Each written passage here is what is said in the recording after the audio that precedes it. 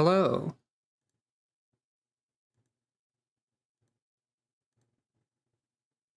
Hold on. I forgot at least one of the many steps in setting up the stream, which is to change my Discord status. Not that it really matters.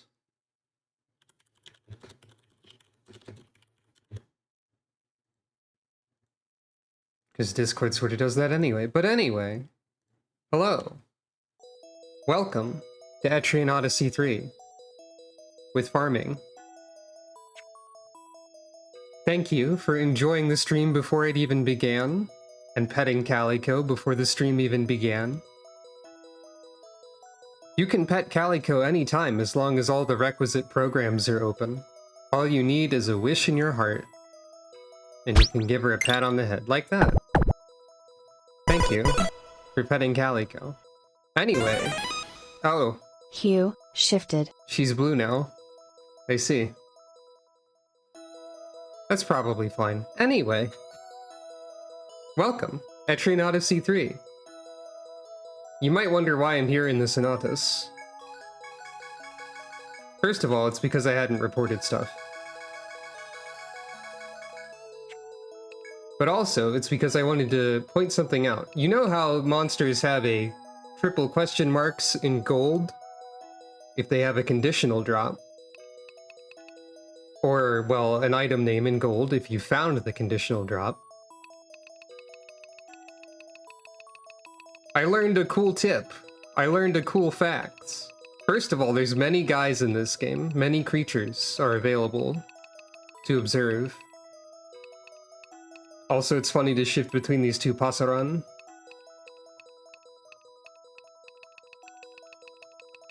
But secondly, well, first of all, the Abyssal Death has a conditional drop, so that's interesting.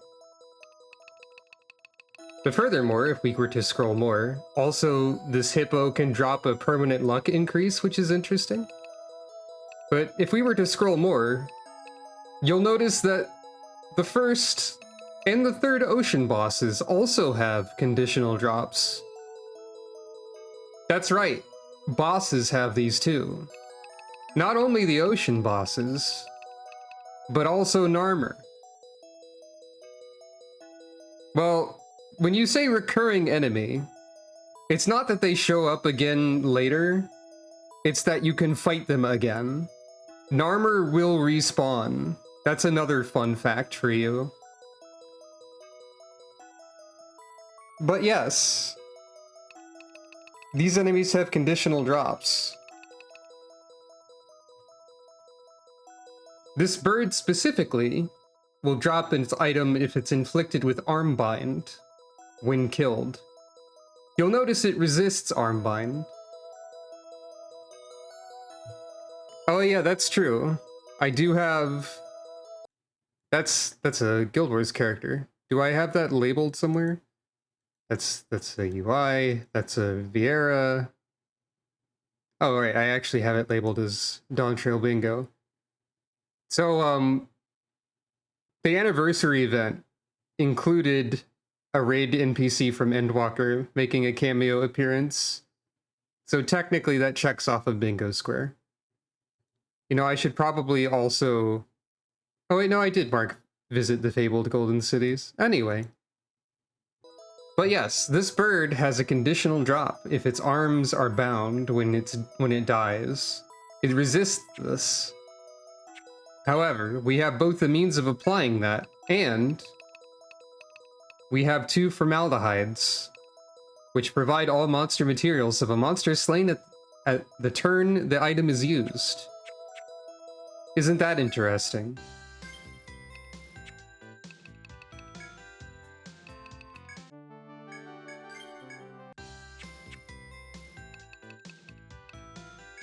And so...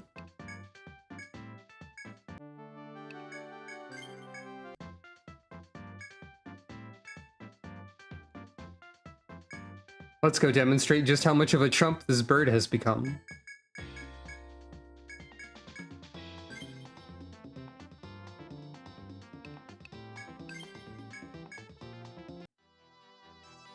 You can do these quests as many times as you want. So,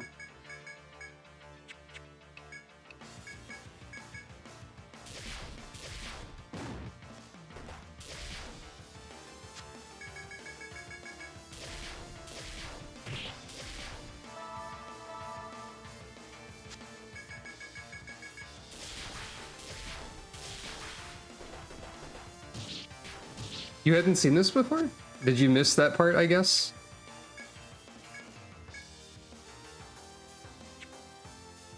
Now, let's relax for a bit.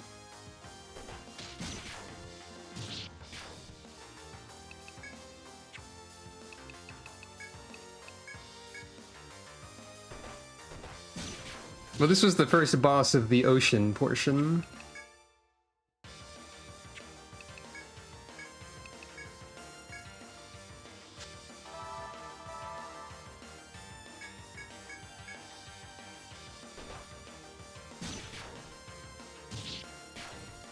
Ah, you died.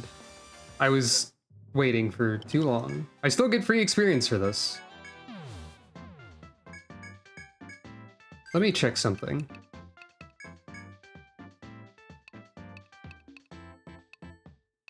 So Lambert should have the most agility, presuming that agility is speed. I believe we should be able to make this work.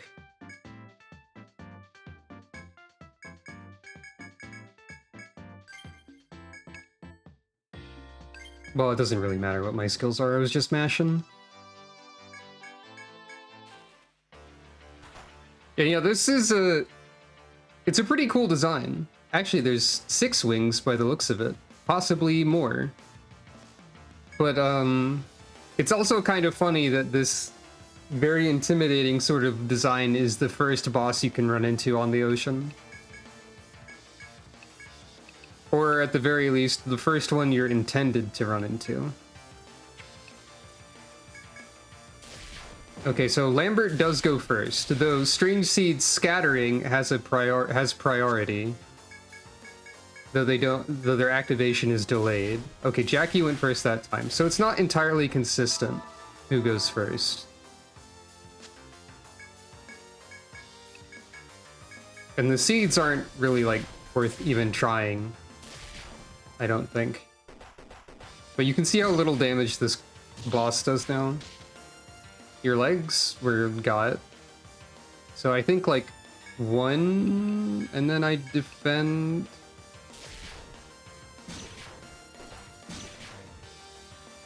Yeah, and then somebody needs to use the formaldehyde. Defend, defend. Well, this is a little bit risky, basically. We can always reload if it messes up, I suppose. Or rather, if we go first and win, I guess we only get experience out of it and don't waste anything. Formaldehyde. Do we get the thing from this? Eastern Nest, we sure do.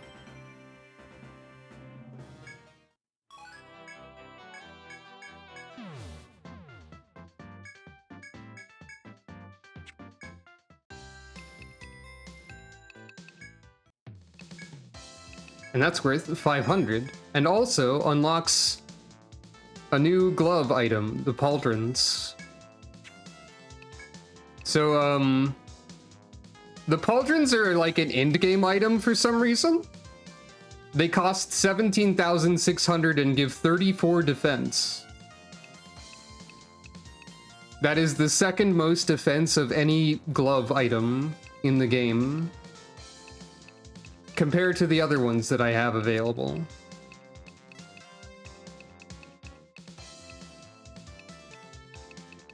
Four, 6, 12, 15, 34. So that's something. I don't know why they're like this, but I can't afford them right now. So let's go get money.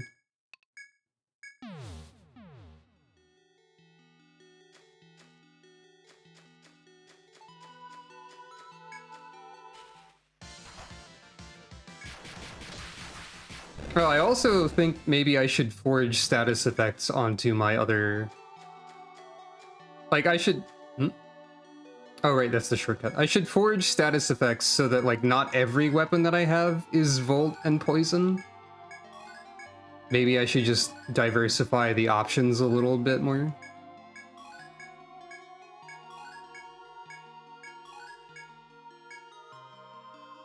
couldn't really hurt, I suppose. And it's also worth noting that we've proven that we can fight an abyssal death now.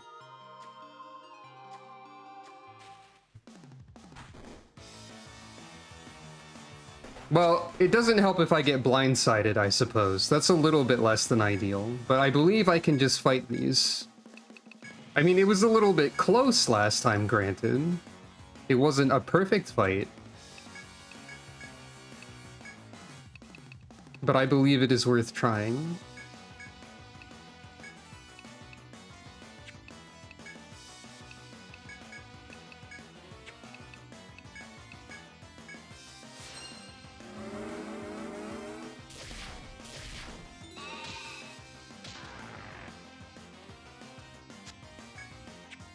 Because I also want more of the boots that these gave. Or rather, the resource that these gave, which allowed me to collect boots.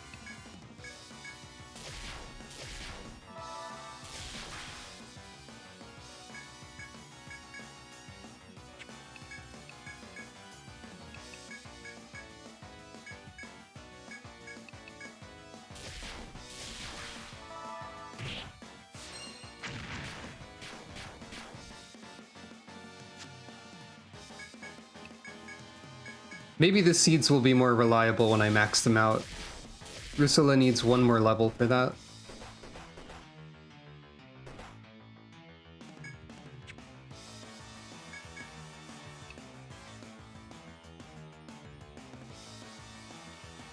Yeah, I can see it.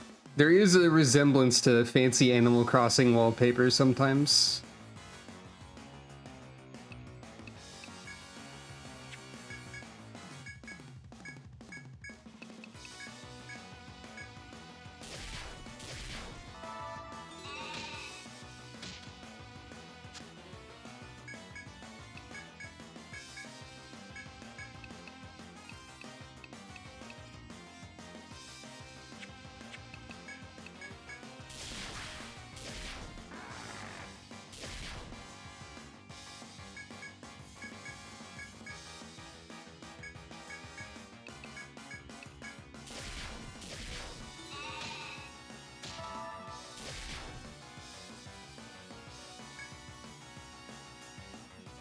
Oh right, you are extra vulnerable to sleep.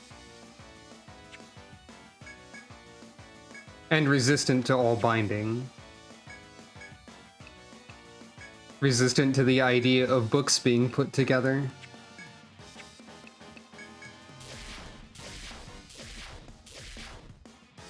Resistant to that one Fire Emblem game.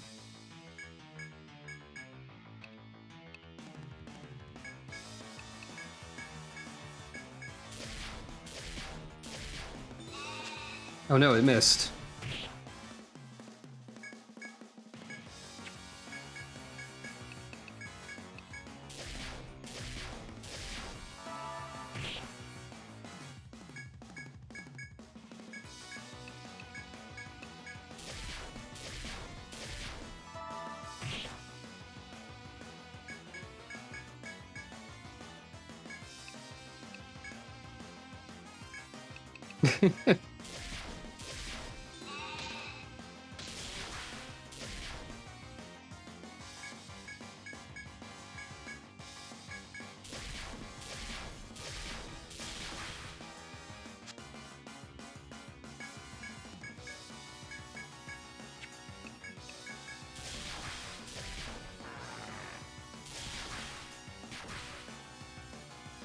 No problem.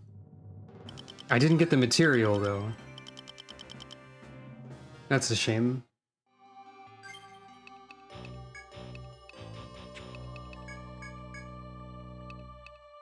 So Jackie has a skill point.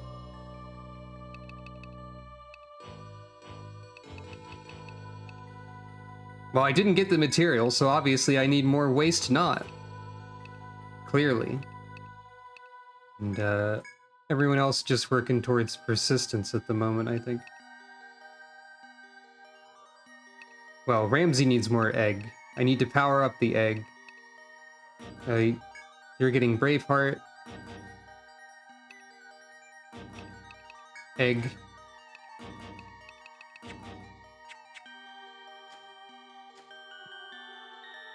I guess the abyssal deaths aren't really blocking access to anything either. So, like, there's less reason for me to fight them. Other than, like, you know, for the heck of it.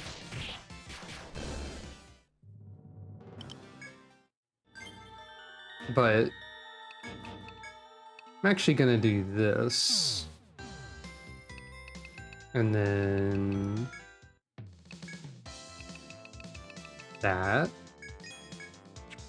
And then I talked about foraging. So I've got 5 of these, and I feel like I should put different stuff on them so they're more varied.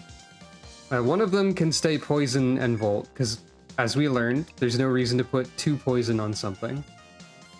I could make one of them fire. Yeah, let's make one of them poison fire.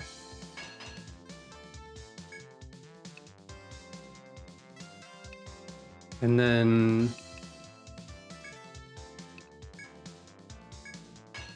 one of them can be blinding. And I'm out of money. Well, we started a process. I will start turning this one into sleepy. Really, I shouldn't give the sleep weapon to Amanita because that's redundant. So shuffle things up a little bit. Actually, I should put the statuses on.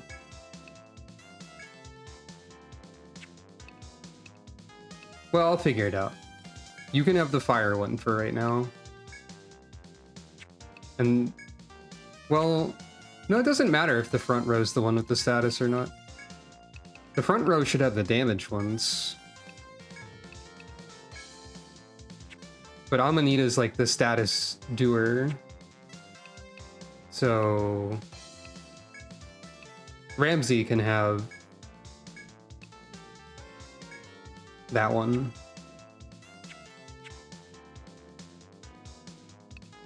Is there anything else I can sell that I don't need? Right, I have one of these left over I can sell.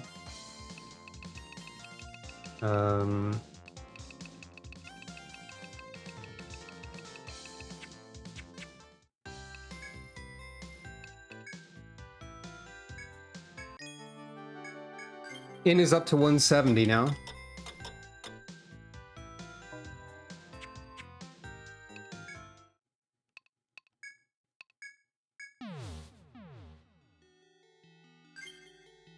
At some point, I should probably just, like, focus on making a lot of money for a bit.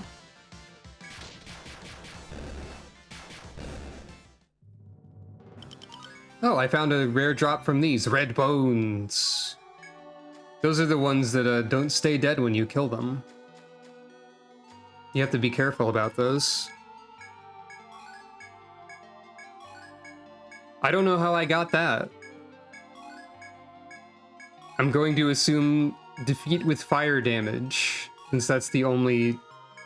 Since that's like the primary variable that I just changed. That would be relevant, considering none of them got inflicted with a status ailment.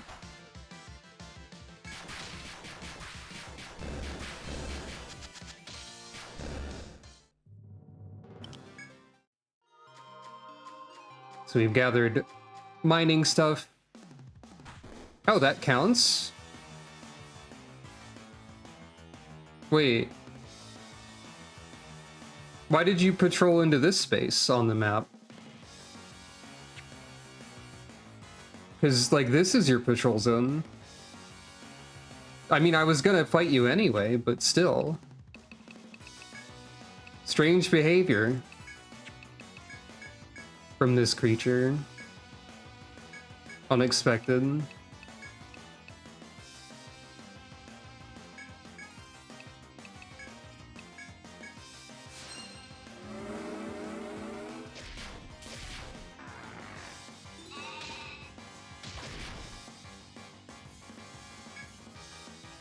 Oh, you're weak to all the elements too, I just noticed.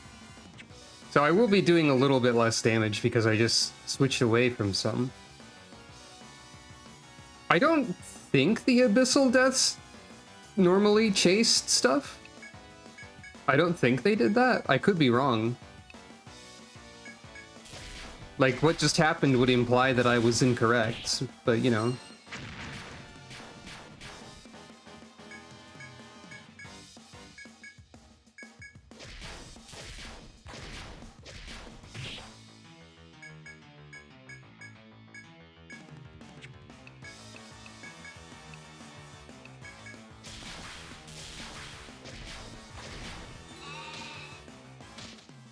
I appreciate that Amanita is moving slower than everyone else, meaning that Abyssal Death has to skip 2 turns. I'm not sure why she's doing that, but she is.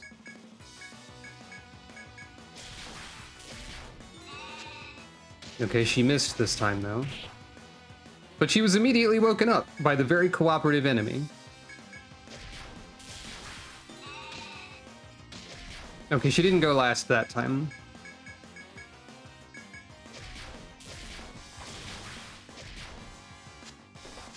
I forgot to debuff again. I get too carried away.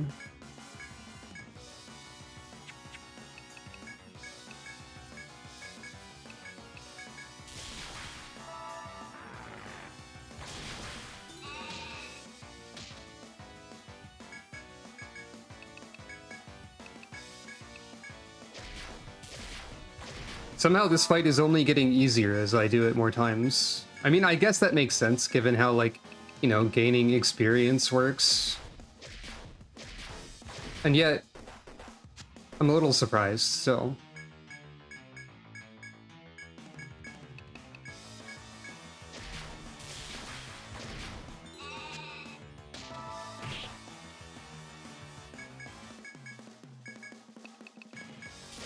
Saving my limit breaks for the next one. Give me the item. Oh, I got the conditional drop. Pig Iron Fang. I don't know why I got that, but that's cool. Its poor durability makes it difficult to temper. It's not any sort of clue as to why I got it. If I simply heal...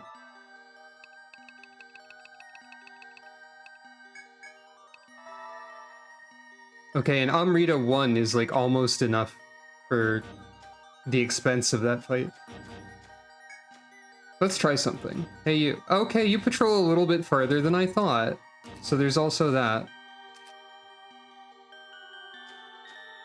Yeah. Okay, you do get mad. You've turned red. So they do chase a little bit. I forgot about that.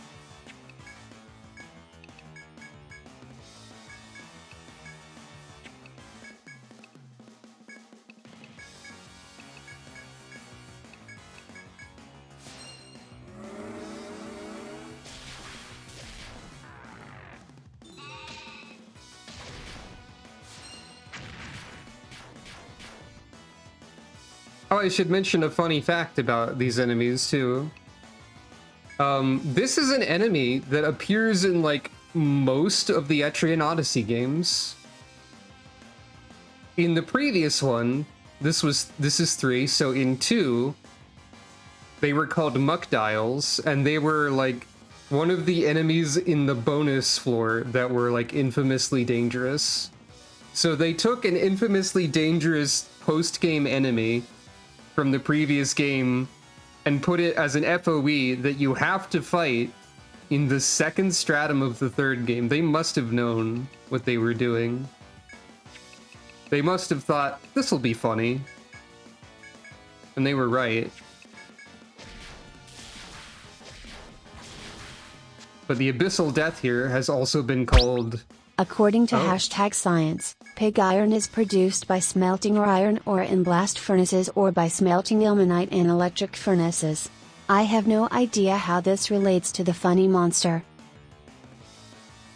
Given the smelting, maybe I defeated with fire damage? Maybe it's that again?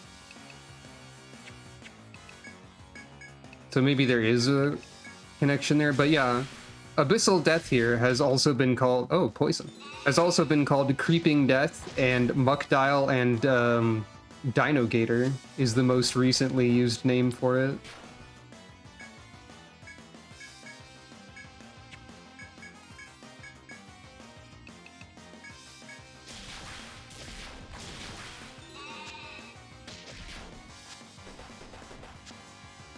Amanita's having less luck this time.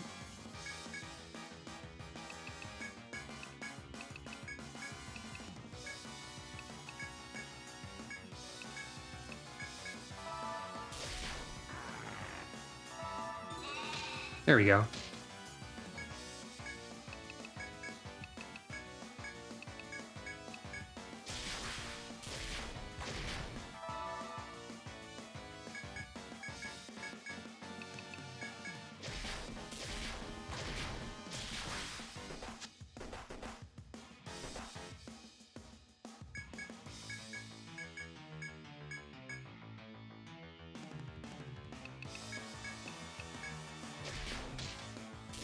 Hey!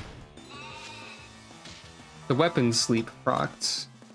There's only 1 point of it on there. Hello! Welcome! Yeah, I'm rather easily able to defeat Creeping Death, or... Abyssal Death, sorry. Creeping Death is what they're called in Etrian Odyssey Untold 1. I was just talking about how they're in, like, almost every game, and they're also called that, and Muckdial, and Dinogator. But yeah, I'm relatively... I'm able to defeat them relatively easily now. Wait, hold on. I need to reprocess this turn. You heal yourself, you fight. You heal... Wait, no. You... Okay. You heal yourself. You heal yourself. You fight. You lullaby, and you heal Amanita. How's that? I believe Dinogator is what the name officially is as of the most recent appearance, so that is the current canonical name. Oh, you're not debuffed.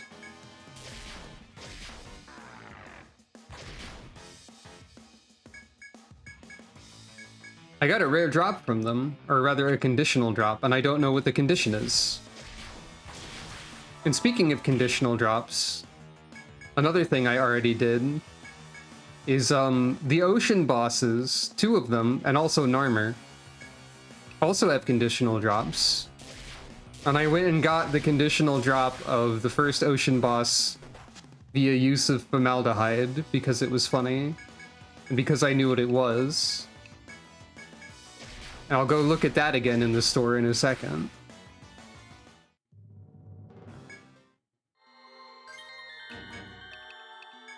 Because what it is pretty funny, I think. So first of all, selling things. Also the Pig Iron Fang, and the Red Bones, 2 new conditional drops. Okay, can make more shoes, and a Gandavam, and a Bedana. So like one of those is relevant. A bulky sword refashioned from a standard laborer's hatchet. Well, it's not a standard hatchet anymore, so I guess I can never wield it. A hero's crossbow, though. Pierces its targets at light speed. But, oh yeah, those are also expensive. But, so the conditional drop from the first ocean boss makes the Pauldrons, which cost 17,600 EN, and also are like more than double the defense of the second highest defense glove that I have access to. I don't know why that bird gives you endgame gloves. Is it underwhelming? Because like this is like second highest defense gloves in the entire game. I think it's quite whelming, honestly. Like 34 defense that a farmer can equip sounds pretty good. Usually they have skills on them. I might have to try and get another conditional drop. While I'm here though, I can resume reforging. So we'll make this the sleepy weapon. So we have the Volt Poison, Fire Poison, Sleepy, Blind, and last but not least, the leg binding one. I figure it's more important to have a chance of applying a greater variety of effects than it is to like do the most damage with this team, so like why not? But also having like a variety of elements doesn't hurt, and I think it already got me at least one conditional drop. But yeah, if we look at the Sonatas again, we look over here. First of all, there's a lot of enemies in this game. It's faster to scroll up from the bottom. Narmer has a conditional, which I don't think is really feasible, and the Hammerhead has a conditional. Cruel Roamer does not, incidentally. It's probably not super feasible to go for the Hammerhead conditional or the Narmer conditional right now, even though I do still have one Formaldehyde left. But yeah, Baragosano drops the Eastern Nest, which makes the Pauldron, which still seems pretty alright, and like, especially since, theoretically at least, I can easily make a lot of money, which is what I'm intending to do for a little bit. I can hear Lewis being yelled at in the background. The Corgi has done a crime of some sort.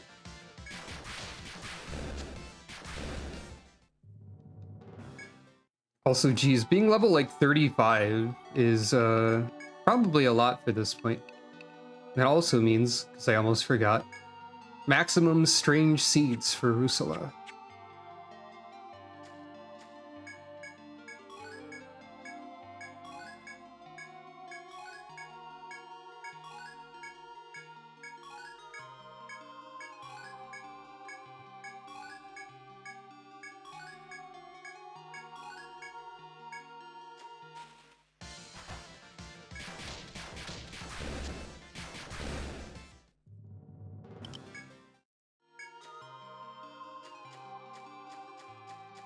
Yeah, as you can see, there are no FOEs remaining on this floor, as of right now. So that's something.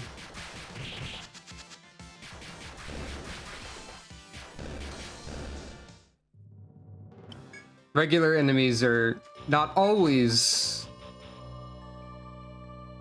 completely, like, free. I don't think I can reasonably fight the FOEs here. Okay, so I don't know how to use the tide removal item as of right now. Okay. I suppose that is something we probably have to advance further in order to learn. Yeah, it is kind of funny. I'm not sure why it works that way.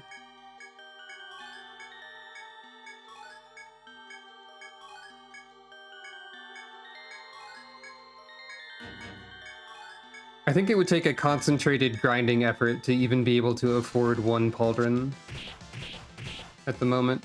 By the way, the muck dial previously mentioned as the previous game's variant of the Abyssal Death. As I said, they were post-game stratum enemies, so it's still very funny that they turned an infamous post-game enemy into an FOE you encounter super early in the sequel. But not only that, but there was also a unique encounter with two of them that you could only find if you were ambushed when attempting to gather in the post-game stratum. And in that game, each muck dial had 10,000 hit points. And they still did their signature do a lot of damage to everybody attack called Tear Apart. Oh hey, I see a Passeron. That Passeron is extremely unsafe to fight, I think.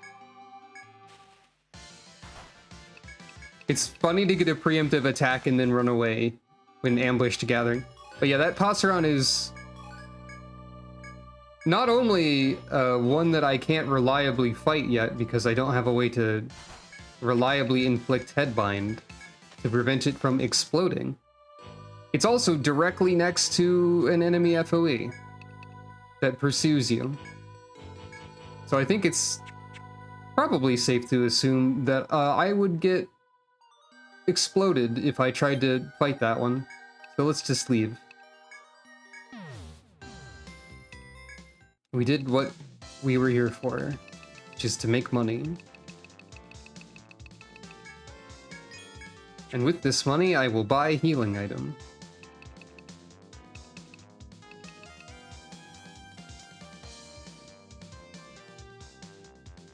I don't think I have any of those. I haven't really needed to heal status ailments much yet.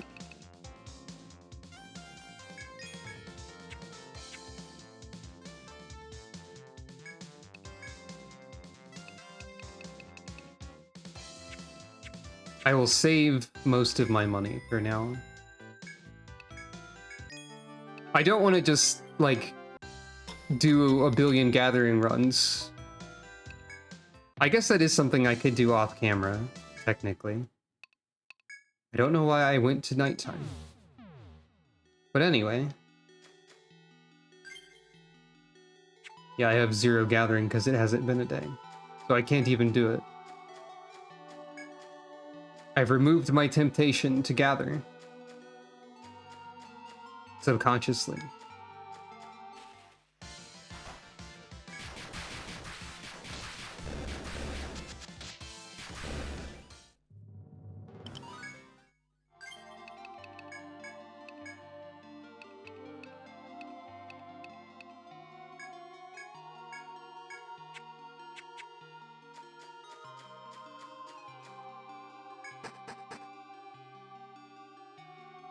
Alright.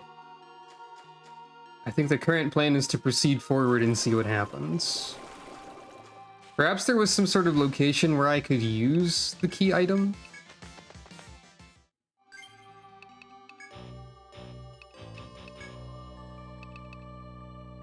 The sea bead?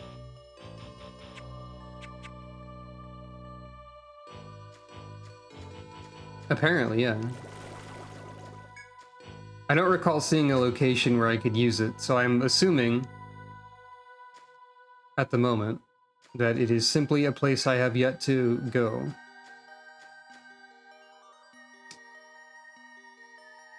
I wonder if I could fight the sea dragon right now. I guess there's only one way to find out, huh? The scaled dragon. Rather. We have no data on this.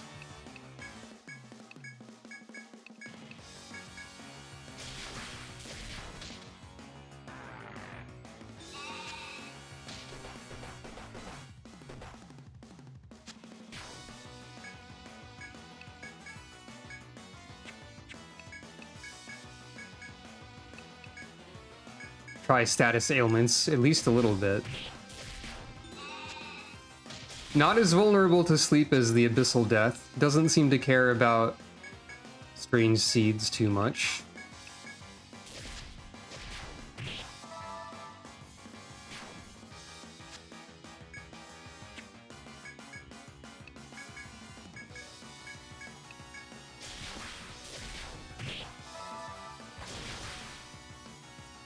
As of yet, nothing particularly cares about the strange seeds, I suppose.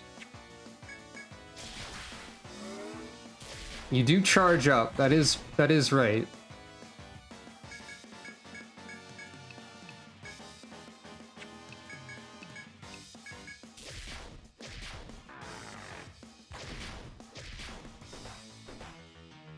Okay. So you do that. You can charge up and then do a group-wide attack that is very painful. So that might not be the best for me.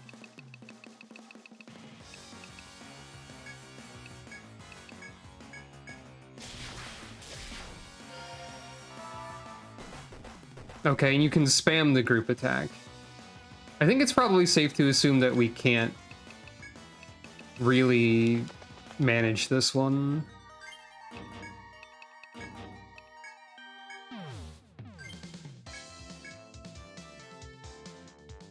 Yeah.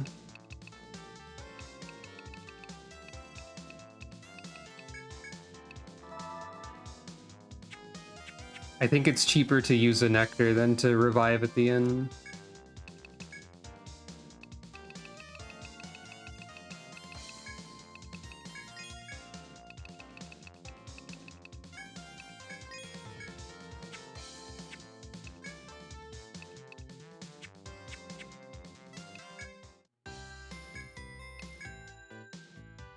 It's funny because, like, the first time I tried fighting one of those, it didn't use the group attack for a very long time. Oh no, I have the ability to gather more items again. How many items am I carrying? 35. That's the wrong labyrinth. All right, let's just attempt to proceed forward normally.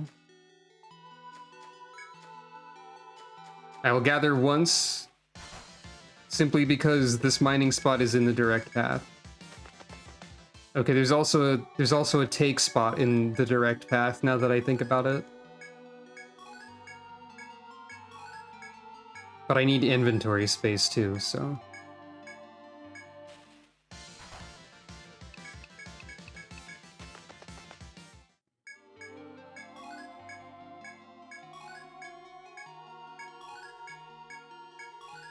You know, I should point out again that the guide I saw for all farmers suggested that you'd be around level 30 when you unlocked subclasses, and my entire party is at level 35, and like only close to 2/3 of the way to the point in the game that gives you subclasses, if I remember how this game works correctly. It has occurred to me recently that it is likely that that person tended to run from fights instead of trying to fight everything. I don't know how they managed the boss fights at a lower level than I did. Because Narmer was pretty close. So that's a mystery.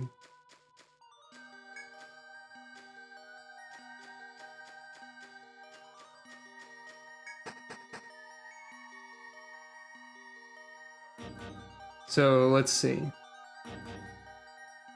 Wait, I think I just remembered something. I actually, like, read something incidental.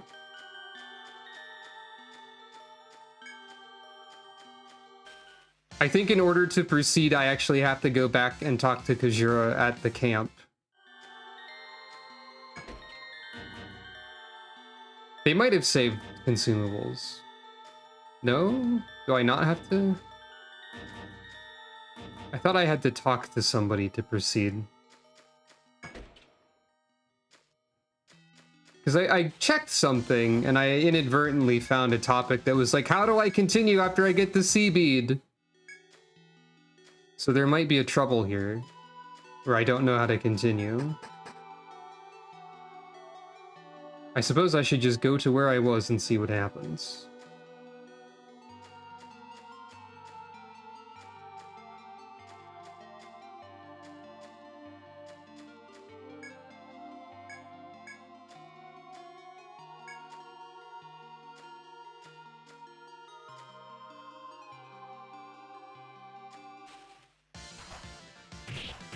I found 1,000,000 crabs that are mad.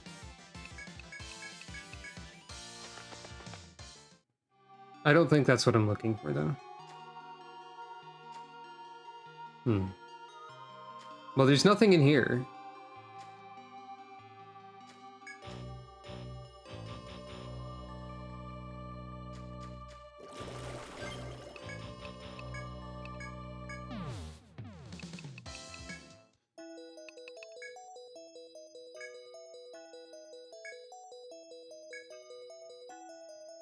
I've waited 100 years for this, huh?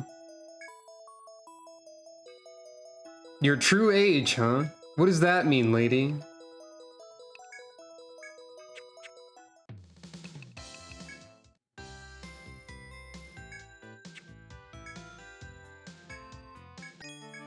This feels like a waste of money, but whatever.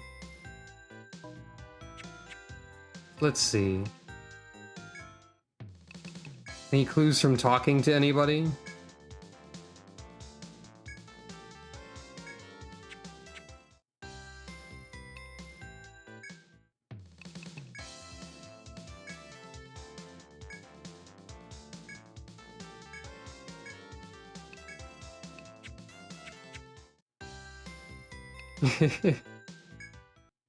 What about you?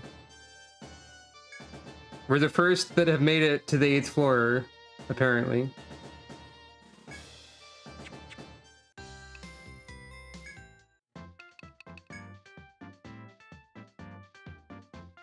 It's funny that the ocean guy is like, oh, you're walking on the ocean floor, huh? I've never walked along the bottom of the ocean, even though I've sailed the seas a lot.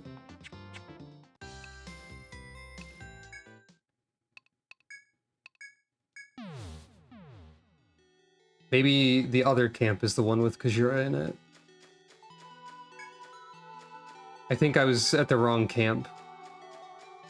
If I am looking for a camp.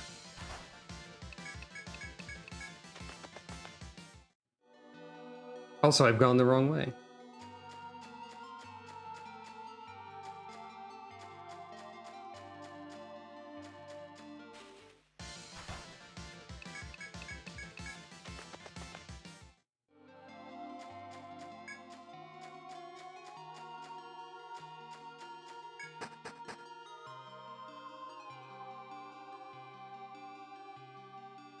No, it wasn't. It was the other camp. It wasn't this one. Even so, I'll check.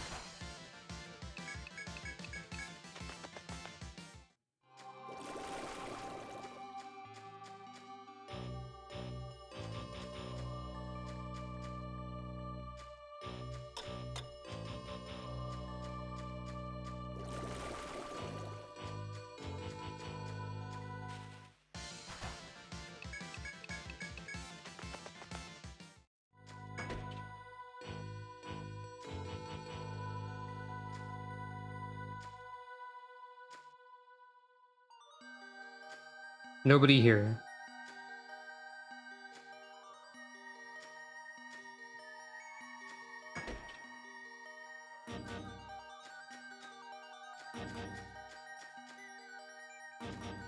Statues not interactable.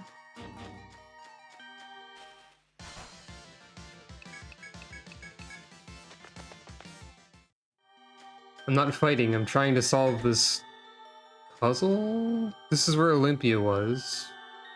Nothing here.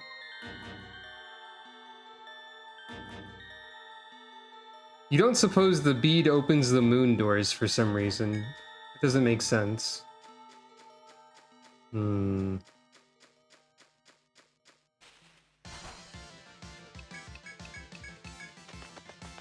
Because we've seen moon doors and sun doors, and the room that was locked on that floor was a moon door.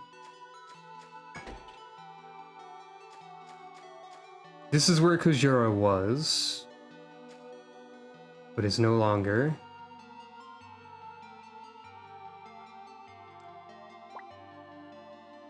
Right, there was a fake bench there that was actually a crab. Starfish, dead guy, sentry looking for the guy. Guy who warned about dragons. I suppose, like, I think all the soldiers packed up and left, too, so...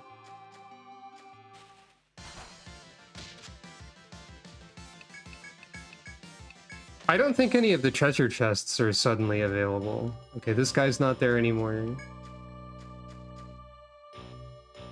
Right, that's a connection there. No one there anymore.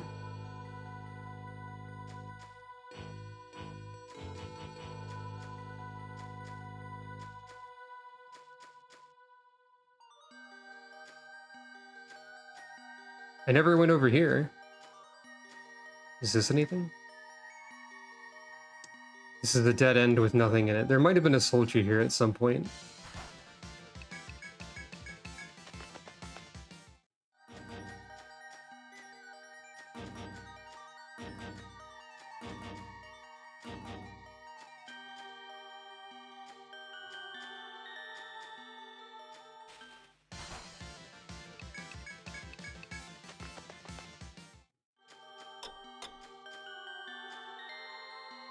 Nothing here anymore.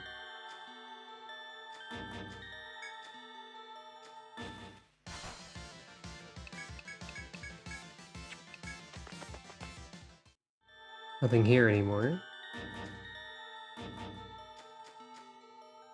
Perhaps I can advance through the other staircase down?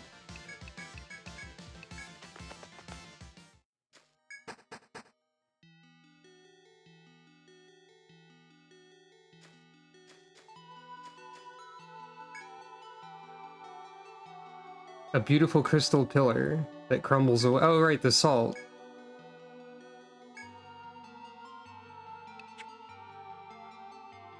You reconsider the wisdom of carelessly licking objects in the labyrinth and withdraw. That's a heck of a text box to have.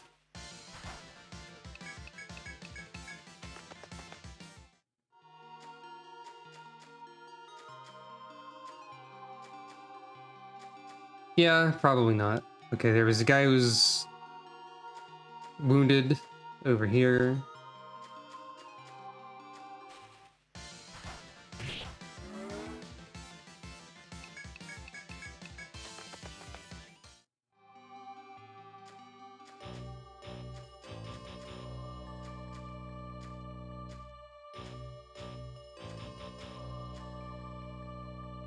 Wait, there's 4 FOEs in there? I didn't even think about it.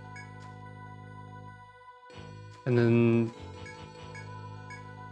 And then this goes... over here. Yeah.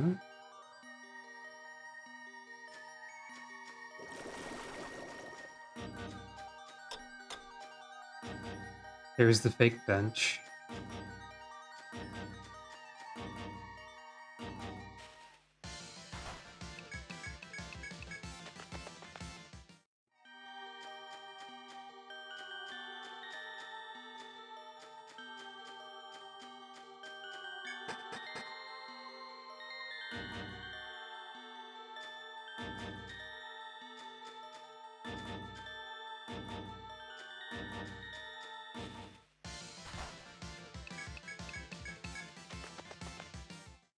At least I can easily run away from everything.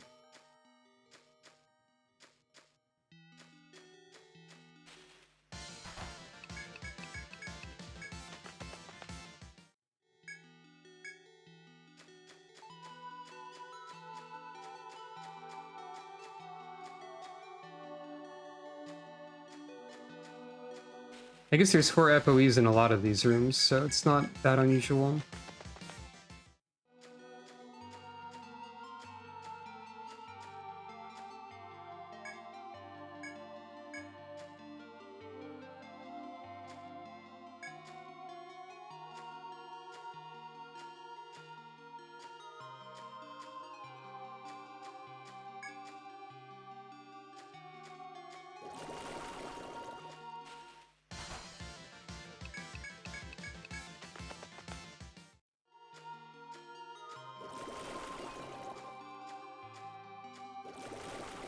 Okay, so there's nothing anywhere.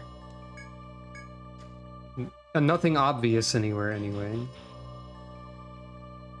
I tried talking to everyone, and I tried looking at every part of the map where there was something previously. And there's no obvious new directions to go in.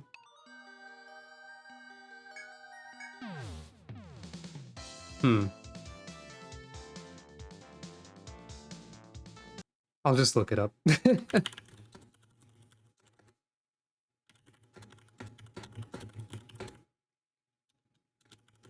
Typing.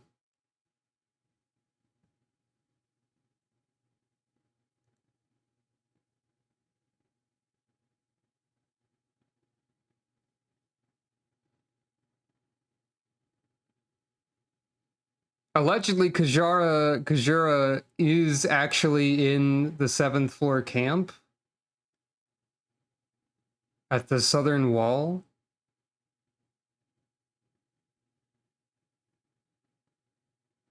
Oh wait, no, I did do that. And then I went to town and I picked up the quest. There's something on floor 6 in the middle of the spiral.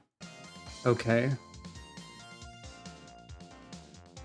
So I was trying to repeat a step I'd already done, and I'd forgotten that there was a point I need to examine on the 6th floor that I apparently either hadn't explored or not marked or not thought about.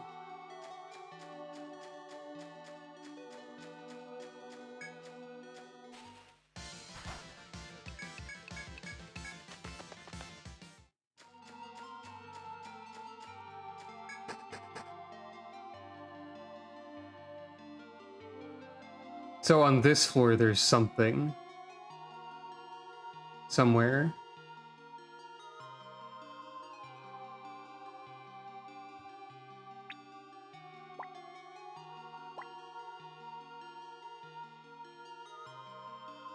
Is it like here? I don't know what that random post I found meant by the middle of the spiral.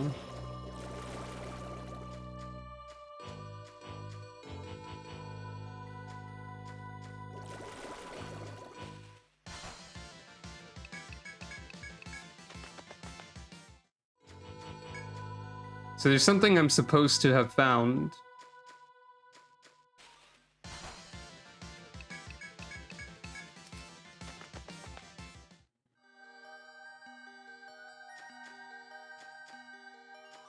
It could be that there's a shortcut in the middle of that centerpiece that I thought was a funny prank room with nothing in it.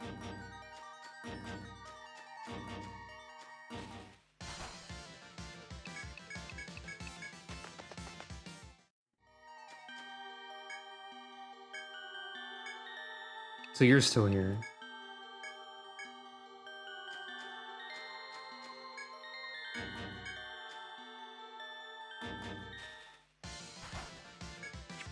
I could use an ability to cancel monster encounters, but it would only work for like 10 steps.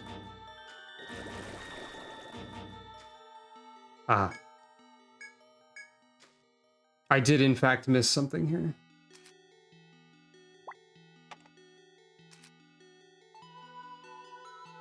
You know, now that you mention it, it does have a similar layout. Maybe I should have expected this. I don't think I would have looked here without, like, looking at a guide, though. Here's something. Is this what this sort of icon is for? Maybe this one?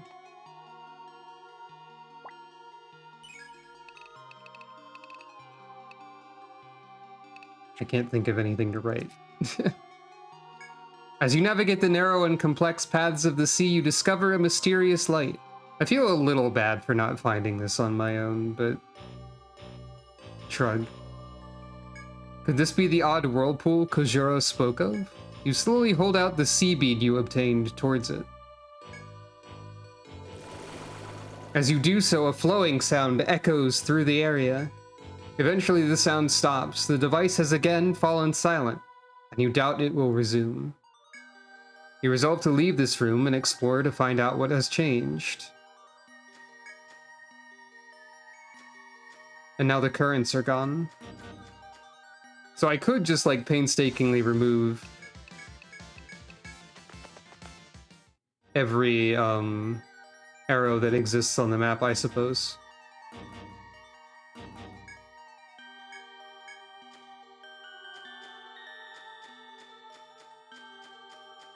But I think I won't.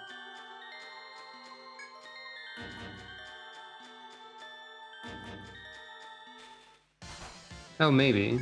Maybe there's a reason to pick it up again later.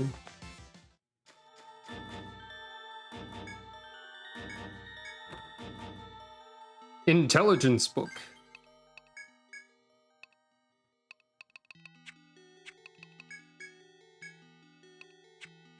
Wait, that's not... Oh, that's an intelligence increasing item, not a weapon.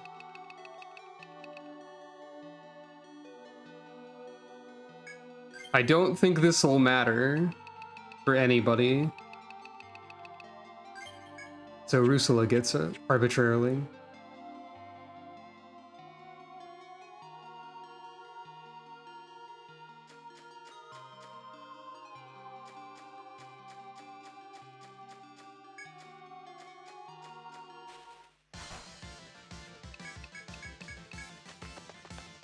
Maybe it will make the strange seeds more effective or something. I think technique is the stat that farmers care about the least, probably. So I doubt it will do anything.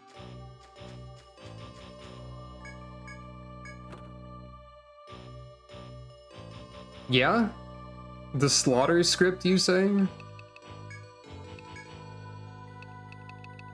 Ah, now I can use lethal tactic.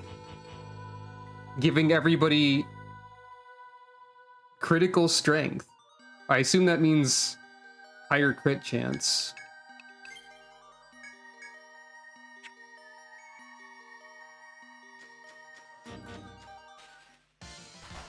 I was under the impression that status effects were primarily tied to luck. But I'm not entirely certain. I should check and see if there's anything... I'm gonna double check and see if I needed the currents deactivated for any reason on the previous floor before I move on. Especially since it's easier to get there now. There weren't currents on this floor, right. There's still a large portion of that floor I haven't been able to go to that I need to go to for a quest. So that's suspicious.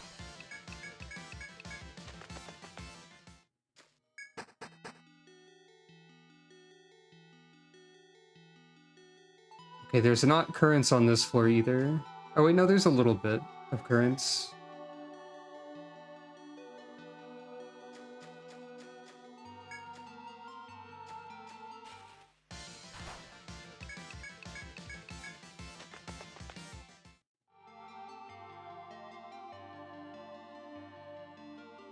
Oh, well, thank you. Thank you for the good luck. Based on what I've seen or read, it seems to be possible, and I thought it would be fun to try. Okay, I can go here now. Oh, there's another staircase. Yeah, so far it's going really well. I found another staircase. Probably the silliest part of me doing this challenge is that I had never beaten Etrian Odyssey 3 before. And this is further than I've ever been in it. So, assuming I do succeed, my first success of this game will be with 5 farmers, which is quite funny. All right, we're in a new place. Yeah? That's a kaiju.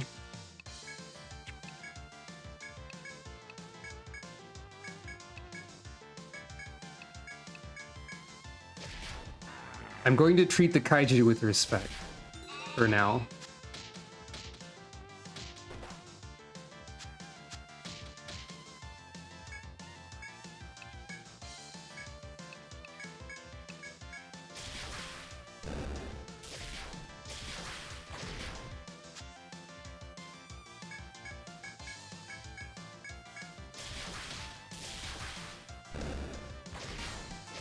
Jackie just did 171 damage.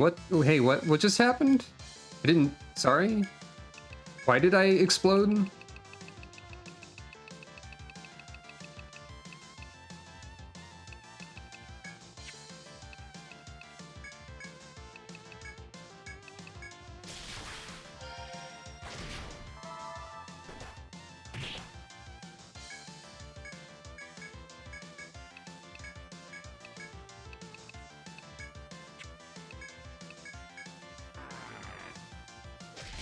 So far, that's true. Okay, so the turtle does a lot of damage. More single target damage than some of the FOEs we've seen so far. And they don't take a lot of damage either.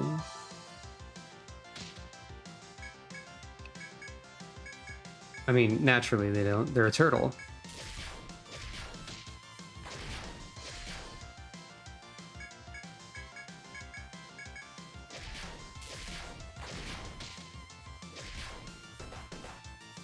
Okay, they can just decide to blast two people with a really strong attack at any time. I should probably put guard tactic back on, truthfully. Yeah, that's crit rate, okay. And they're not kidding about critical rate increasing. Ramsey died.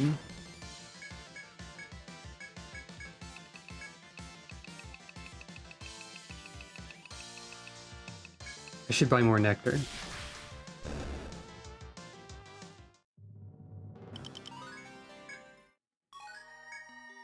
I didn't even get any new items from that.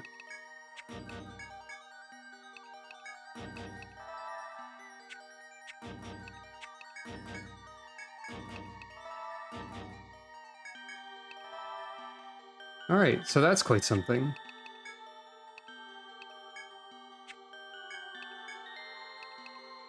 Like, lethal tactic is probably better than charge tactic. But I think we probably need guard tactic. Jackie can keep Indomitable for now.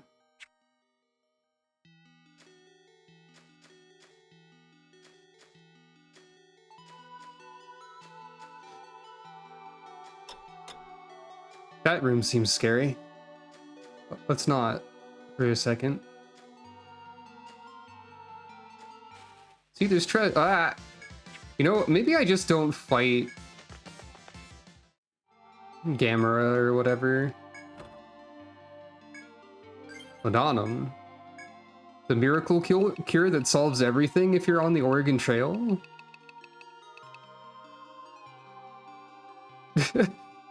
Liquid nerve toxin that saps one's will, nullifies all enemy buffs.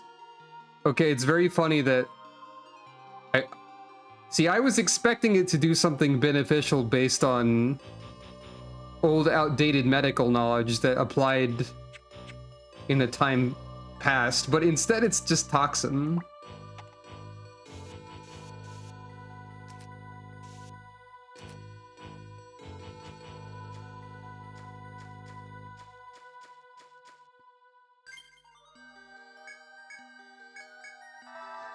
Alright, what's this scary large room?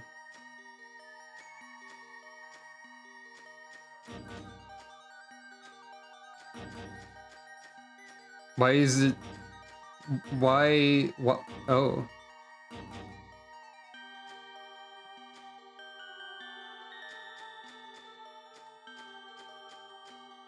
Why is room so large?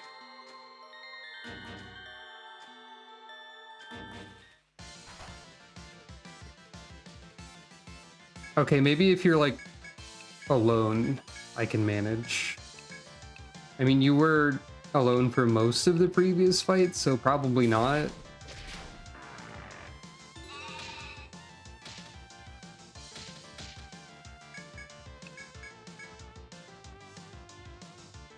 Okay, you gave me the topaz, but I got that previously from something else too. You're vulnerable to all status and you hate all elements, but you don't care about any physical damage.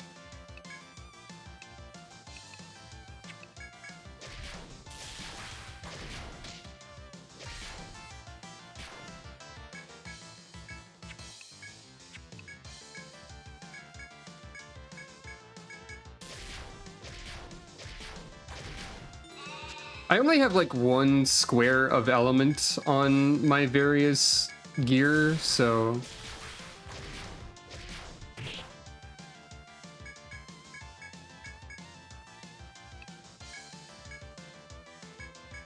I just assume I don't have that much element damage.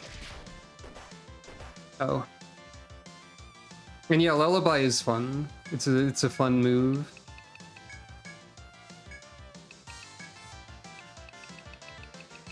It might just be wise to not fight this enemy in the future. Well, I blinded it. Oh. Hellfire is also pretty good. Still didn't get the item.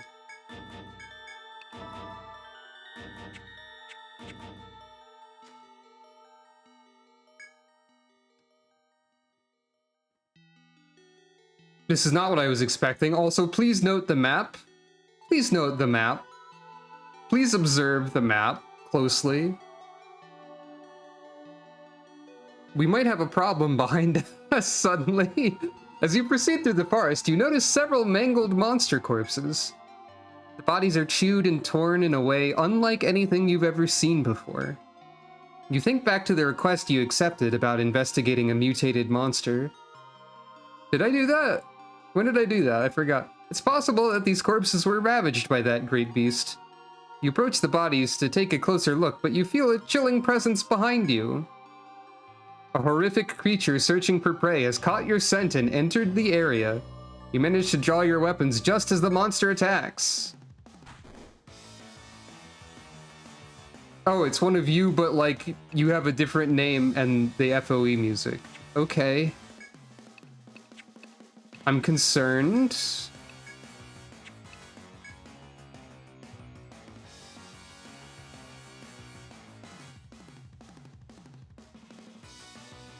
Oh, elemental forges are weird too, huh? I learned about how poison forging was weird. But I think I'd learned that about elemental, but I hadn't really considered exactly how it worked out. Are you just gonna be like the same enemy, but you resist all of my secret techniques? I wonder. No, you're asleep. Meaning that Lullaby didn't do anything. I'll try Strange Seeds more.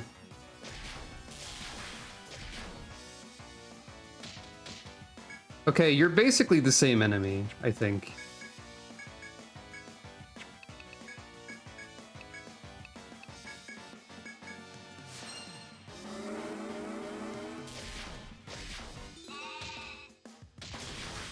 Yeah, you're like the same guy, but with scarier music and more health.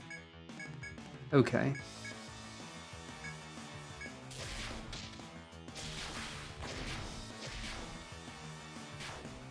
I'd like to point out...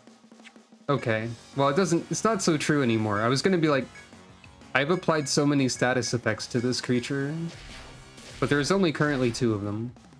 Defending a lot, though, that's concerning to me. Why are you defending?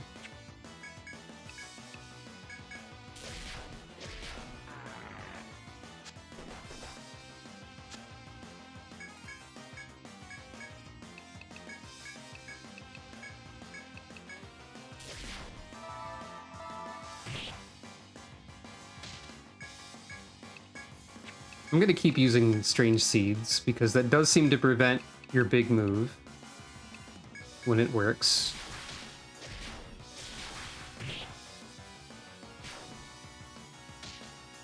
Yeah, I think that probably stops your ice breath or whatever you're doing.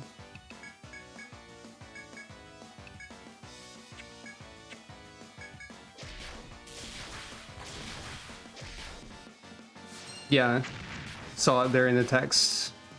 Can't use Ice Slurry when your head is bound.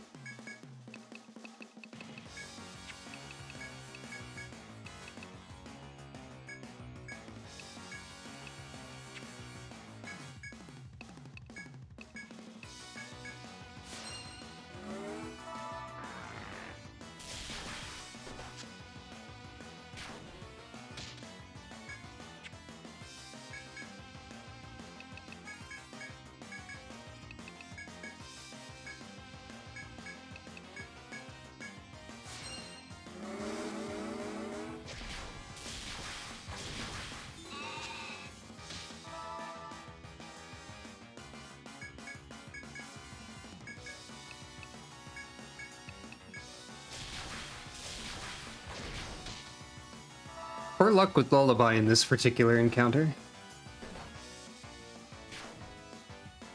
That's alright.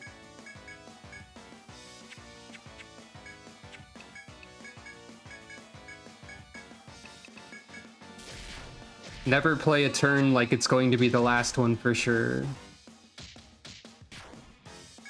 Always exercise caution. In this case, your head is bound, so you can't use the thing. So it's much safer to just attack. There we go.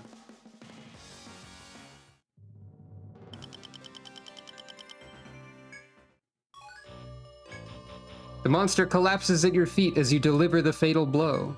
Judging from its voracious appetite and extreme ferocity... To the stars. Oh, there it is. Oh yeah, it's rhyme time. Doing a chaos check-in. Call now for great rates. Interesting haiku. Destroy!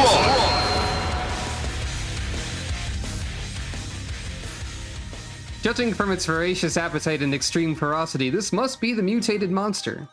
You warily keep an eye on your surroundings as you write down details about the creature. Now that your report is finished, you should return to the bar to hand it in. What other quests do I have? Yeah. I forgot that I took extra quests. Right. Right, yeah, I took that a bit ago. And I'll be able to become more powerful. I still don't know how to get to that one spot on the 5th floor, though.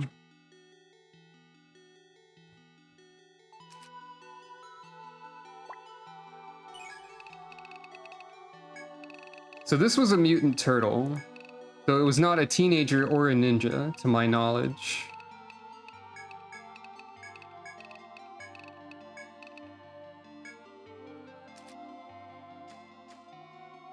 And okay, I see the route forward from here, but I should probably go turn that in. And heal and so on.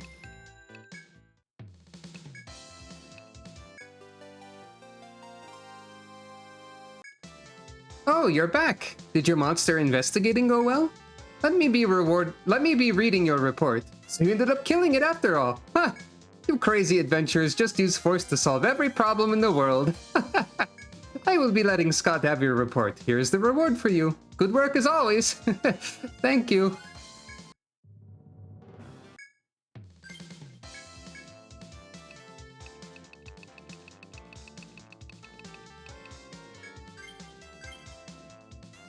Jackie, become more powerful.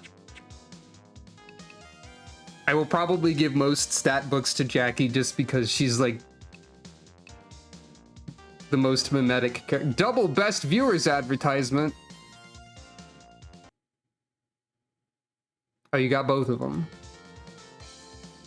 Well done.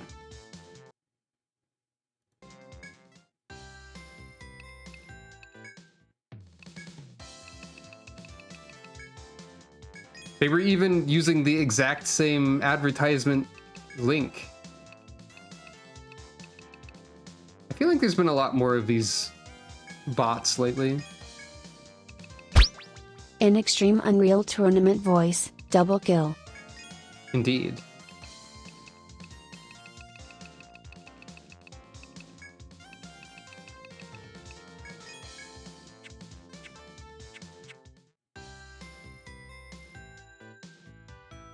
Are there other quests I could take? No, okay, just checking.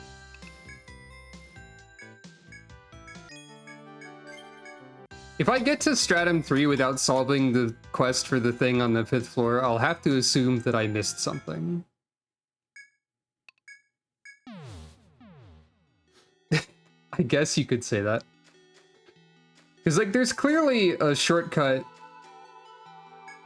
to somewhere else on floor 5, but I can't use it.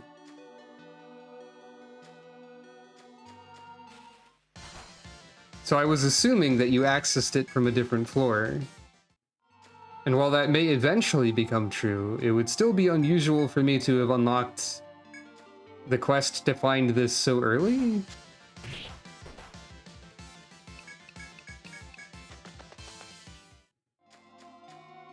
It remains a mystery.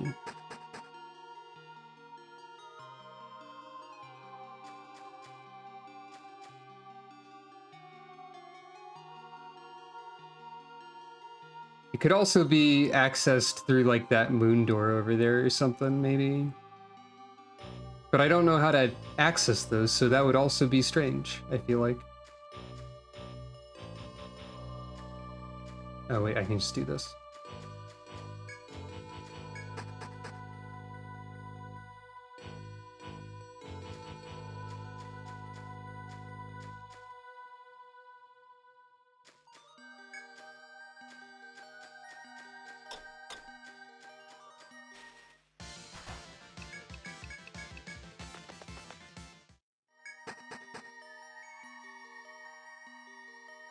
Imagine if FOEs could follow you downstairs.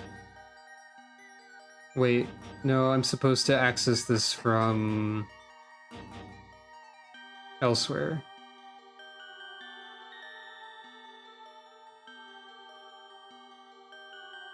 Right.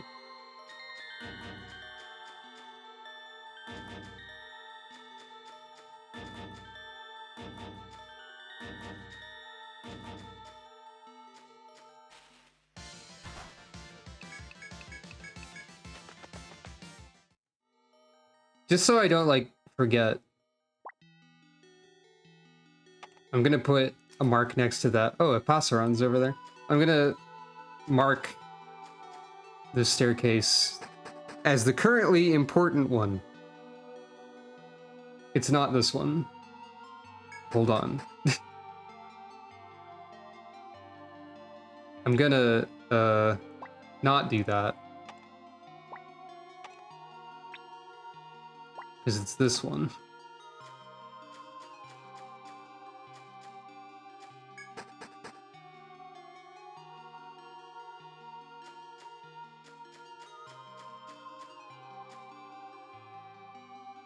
Oh, you chase me, huh?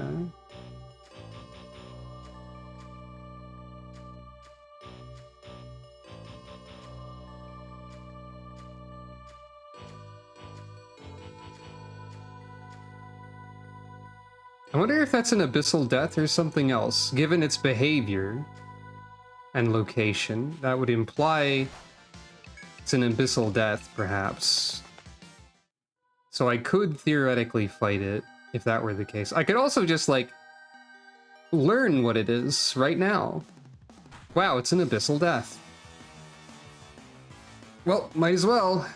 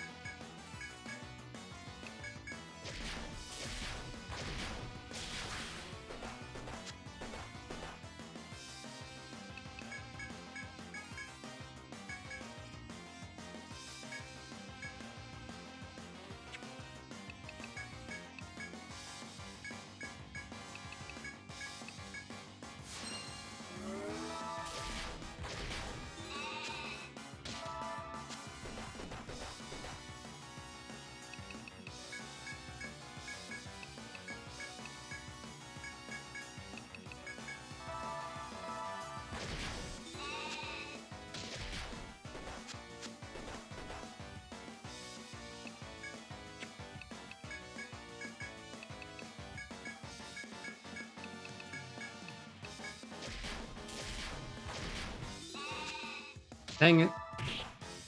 Bad luck with that. It's fine though, I think. There we go.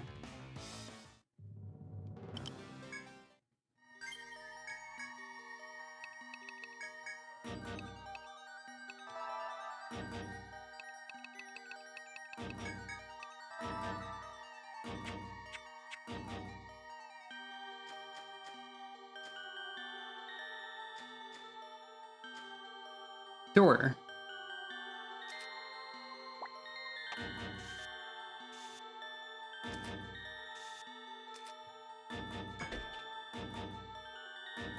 Camping. That's nice. It's very polite.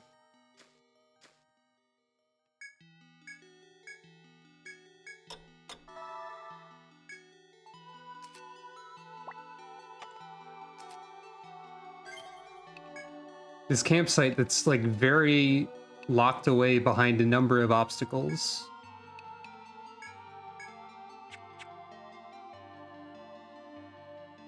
Okay, still just the various abyssal deaths about. Okay, now we can... Now there's no longer only one important staircase. We can get here much more easily now.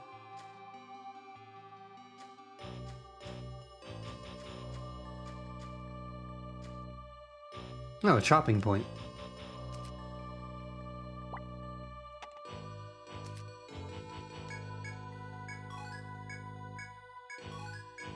This might be the first floor to have multiple types of gathering points on it.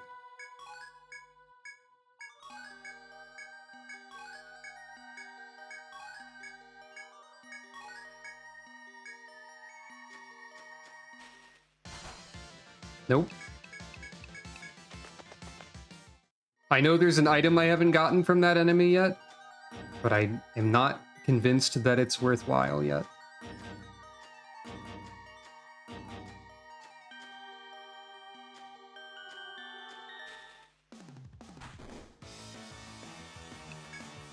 I do not fear you. It's time for you to perish.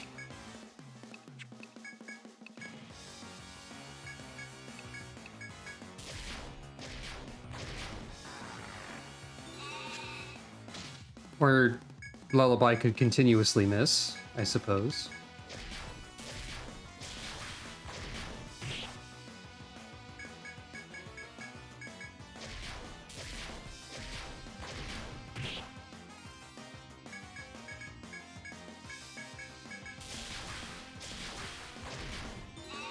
There we go.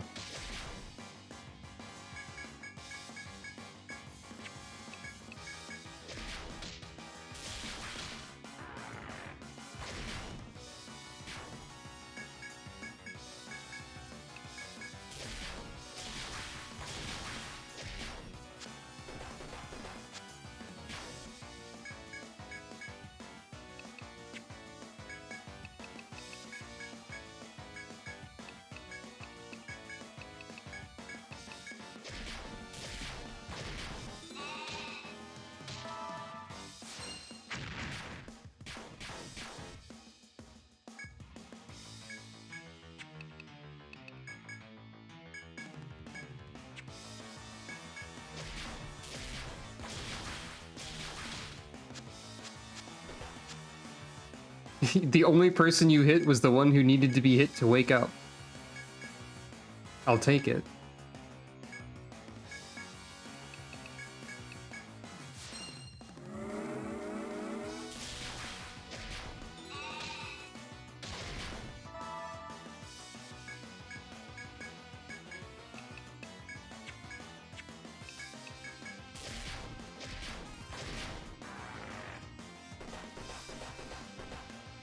Okay, that time you hit everybody.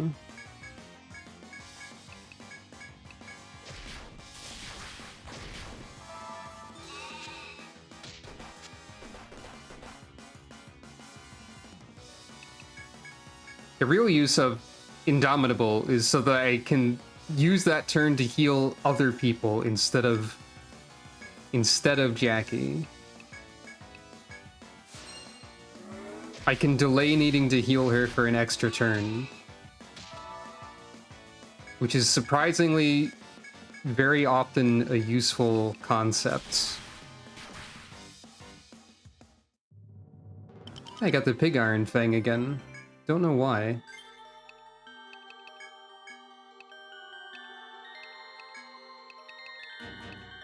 Oh, Jackie has a point.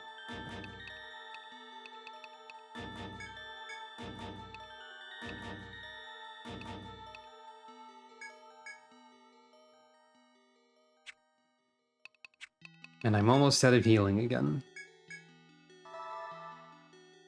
So I shouldn't fight the next abyssal death that's also around.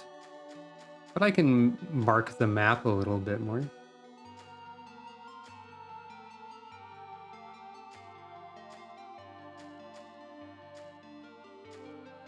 There's another door. With another gathering spot.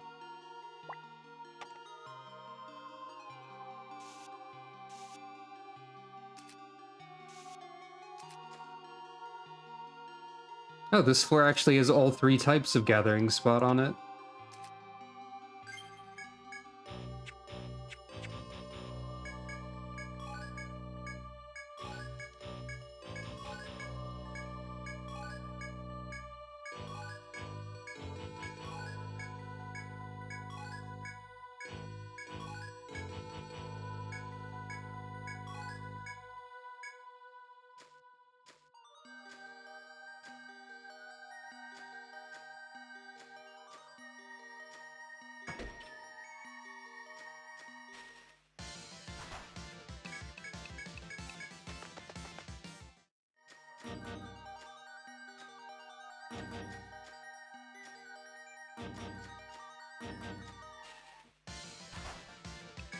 Get out of here, you.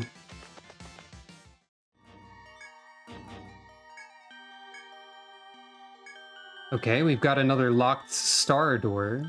I believe we've seen sun, moon, and star doors at this point.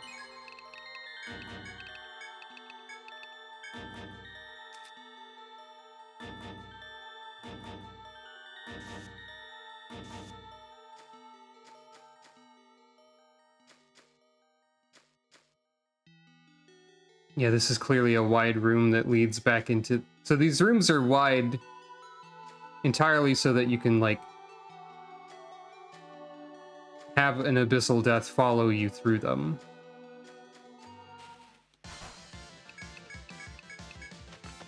I assume this turtle enemy is considerably less threatening to a party that has access to elemental techniques. Hence, them appearing quite frequently now. I guess I could buy the items that do elemental attacks for the purpose of fighting the turtle. Yeah, I'm not in a condition to fight you right now, so I guess that's time to leave.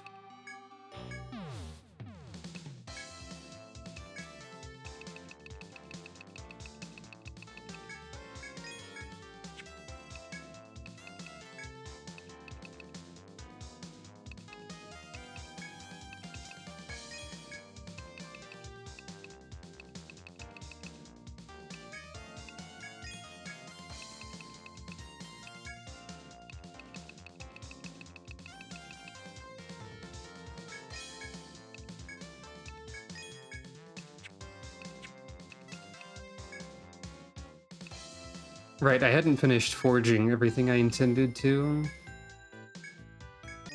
It could also be that those turtles only exist at night, because night is allegedly more threatening, though that hasn't been consistent.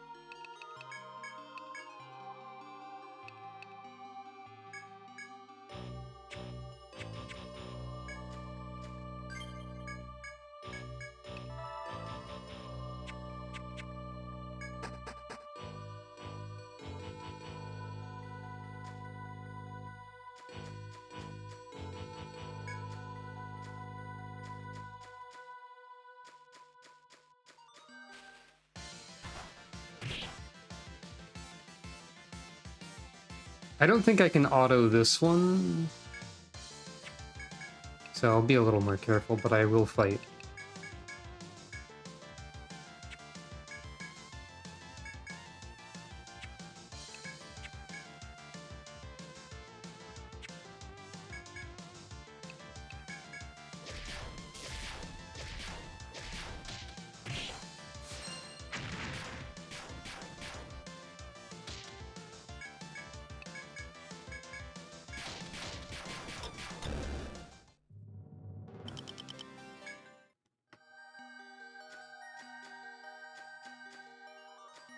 Now I can go down this staircase. But I'll still leave one marked, because why not?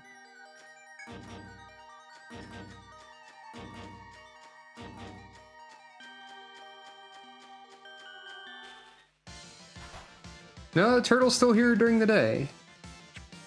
Alright, let's give something a try. Well, no, let's not. Not with the rock coral also being here.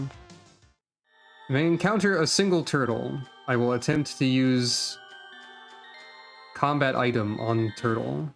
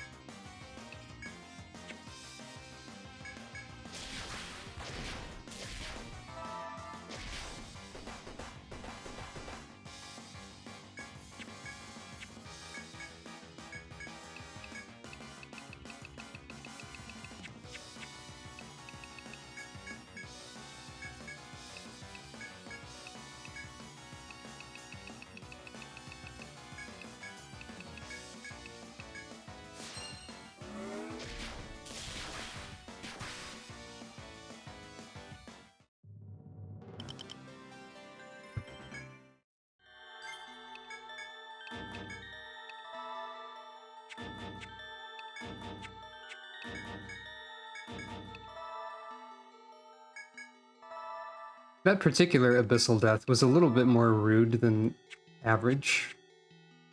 That's fine.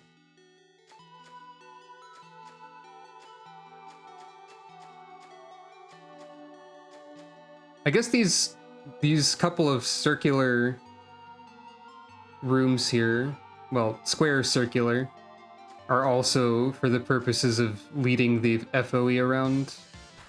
Alright, you. I said I would try.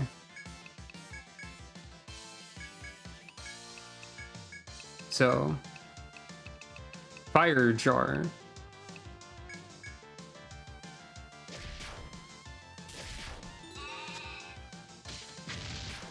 41. I mean, that's not bad, but it's not really worth investing in.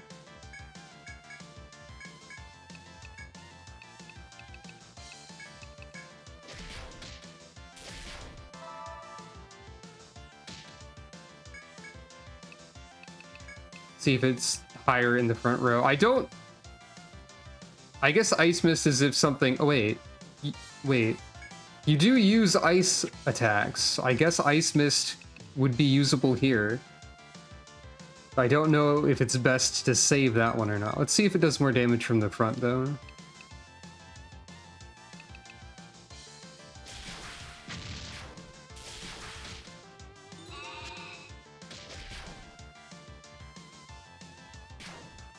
I don't think it did. Also, somehow I glitched the game to remove some of the status effects on the previous turn. Or some of the sound effects on the previous turn. I don't think it was more effective, but I might have zoned out for it doing more damage. If it did more damage. It could also be because Rusula has the tech bonus from that one item that I used. Sentry Shell. Okay, that is the item I hadn't found from you before. And also it sounds pretty kaiju of you, truthfully.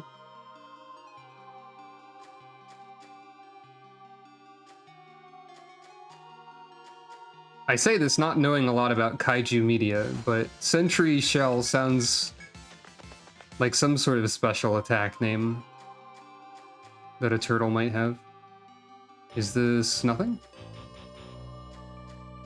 Yes, this is nothing.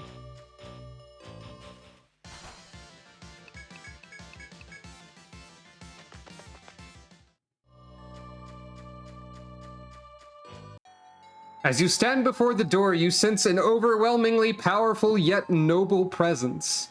Oh, the thing that I saw over here was not in fact an FOE, but the boss fight. I see. You suspect it's the source of the voice who commanded Olympia and gave you the sea bead. The door stands imposingly, as if daring you to pass through. You wonder if you're ready yet.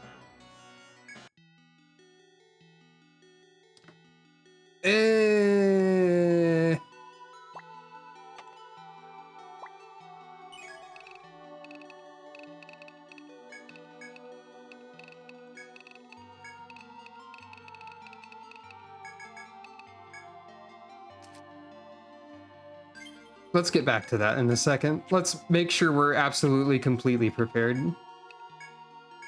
As much as we can be at this moment. Laced mail. Not for me.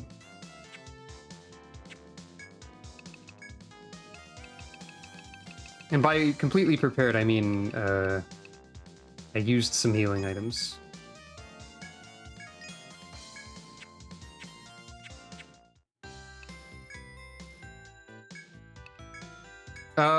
Based on the fact that I have folders of the HD enemy art, so I know what the enemy art looks like, unfortunately. So I am a little bit spoiled. Why did I go to nighttime? No particular reason. I'm guessing Ocean Master Ketos may resemble Azora from The Legend of Zelda a little bit. Unless that's somebody else. Hey.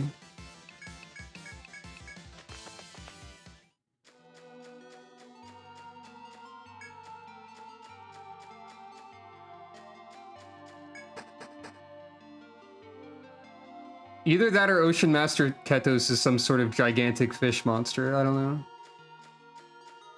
Which Legend of Zelda? Ocarina of Time. The N64 ones, but the Zoras are often somewhat similar, but I specifically am thinking of the N64 ones a little bit more, I think. There's no reason to camp, really. I got hit one time. I don't need to camp. Probably. The reason I'm thinking of the N64 ones, dang it, is specifically because of like Ruto.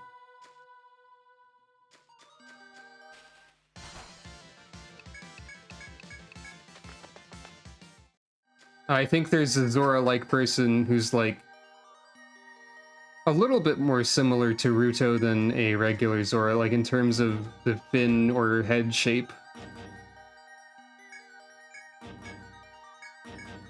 I will camp here.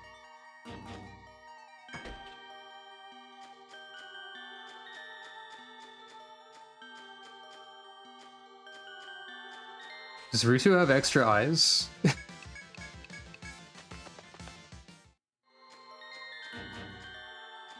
I thought only Daisy had extra eyes. I didn't know Nintendo had multiple princesses with bonus eyeballs. That's too many walruses to see at once, by the way.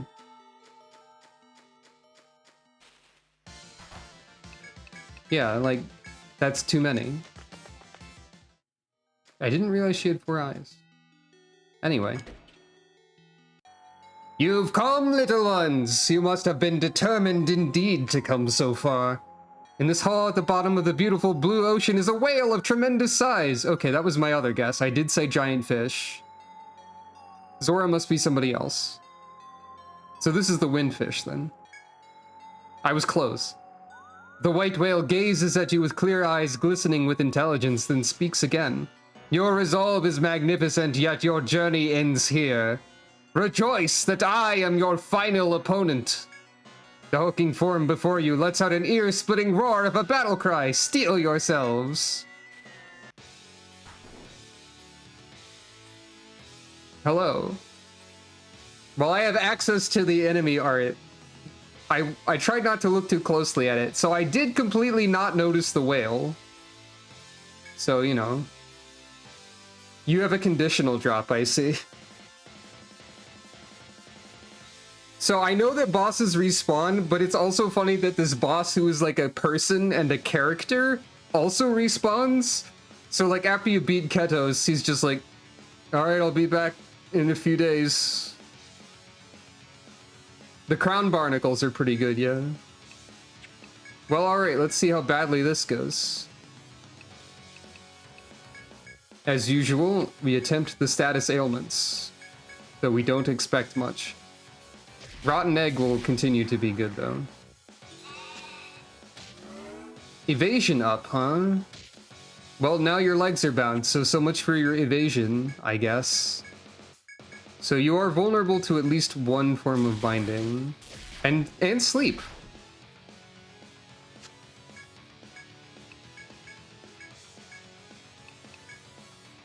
I don't know if I should try to rely on... I assume, like, tail fin or something in the case of... Oh, that's a big damage. Oh, I understand why Amanita is getting hit. You must have no evasion when you're asleep. I mean... Or, like, a significantly lower amount of it, at the very least.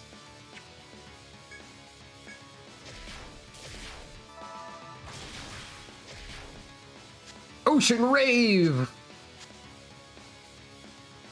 Fortunately, I have ridiculous amounts of luck. Just in general. Okay, I'm gonna not keep using Lullaby. Sleep will be incidental from Lambert if it happens. But I will try Strange Seeds occasionally because that's probably helpful. Actually, I will go ahead and use the fire jars that I have. I want to check something just to, you know, while we're here. 18.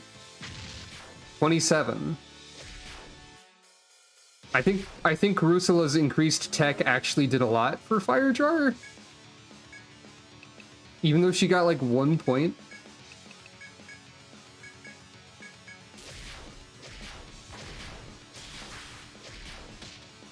Okay, you can be hit with blind.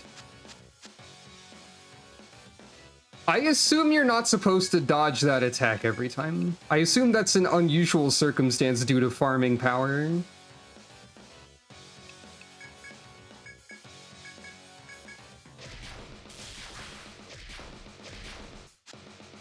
Grand Berry? Was that what that was called? I should pay a little more attention. Slow combat down just a little bit. Grand Berry, yeah. I will keep trying strange seeds. They don't seem particularly reliable. Okay, so that hit once, finally. Okay, your head got. I think this is just going to be a case of press the attack command to do damage. Though also I didn't remember to upkeep Rotten Egg, so I need to do that.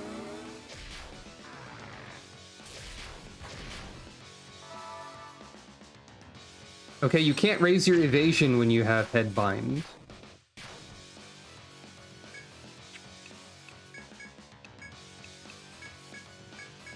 I will occasionally use Strange Seeds. Still.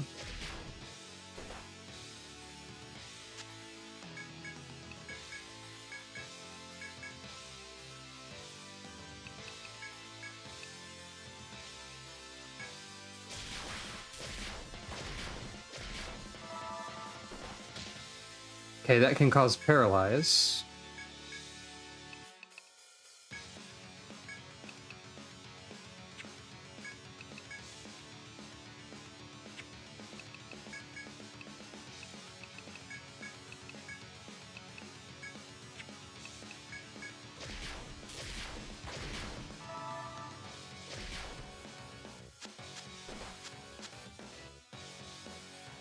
Paralyze also seems to reduce your evasiveness. Perhaps understandably.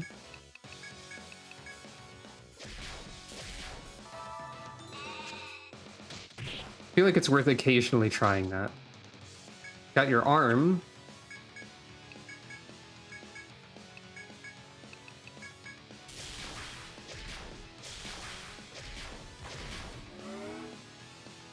Also, your evasion doesn't seem to be working. Also, potentially because of my luck, I guess. Okay, I did miss once. That was the only time I've missed so far. You need to be debuffed again. So, Ramsey's funny egg.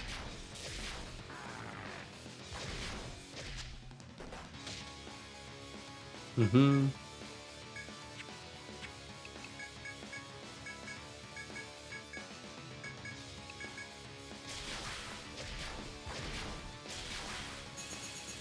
Oh. I see. Well, that's a little bit scarier.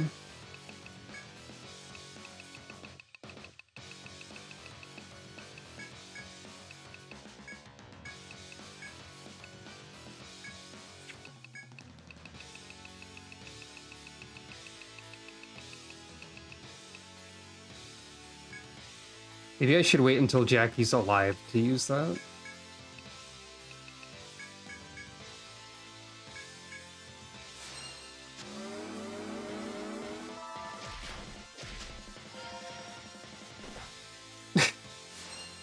Maybe Jackie won't be alive.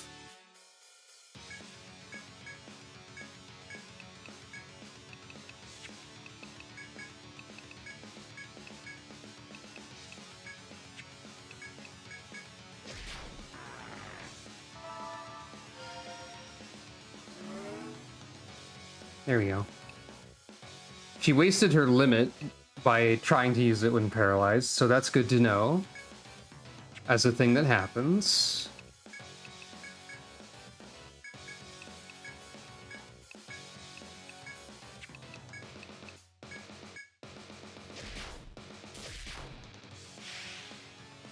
Everyone's ice resistance has increased. Okay, that only lasts for 3 turns, so that's not as helpful as one would hope. I should probably keep trying to use strange seeds because that does seem to be fairly reliable at doing something. Like more than Lullaby has been. And it's not terribly expensive to attempt, especially with someone in the front who regenerates TP.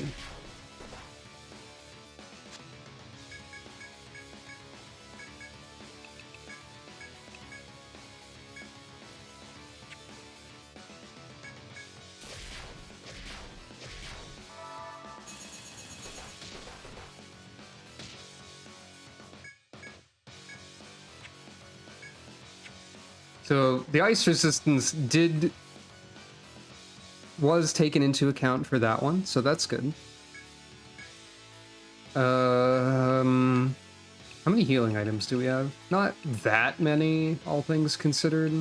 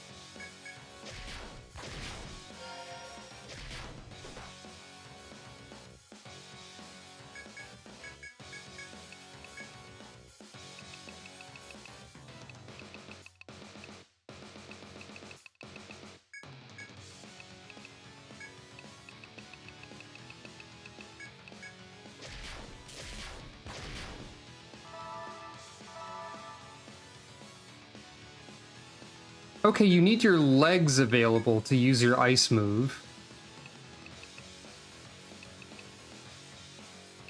I don't know what the logic behind that is exactly, but it's a good piece of knowledge to have obtained, at the very least. I might need to debuff you again.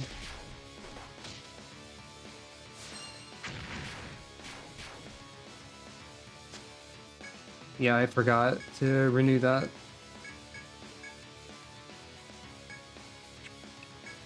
Just in case Ramsey can't move, I'll have Lambert do it. It won't be as useful, but still.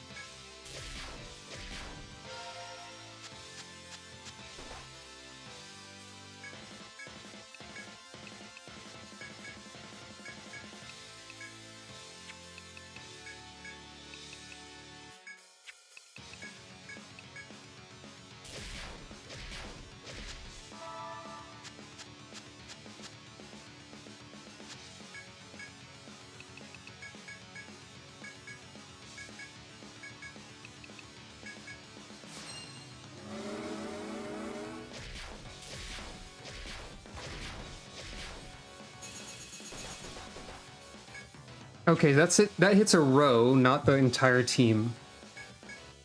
That's good to know, too.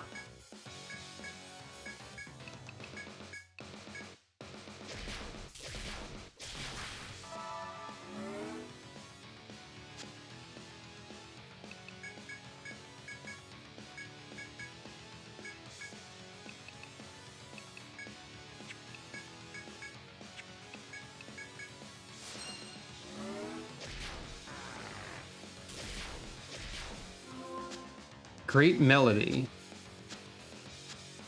And it missed everybody. I assume that attempts to inflict some kind of status.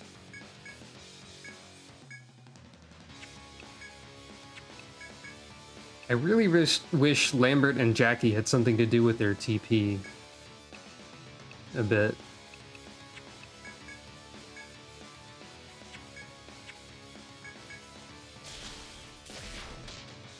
Poison.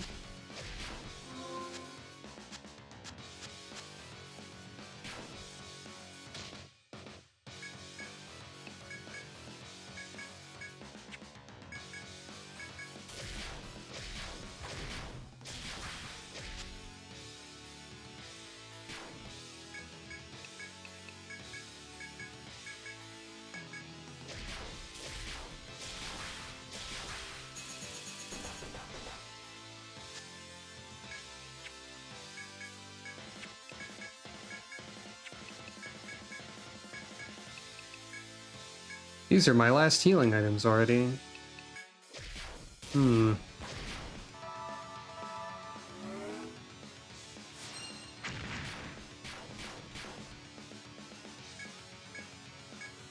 I might not have the inventory space for this fight.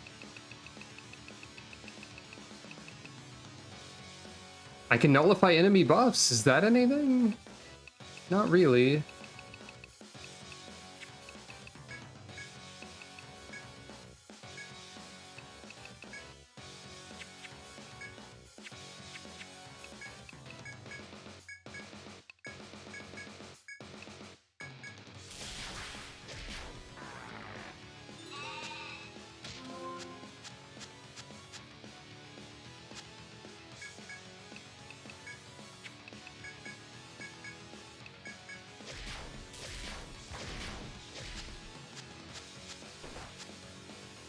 Yeah, that makes sense. So don't try Lullaby, probably, at this point. Oh, it puts you to sleep. Okay. You know what? I don't know what I expected, but it wasn't that.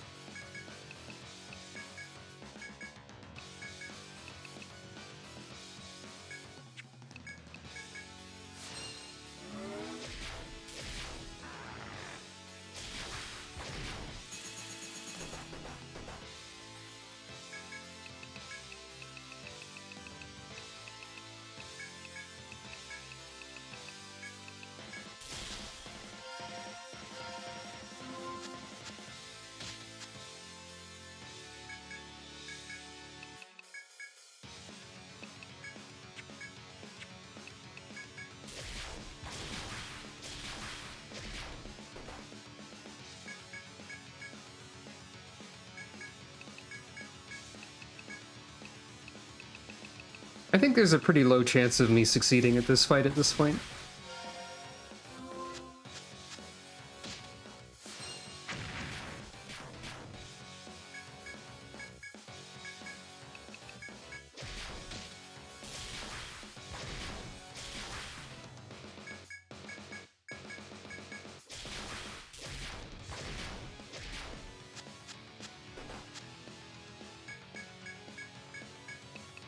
Yeah, definitely.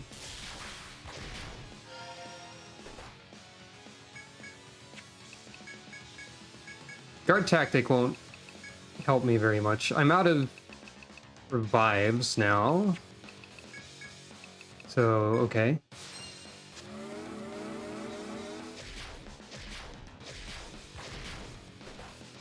Mm-hmm.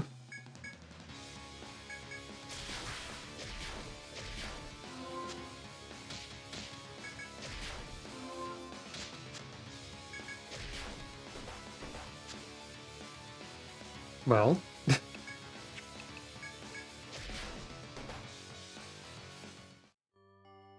We got pretty close. What can I do differently? Buy more healing items, probably.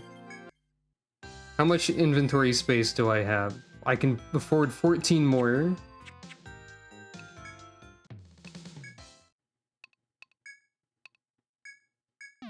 Time for farming. Parentheses actual. Second set of parentheses kind of.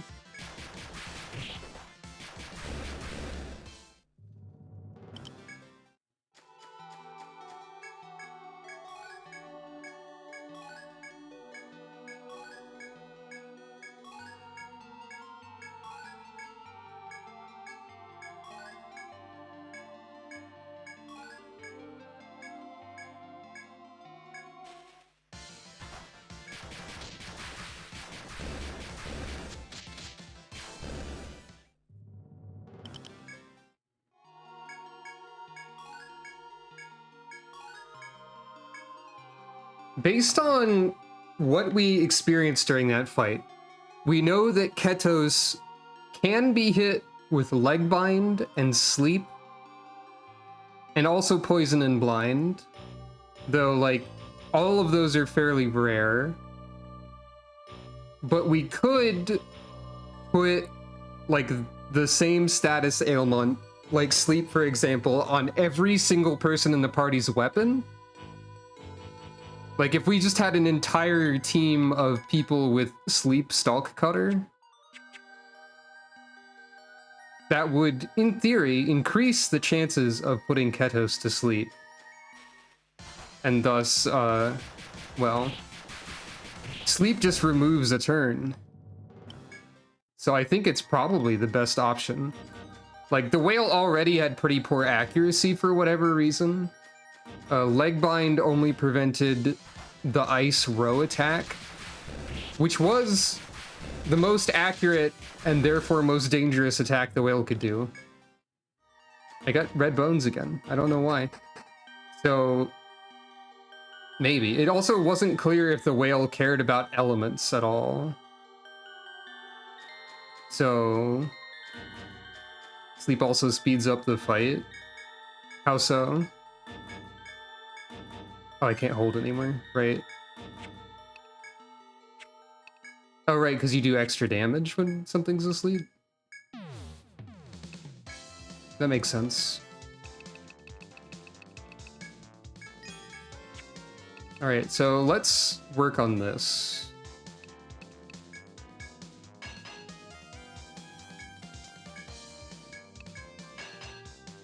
This will take a little bit of doing.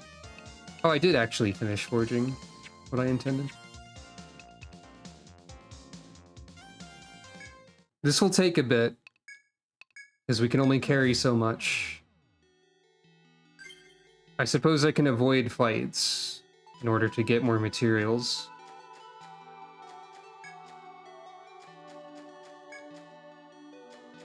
My inventory is mostly healing. Just kidding, I'll never ignore a fight when I should. Apparently. Our inventory is mostly healing, so I can't like clear it out.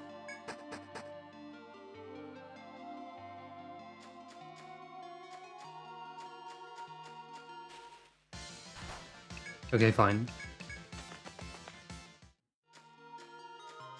I suppose we could also consider, since the whale tends to miss for whatever reason, maybe it is time for lethal tactic instead of guard tactic. Or we could even have lethal tactic and charge tactic equipped. We could have the 2-minute burst meta.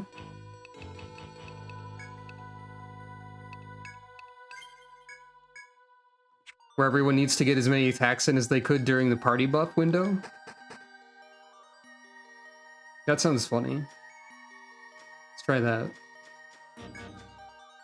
How many inventory space? I can carry 4. I guess I might as well chop 4 trees, or coral, or whatever. Just a little bit. Just a little bit of chopping.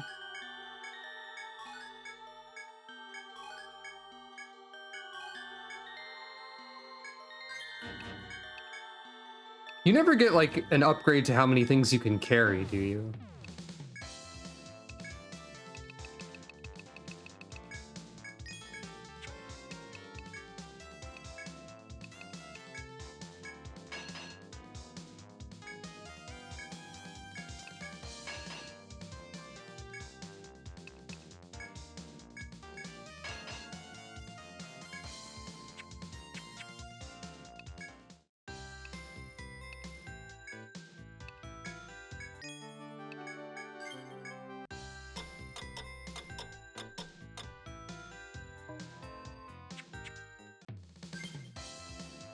We have 9 mining and 5 chopping.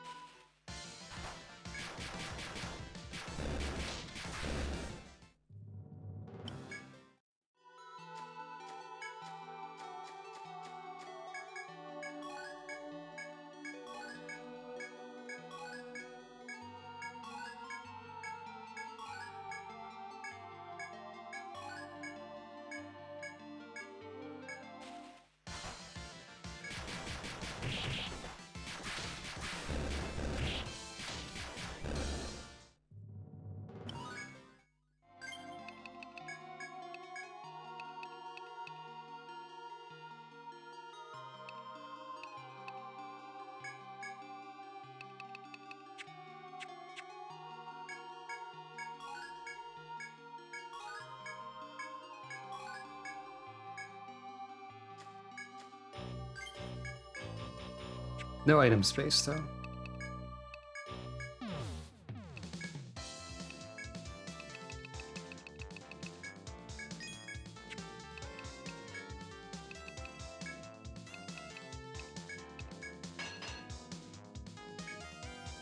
Imagine if I, like, drove the value of these items down by selling so many of them. Imagine if that was a mechanic present in the game.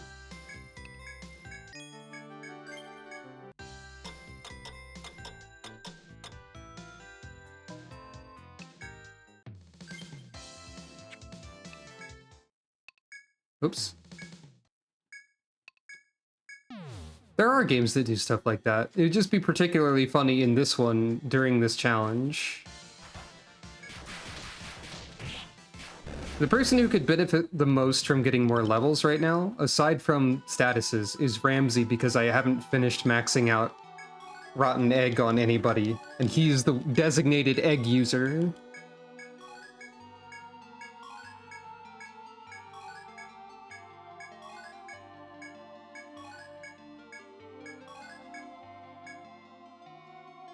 When I do get subclasses and have the opportunity to respec people, I think I will, like, set it up again so that, like, Rusula has Strange Seeds, Lambert, I don't know. Rusula has Strange Seeds, Amanita has Lullaby. Everyone still needs to get Braveheart. Ramsey needs to max Egg. Rain or Shine and Safe Stroll I haven't really needed to use yet. But actually, like, Ramsey should probably still keep all these around. I guess Jackie can be the camp master just a little bit. Lambert, I don't really know, but I will need to, like, invest a lot of points into subclass skills, I think.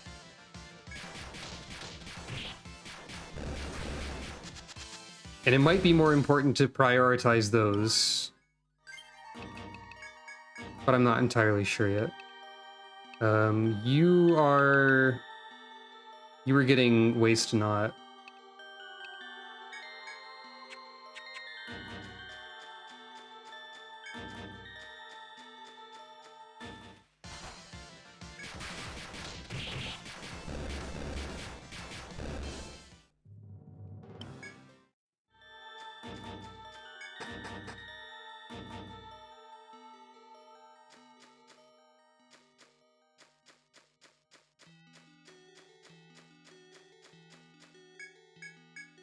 Oh, I fought enemies. I've done this to myself by investing in Waste Not suddenly.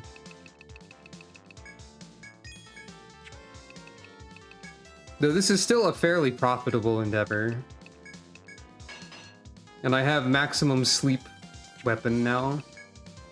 I could give somebody this sleepy book, but that would reduce my damage output, and that's probably relatively more important.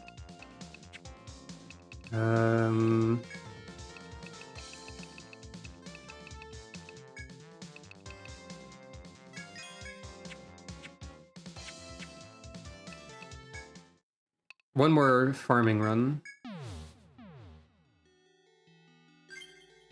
Featuring chop and take.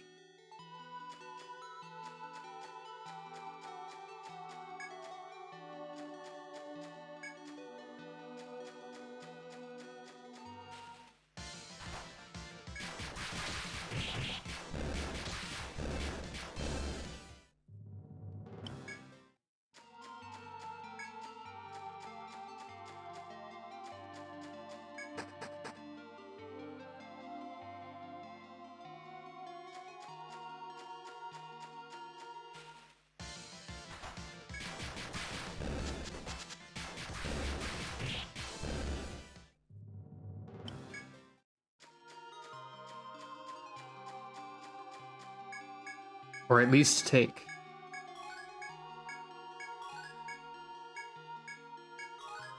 Because I did persist in fighting things. Foolishly.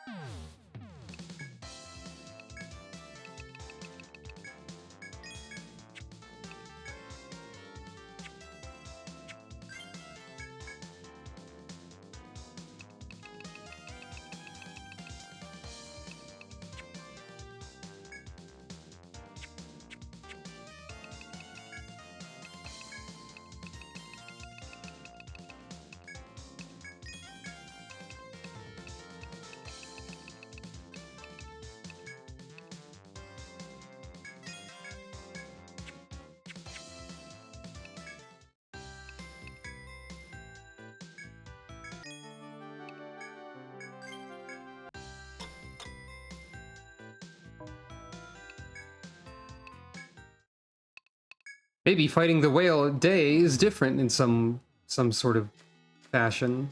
Probably not.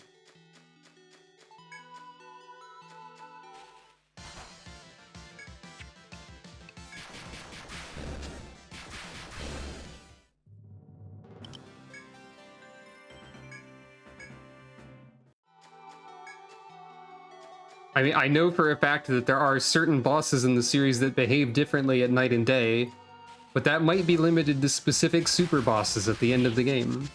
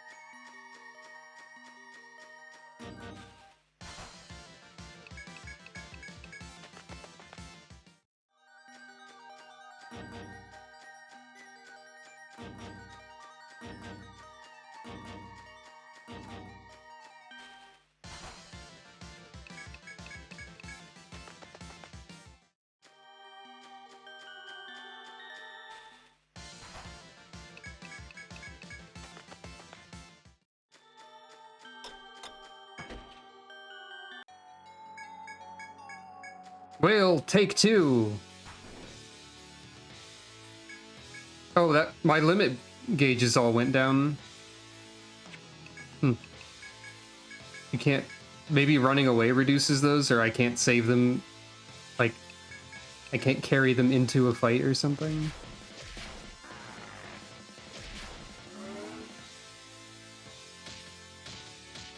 Oh, yeah, okay. Just be good, I guess.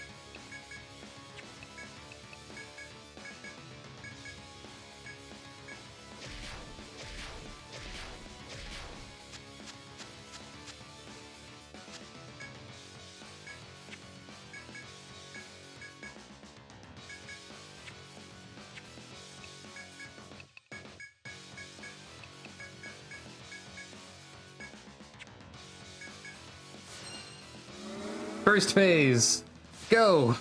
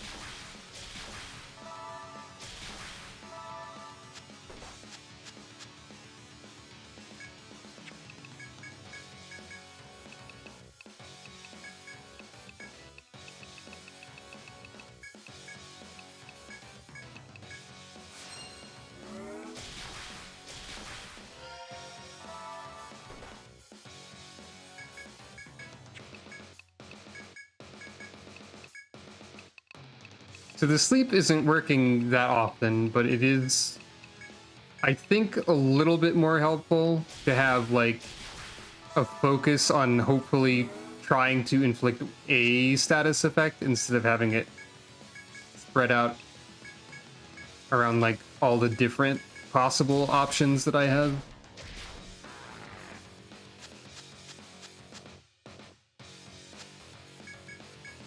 Well, I mean, that and me attempting strange seeds constantly.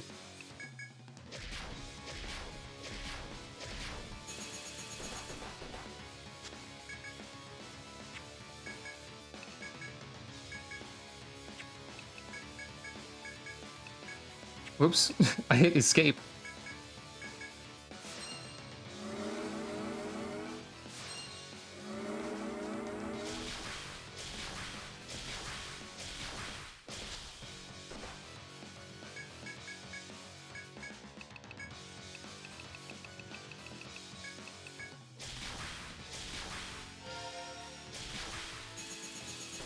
That's not good.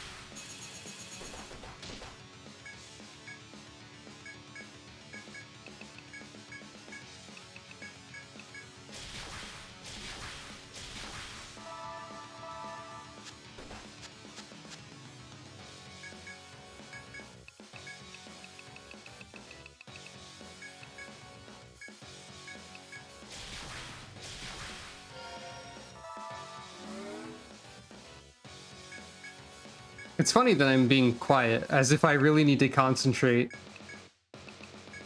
But there's not a whole lot to concentrate on, all things considered. Even so, I remain focused.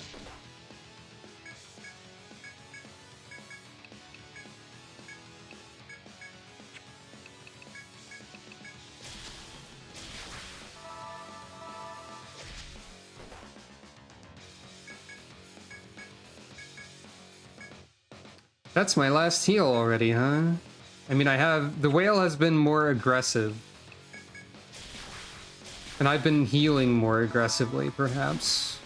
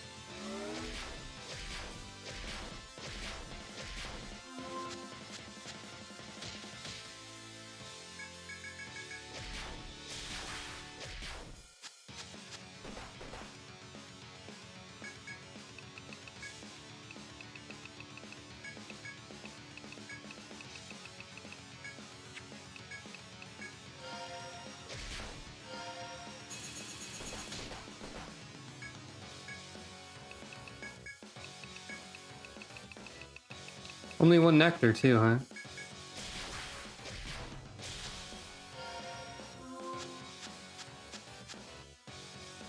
So the sleep proc turned out to not be particularly helpful.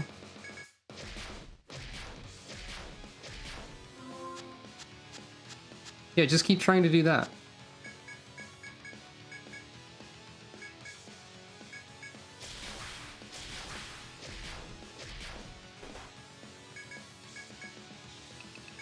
No more nectar, right? Yep.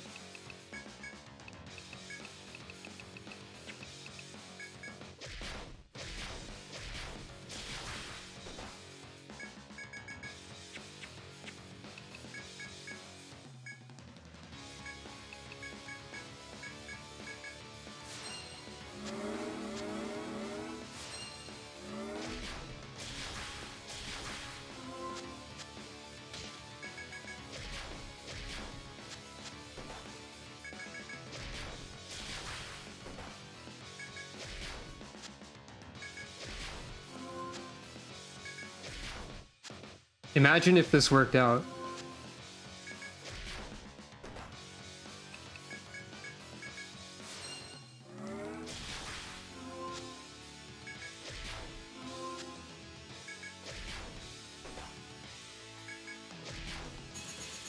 Nah. Closer that time, I think. Okay, so what can we do about this other than level grind?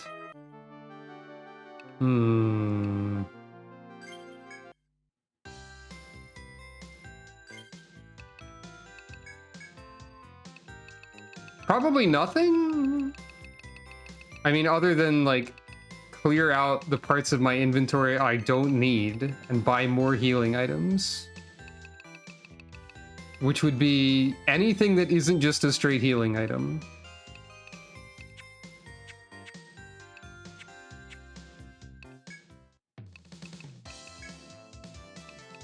So I'll just sell these things.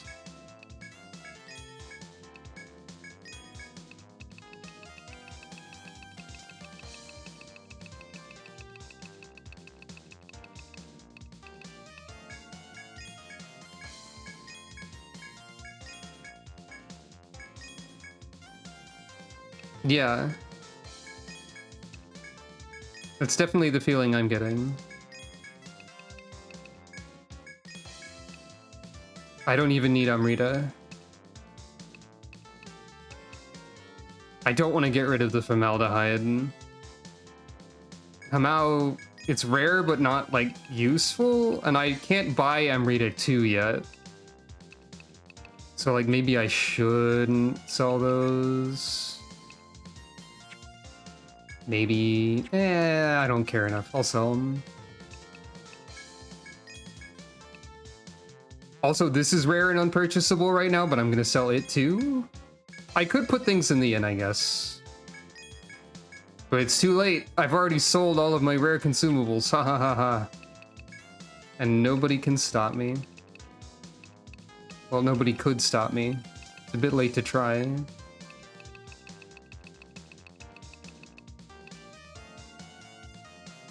That's 19 more Medica too. I don't think any of them are gonna be that useful. I think that's a reasonable thing that I did.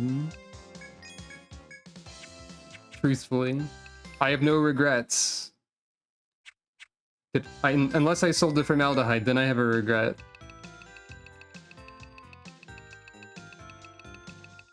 I think I specifically... I might have, like, zoned out and sold it anyway. No, it's still there. I should save again.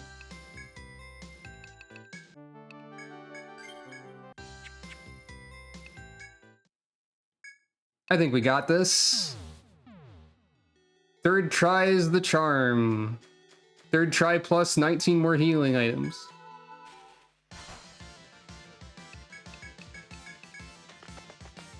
Let us do 0 fights on the way there.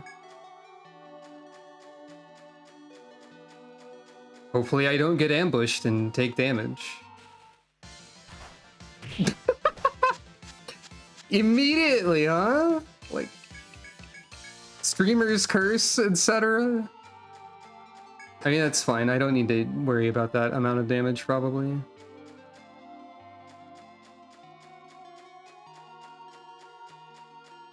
That was pretty funny, though.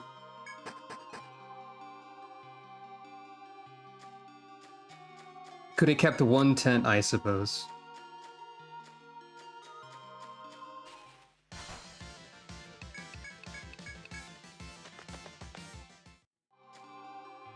Theoretically, unless it takes us beating the third stratum to get to that point. By the next boss, we might have subclass skills, unless our capabilities will be much higher. But we might have to beat the next boss to get that. I legitimately do not know how that works.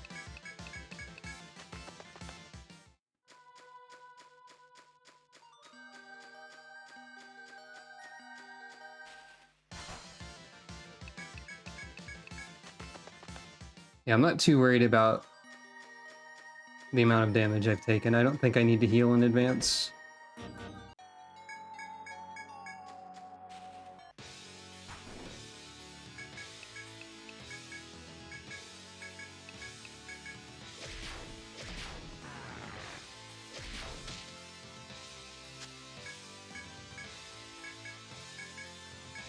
I don't know how much I want to be trying Strange Seeds, but it's helpful when it does work.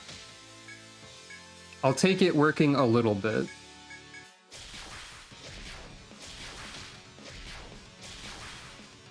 We could also just get better luck this time, and then everything will be fine.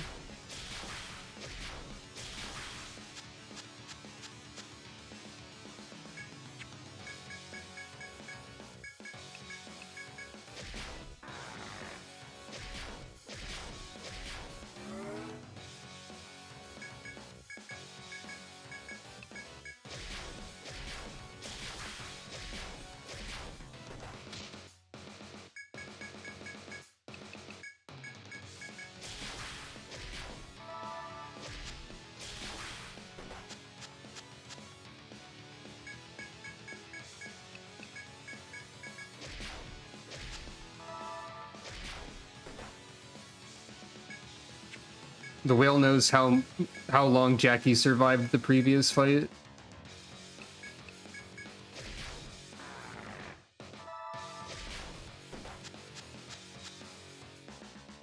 He's whale aware of the threat she poses.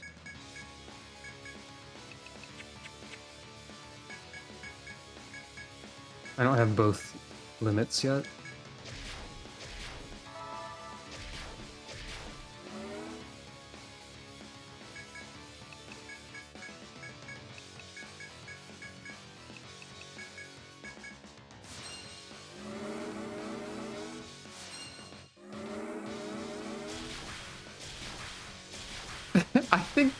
I don't know how you'd crop the Ketos' face into being an emote. But I do agree.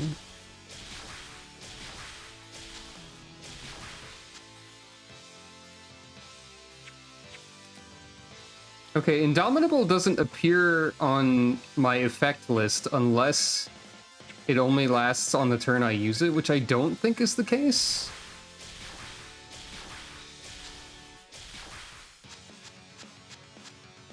Ocean Rave seems to miss unless the target has their evasion down in some way. To the point where I wonder if that's an intentional gimmick. Or if that's just because I have a lot of evasion. Unless it has to be reduced in order for that to ever work.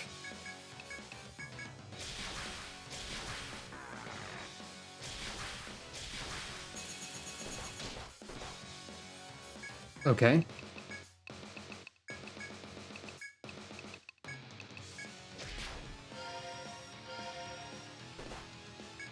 Yeah, see, Indomitable did actually work.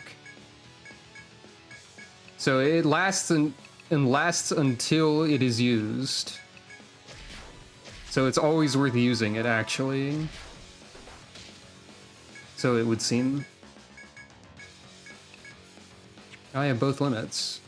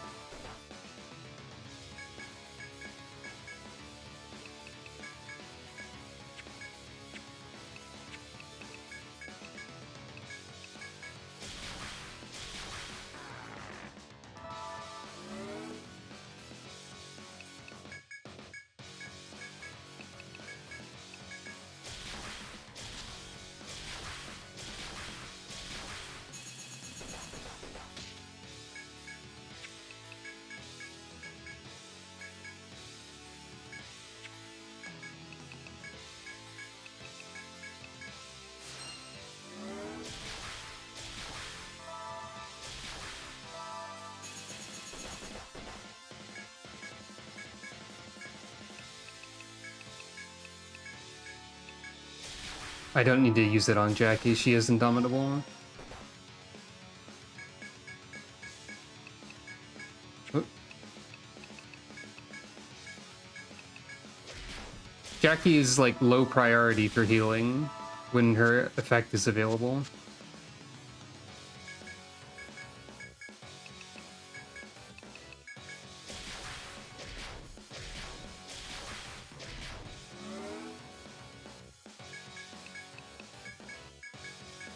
I haven't tried it in a bit. Might as well. Oh, I have both effects again. Hold on.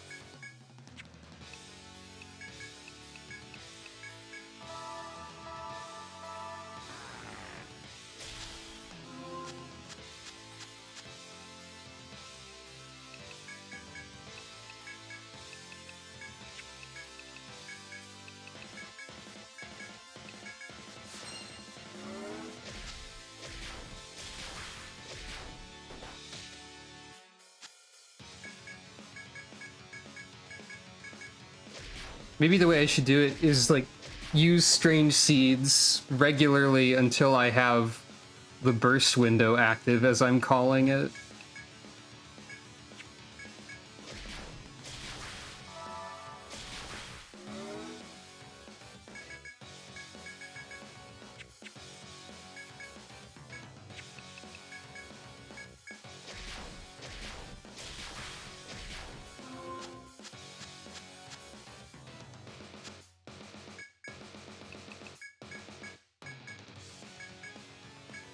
Oh, don't have both of them yet.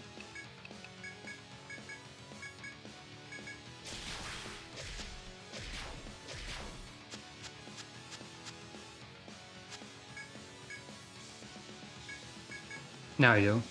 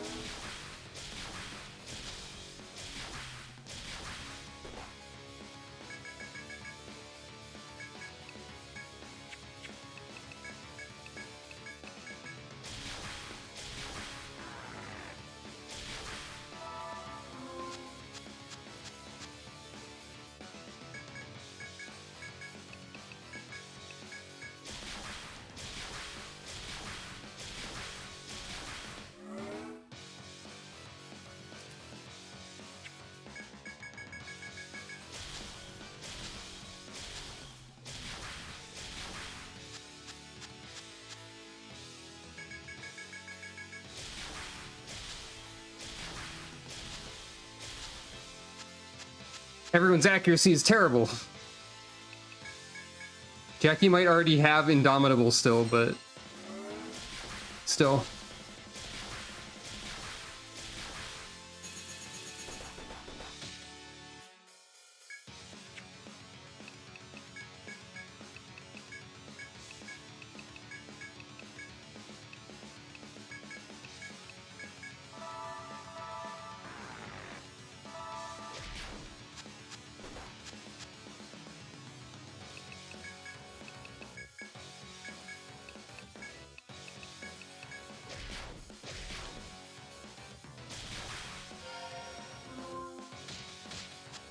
Uh-oh.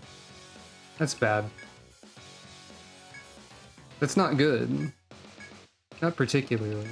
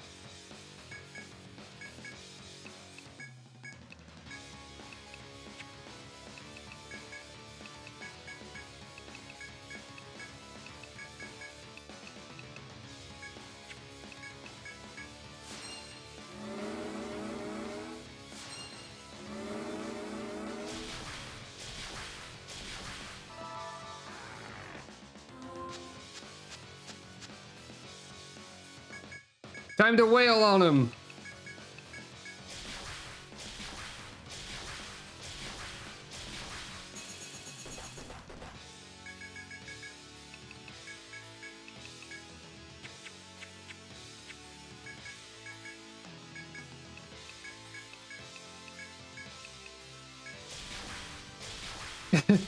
Yeah, that makes sense.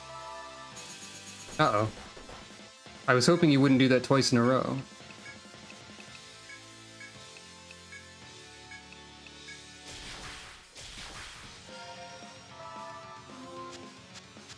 I have the HD Ketos art.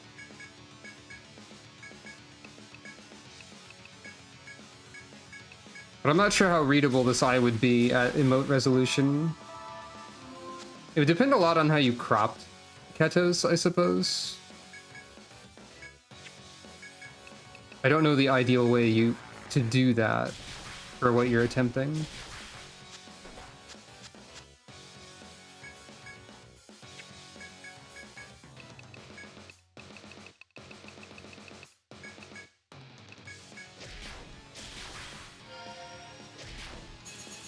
No! Not again. This is not great news for me. Yeah, I expected that.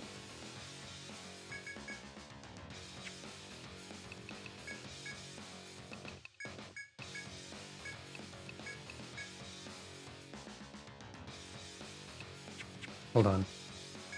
Attack, heal self. Yeah, okay. Might as well extend the debuff one here.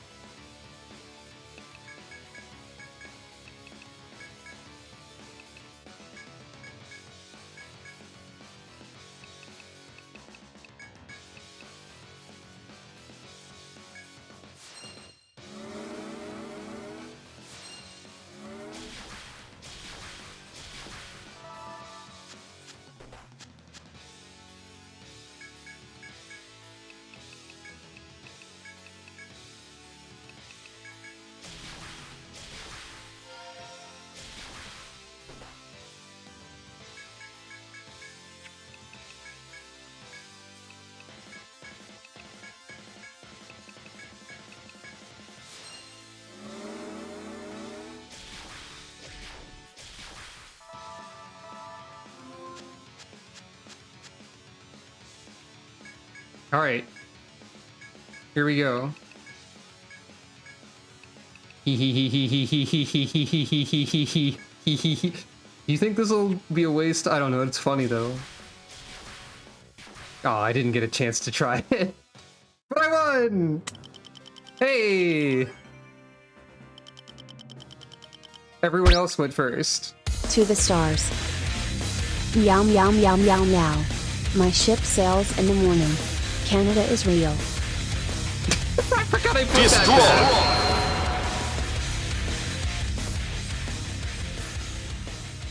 Yeah, you know, as many turns as it takes. I forgot I put Canada is real there as a result of Etrian Odyssey Untold 1 and how I was thinking about how one of the characters in the story mode of that is just like,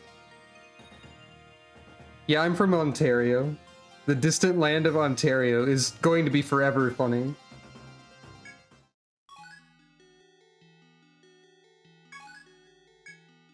You fought with all your strength to defeat the mighty adversary. Its tremendous form lies before you, ready to expire at any moment. I forgot she was the princess. Forgive me, my lord. I was unable to defend our pact. Its weak voice echoes in your mind just before the same voice speaks to you out loud. Little, no, grand ones, I will bar your way no more. Continue forth and find the truth. Go to the deep city and meet the abyssal king. Learn our reasons for occluding it. I wish only that upon learning them, you choose wisely and bring salvation to them. With this, the Ocean Master closes its eyes, its consciousness fading away. The way before you is clear, but you hesitate. Perhaps you should return to Armor Road first. Should I? That's not the clear choice yet, I assume.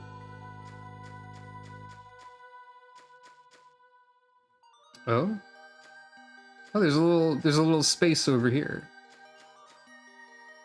For some reason. They made this room like vaguely fish-shaped. Oh no, it's actually shaped like a star of some sort. Should I return to Armor Road first?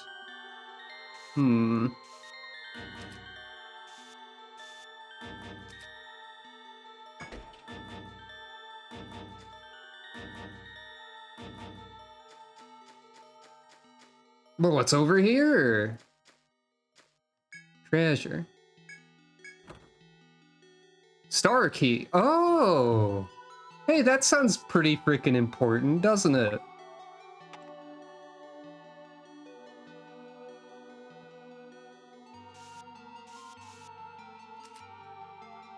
I'm gonna see if the game allows me to continue further, or tells me to go back to Armor Road.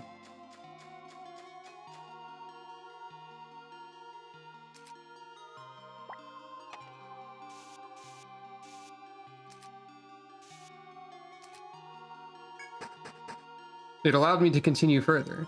A civilization lost to time, the Deep City. Oh, they got jams here.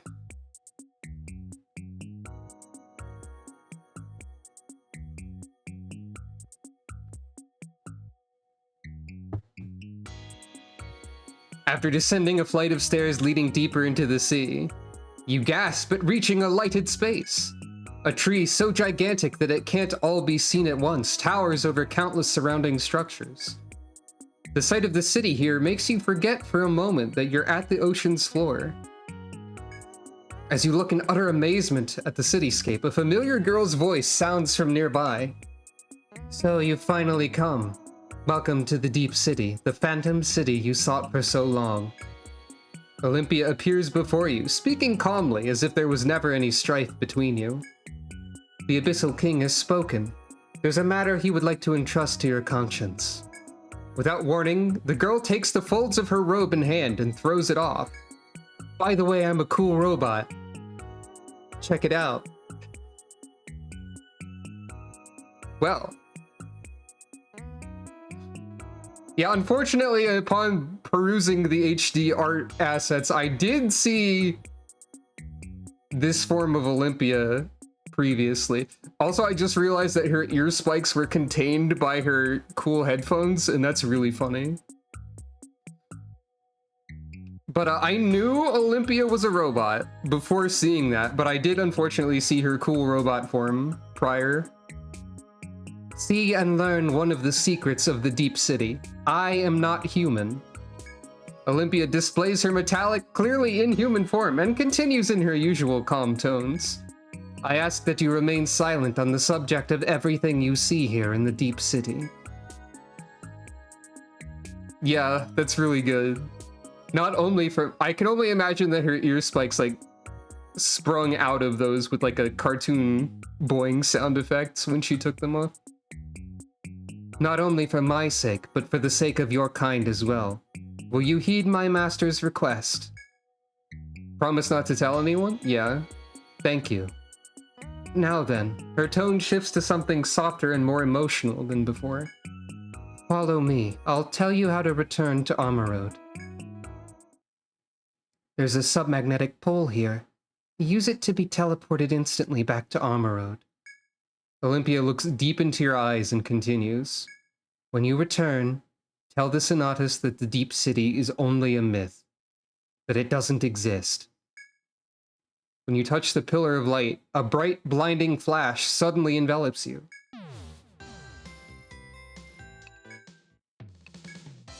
Hey, want a whale piece? Somehow I harvested the spout of the whale? I don't know how whales work. Ocean gun! I was not prepared for ocean gun. I love you, ocean gun. Unfortunately, I cannot use the unbelievably huge ocean gun. Gun? That's right. It's gun! I can't use it. I'm gonna buy a bunch of healing items. Hey, I think I used a lot of items. Just, you know, I just have this hunch that I have a lot of free space in my inventory now. You know.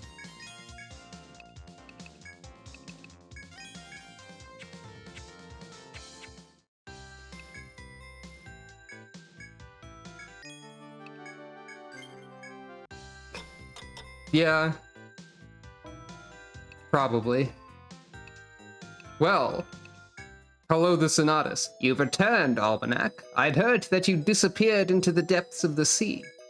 You all want a full report. Omit not a single detail. I've waited 100 years for this day. Well, let me tell you about the Iron Turtle first. And like all these cool items that I found. Well.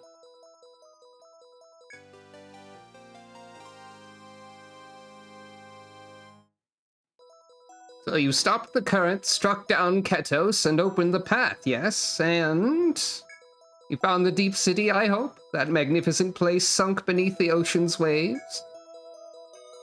I assume this is the choice. Like the choice, capital T, capital C, trademark, copyright. This is a choice? Not the choice? Really? This feels like the choice based on what I know about the choice.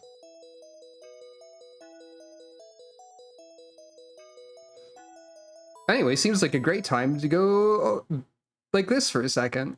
Tee hee hee. Let me flip a coin. Well,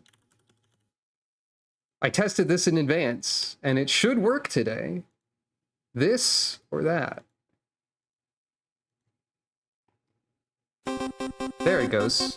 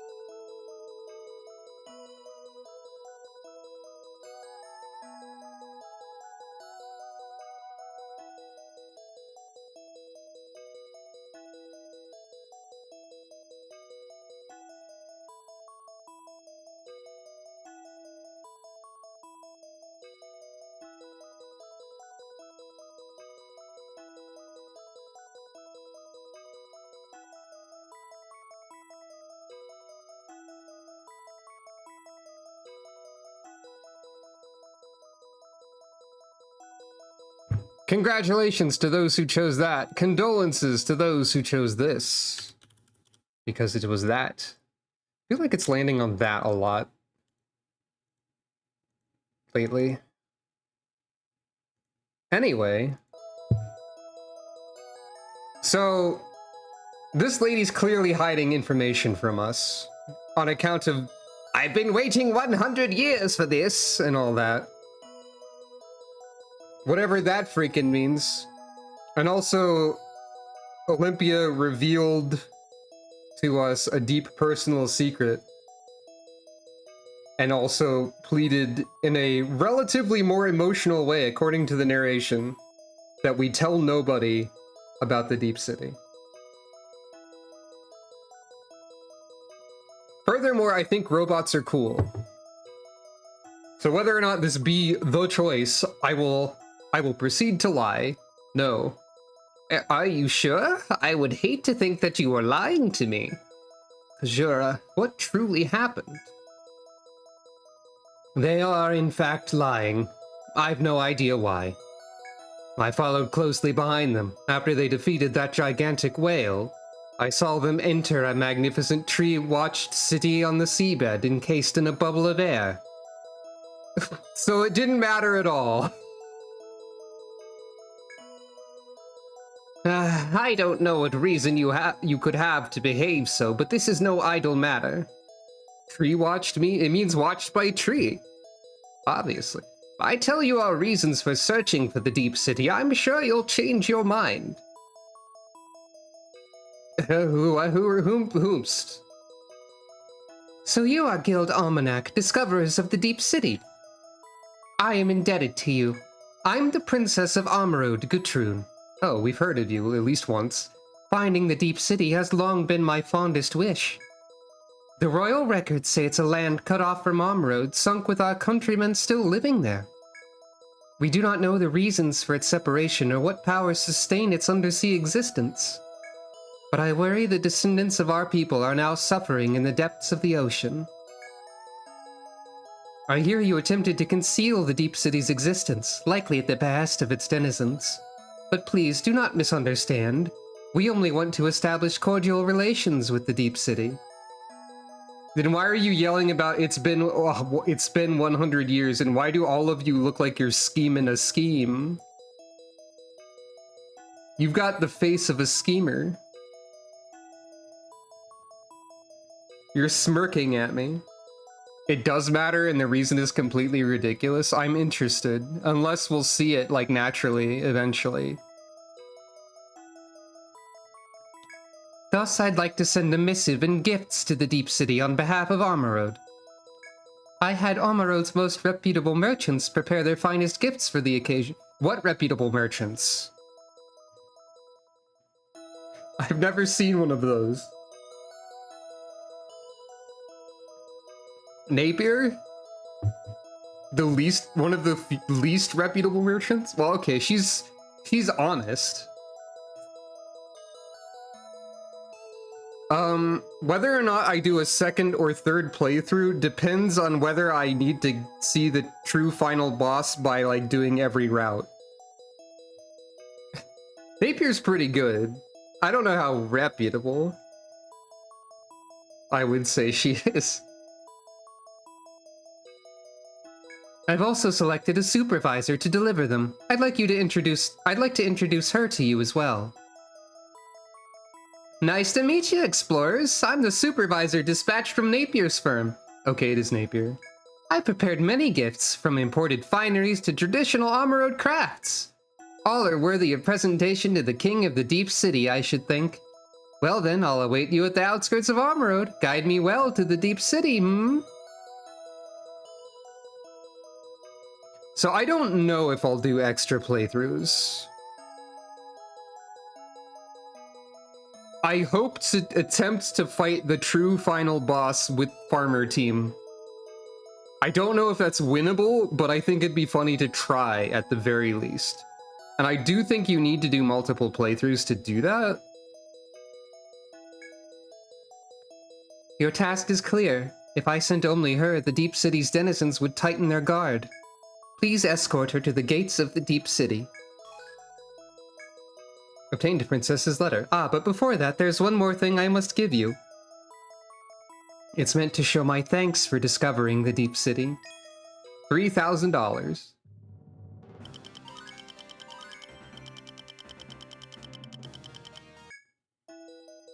Oh, you're just here now.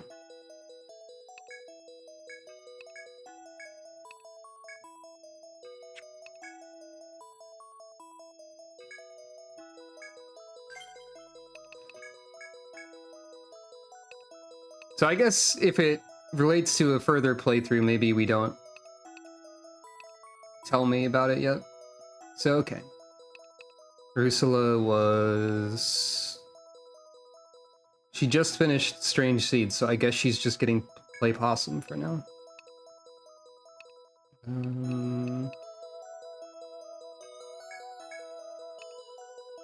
Wait, I didn't need an extra point of Strange Seeds. I only needed 3. Oh well. That's fine.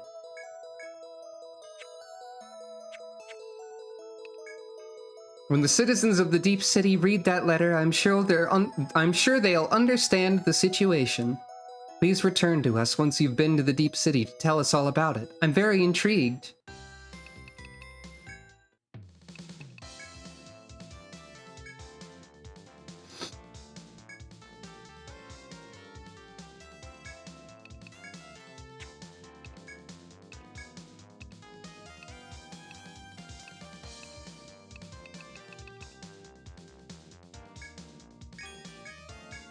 Well, I can afford 1 shoe upgrade.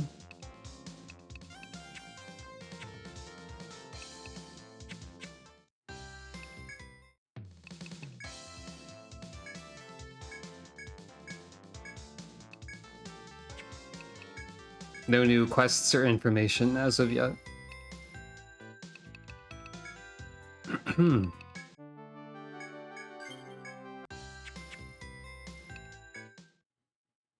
Are we all set to go to the Deep City?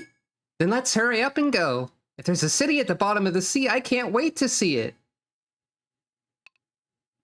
Well, I told you to forget about the Deep City. You have no reason to be here. You tell her that you've been appointed by Amarod's princess to bring a letter of friendship. On hearing that, Olympia tells you to wait where you are and runs off. Some time passes before the girl returns. She speaks quietly, her stare icy. The Abyssal King has given his permission. I will lead you to my liege.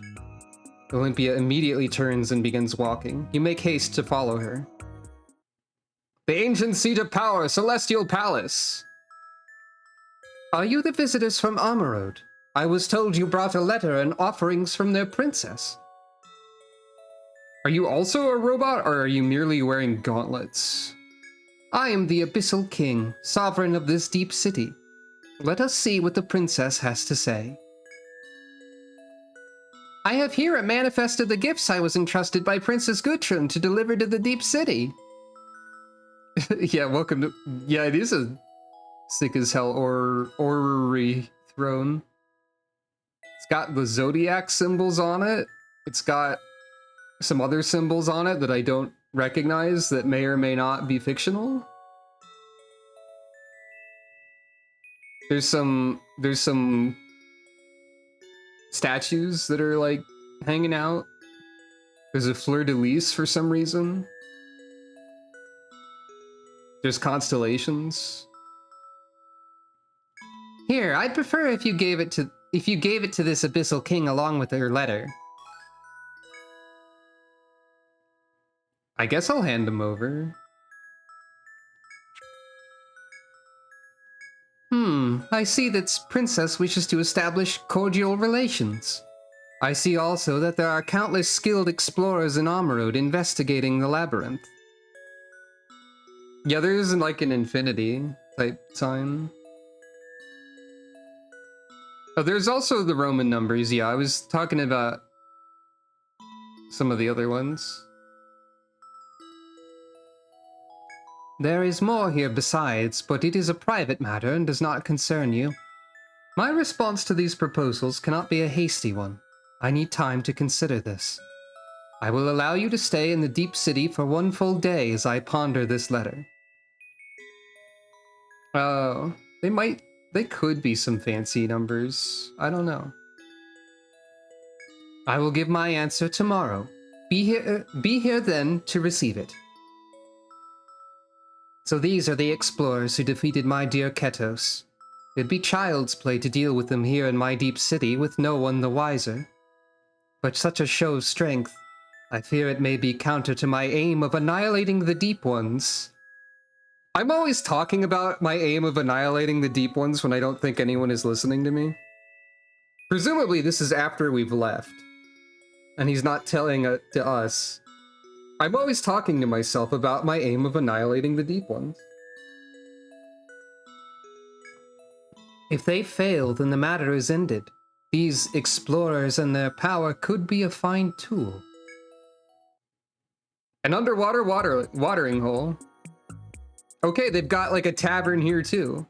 Welcome, explorers. I hope you enjoy making up 15 new character voices. You've come to the Twinkling Tavern. I've been told by the Abyssal King himself to prepare a room for everyone. May you rest well and have sweet dreams tonight. And so they did. Good morning, everyone. Did you have a good night's sleep? Wait, what?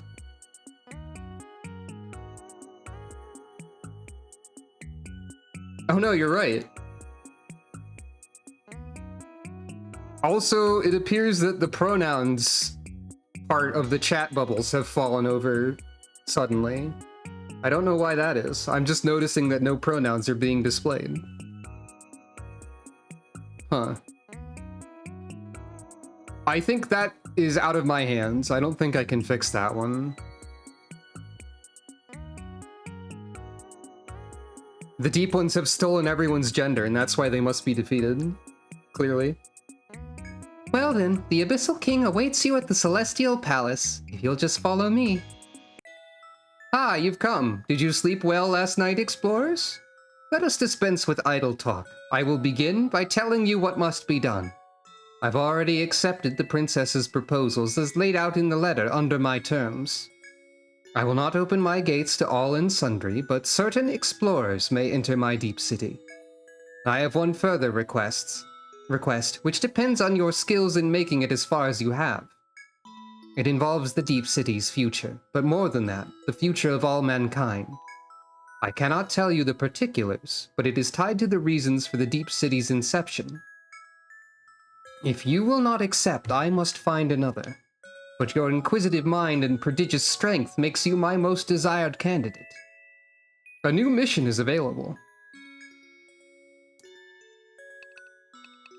Hey, cool command in your menu right there that I'm noticing. Cool. Can I choose it? Please? I shall open the Deep City's facilities to you. I recommend the Twinkling Tavern as a base. This all must be so strange and new to you, a city at the bottom of the sea. But don't hold back. So long as you do nothing to inconvenience us, you are free to do as you wish.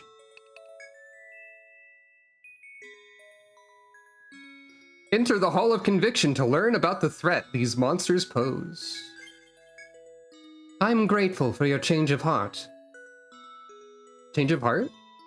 From what? From not taking the quest? Now then, the details of that request again. Our role here in the Deep City is to war against those dreadful monsters, the Deep Ones. The Deep Ones are monsters that lurk in the abyss.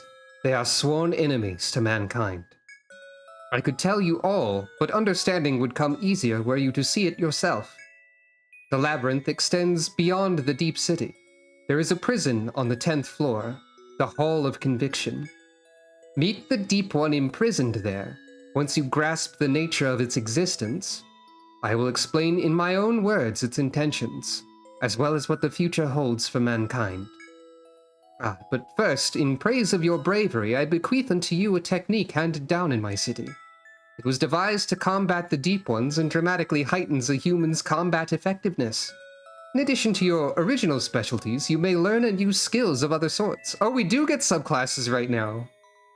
I was thinking it in the previous text box or two, but like, But words alone will not suffice to explain. I suggest you put it into practice. May fortune go with you, explorers. You may now learn a subclass. Select set subclass from the menu to see the details. Oh boy, here we go. The farmers are about to become exponentially more powerful. Potentially.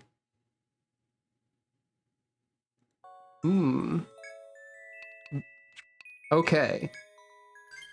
So. What, I can't be farmer?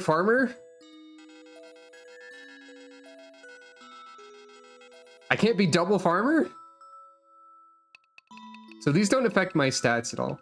But, alright, so here we go. Jackie. Ninja.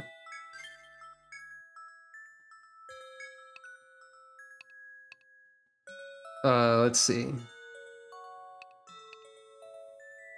Ramsey.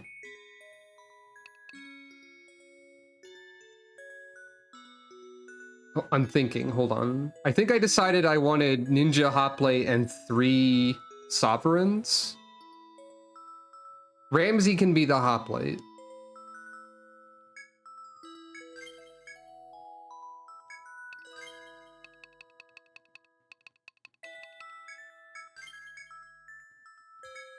And everyone else, Sovereign. I don't know if you can change the subclass.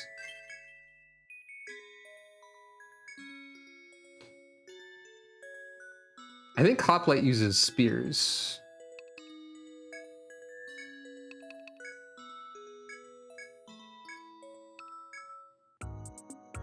The Abyssal King asked me to do my part to help out explorers like yourselves in the Deep City. The offering's all prepared, and my sister was excited. She gets that way about potential profit. Huh? Oh yes, that skinflint in charge of Napier's firm is my older sister. So I'll be running Napier's branch here. We have everything you'd expect from Napier's firm. I look forward to doing business with you. The Dragon Quest trio? Maybe. Napier's branch is now open. Okay, so we have an innkeeper with her eyes open. In the past, adventurers wounded in the forest were rescued by Olympia and taken here. And then she'd heal them and erase all of their memories. Huh.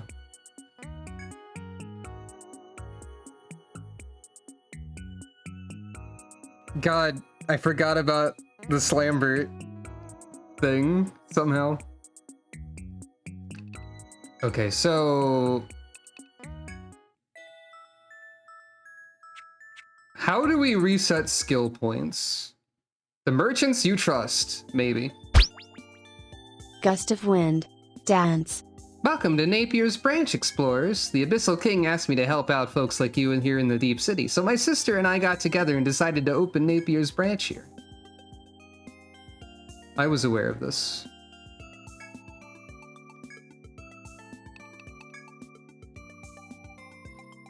I seriously wondered what would happen to me when my sis told me to go to the bottom of the sea. You know, I probably would wonder the same in your situation. But then it was all so pretty and the Abyssal King so charming, it could be much worse than this. So I'm assuming your stock is the same, because that would make sense.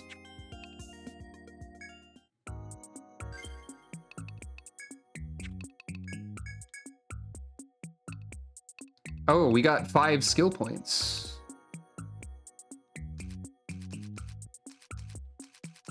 We got 5 skill points for subclassing.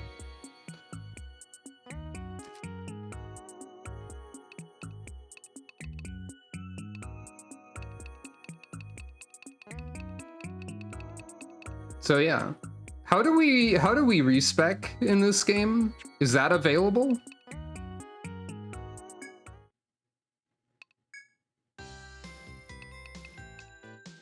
Like, just straight up asking.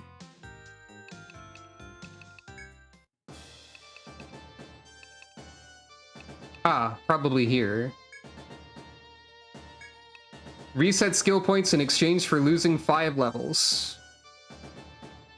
Oh, we can also change people's appearance.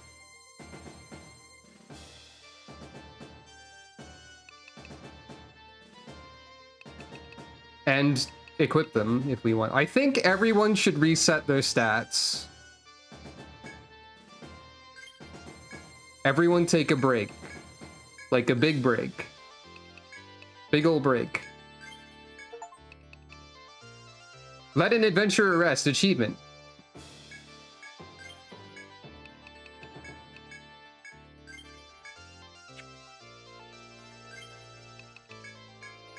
And now we have 33 skill points. Okay, we gotta think about stuff now. We've gotta... This is the time for thinking and research. Resting also resets your subclass. Well, here I go. Give me the subclasses again.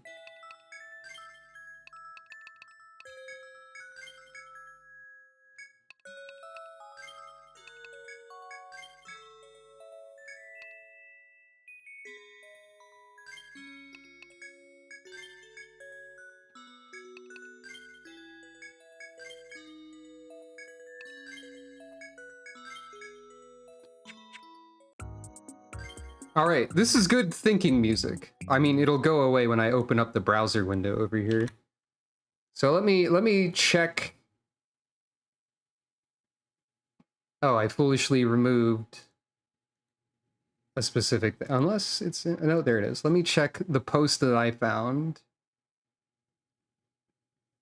So this person suggests letting all the sovereigns have royal veil, triumphant cry, and monarch march in order to get all the healing. That's a lot of points to spend. I just wanted to check that recommendation. The rest of it I can probably puzzle out. So, first of all, everyone needs to have 10 Earth's Bounty. Still. One person with Monarch March is fine. I mean, this person who gave this advice had 5 sovereign subclasses. They gave everybody those. They did, that's like, they did way overkill. We'll see how much it does. All right, so thinking about it. 1, 6, 9. Wait, no. Okay, 1, 4, 7. It would take 12 extra points to get everyone 5 Braveheart. Which I do probably want.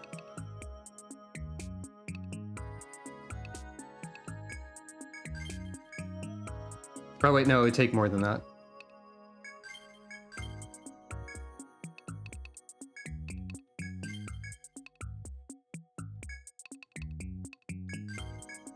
At least some people should have Braveheart. That's kind of a lot of investment. Let's take a look at Ninja. So what do I want here?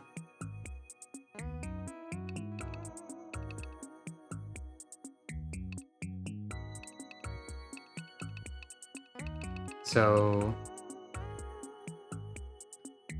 leg bind, petrification, random enemies get a hit. Team up with your copy, right? The copy thing. Increased evasion is very good. High probability to nullify enemy physical attacks.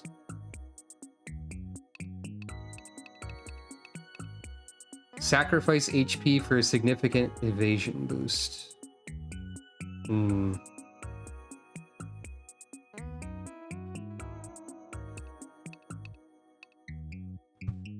Piercing attack that may inflict sleep. I wonder if this is more reliable than Lullaby as far as inflicting sleep goes. It wouldn't put me to sleep, so there is that, and it would do damage.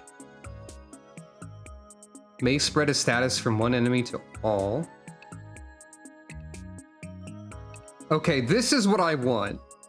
I want beheading. Jackie wants kill, is the thing about Jackie. Counters attacks to the target row with a slash that may poison's pretty good too. And then, of course, the whole ninja thing of creating a shadow of yourself in an empty slot.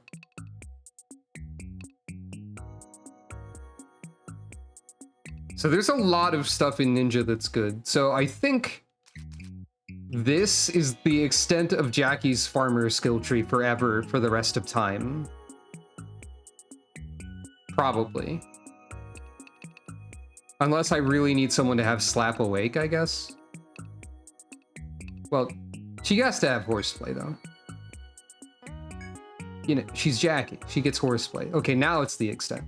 So, beheading is probably priority 1, but also, like, Shadowbind and Izuna sound good. And concealment and reflexes sound good.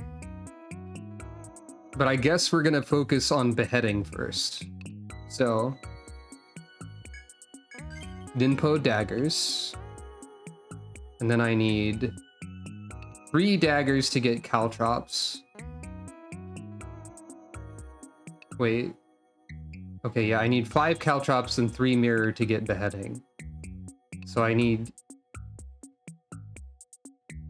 2 more of this. And now I need... Yeah, I can't get beheading yet. So...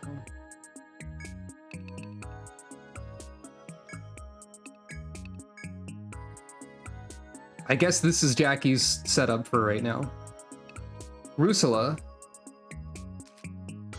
I still want you to have strange seeds. I still want everyone to have Braveheart, I think. Beheading is a passive chance for instant kill on your attacks, which is influenced by your luck, most likely, so.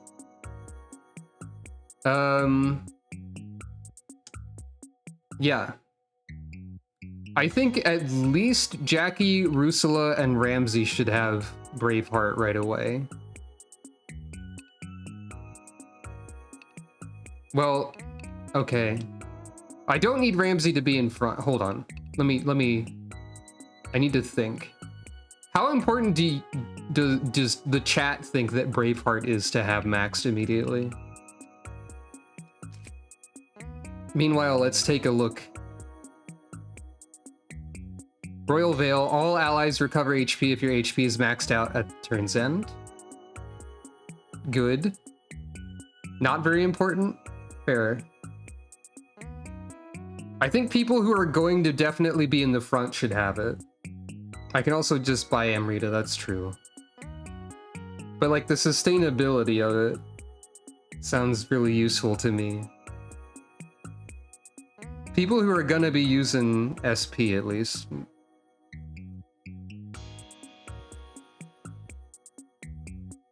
Well, let's look over your stuff. So,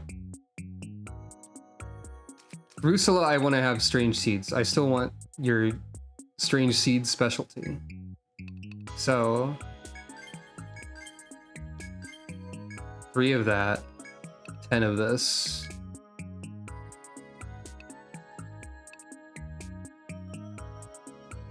Amanita, I still want you to have 10 Lullaby.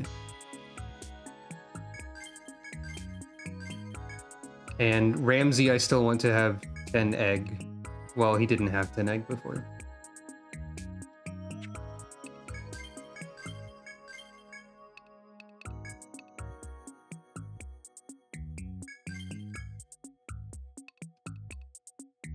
Lambert is... I think Lambert was the one with Harvestry. I do want to have somebody with Harvestry. And like a little bit... Probably a little keen nose. And also, you need 2 market still.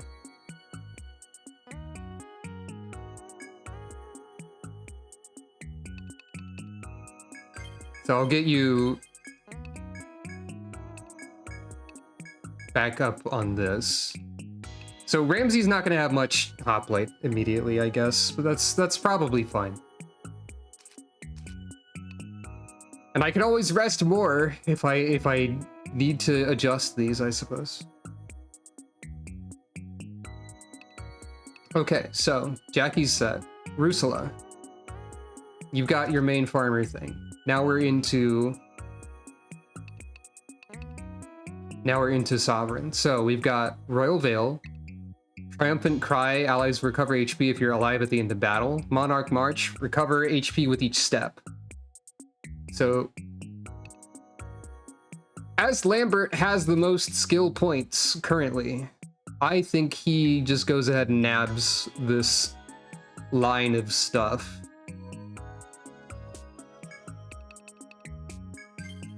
He gets that. Especially because he's probably going to be in the back, actually. So he's safer, generally. And then you can have that, and then you can max this immediately. Why not?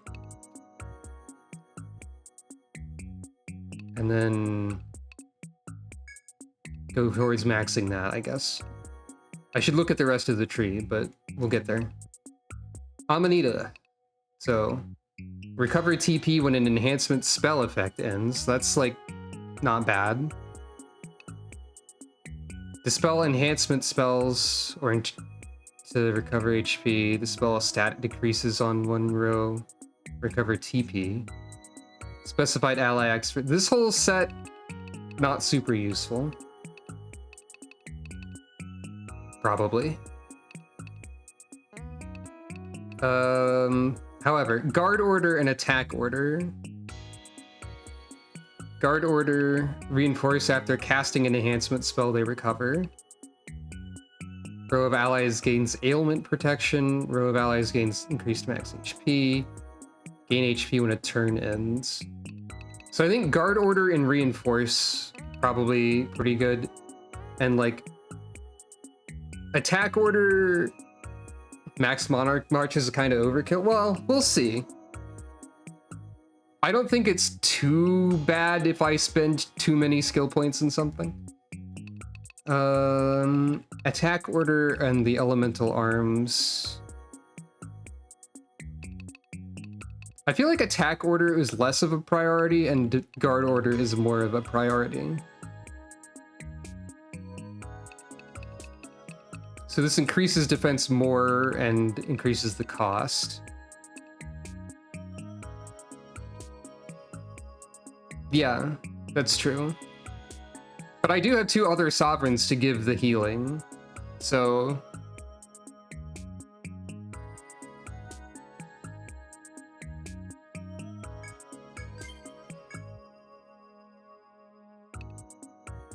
Royal Veil... Yeah. I should have more people with Royal Veil. So Monarch March is the one that you all think is overkill if a lot of people have it. So I think with you, I will want multiple people with Royal Veil, I think. I want all of them to have like max Royal Veil probably, but you get Guard Order and then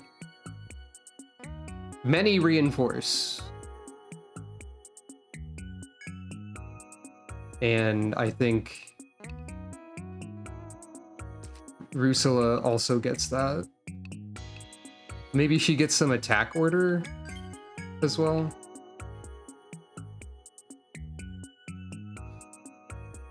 Fair enough. So I won't need to get Monarch March on everyone else. I'll get a lot of reinforce.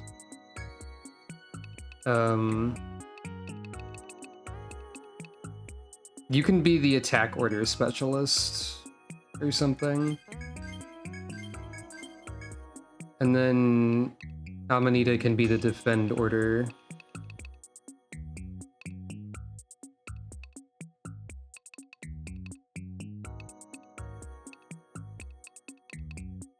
specialist. Guard order, rather. This might not be the best use of my points, and I don't truly know what I'm doing that much. But we'll find out. Okay, so now only Ramsey. So Ramsey will be able to use shields now, or maybe even spears, but I don't think prioritizing spears is helpful. So let's take a look. Shield. Probably want like the line guard skill and the walls.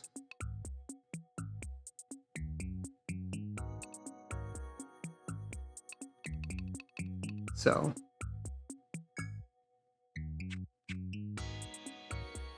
I invested Ramsey's points a bit weird. Line guard probably stacks with protect order, but maybe I've made something redundant by picking up both of those. So, because I probably want the elemental walls. So, I guess 5 shield mastery. Line guard stacks with the protect order. I want to unlock these. And start putting a little bit of points into both line guard and the walls. Like, so line guard is overall, so it's probably okay to have a little bit of that first, and then arbitrarily, I don't know, ice. I'm sure I've spent my skill points in a way that's very unoptimal, but we'll find out. So now Jackie has to be in the front for the rest of time. Ramsey is the protector, or the hoplite. And then the other 3 can be wherever they feel like. And now only Jackie recovers TP when her HP is full. But that's probably okay.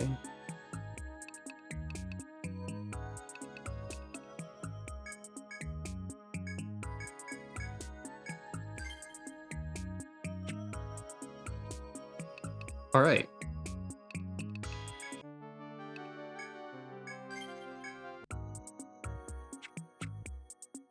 And also with the information that I can now equip. Oh, none of your equipment exists. I have to equip you all. You know what? That makes sense. So I don't know how subclasses influence equipment too much, all things considered.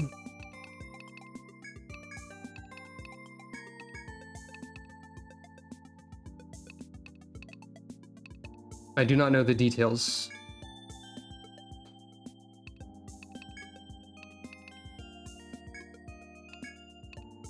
I think it only gives you extra equipment.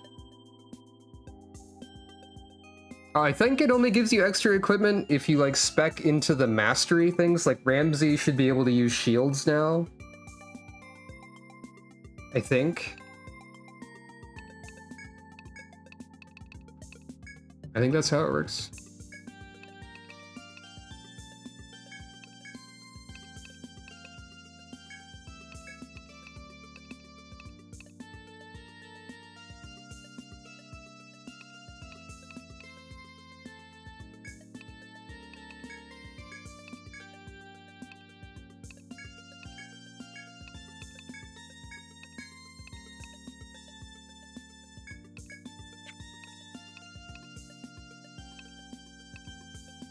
I've not distributed these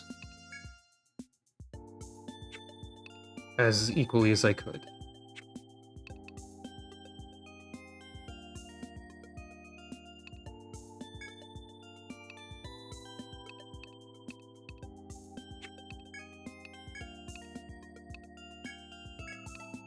There we go. That's better.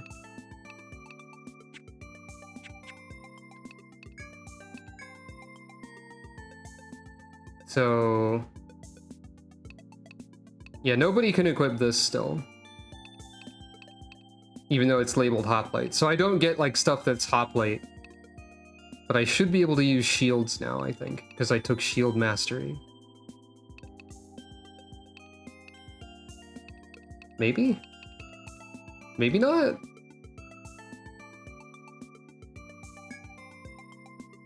No. Oh wait, that's Lambert. Wrong person. There we go. You can definitely equip shields.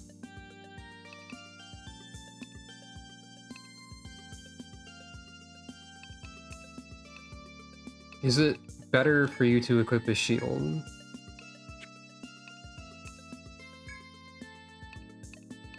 It would be an improvement over many things. So you should probably have a shield, yeah.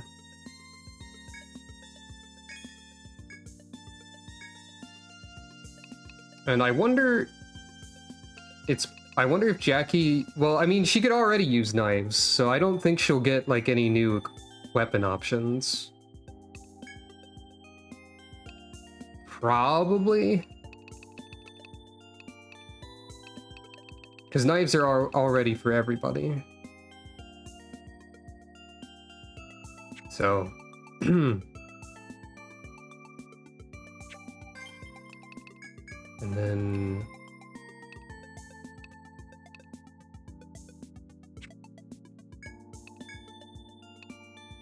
Since I put you in the front, you can have that. And then you can have this.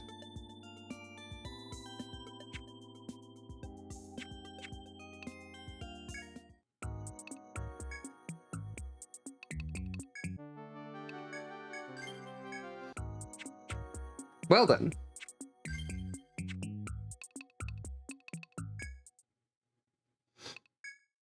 Any quests?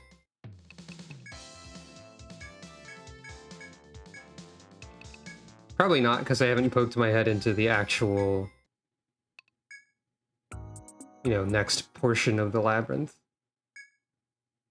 Molten caves? Okay, I can also go to the end of the molten grotto, or the undersea grotto where I just was. Molten caves, huh? I mean, it does look pretty molten there.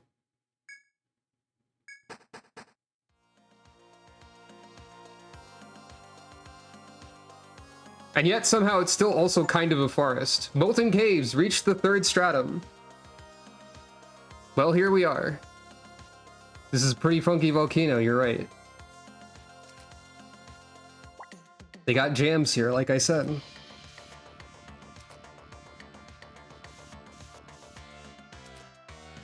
Now, I kind of wonder if it's very dangerous to be here after resting, perhaps.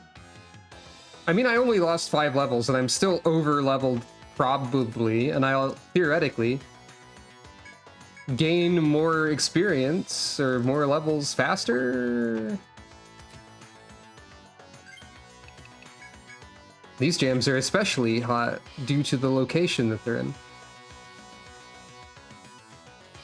You might be right on that. Though most of my skills are like... Oh, I see.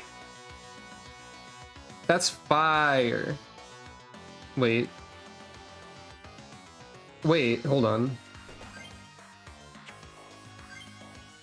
I immediately heal the entire damage of one tile. So, if I move again...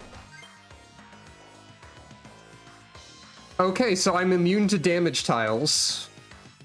Understood. I don't care even a little bit. Sick.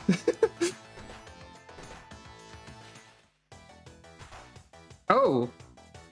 We get Battle Theme 2 now. I didn't know when that showed up. I've never been this far. Egg.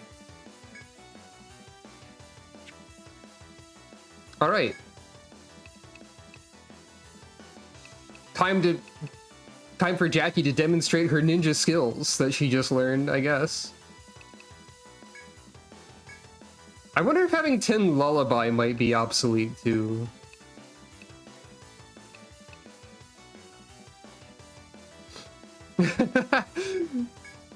Yeah.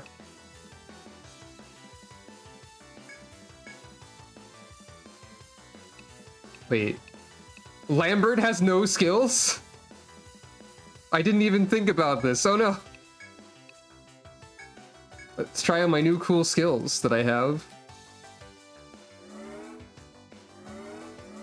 32 is a lot of healing.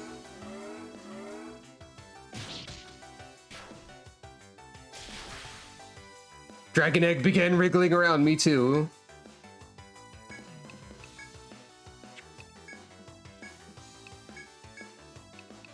Lambert will need to have a button to do anything, probably.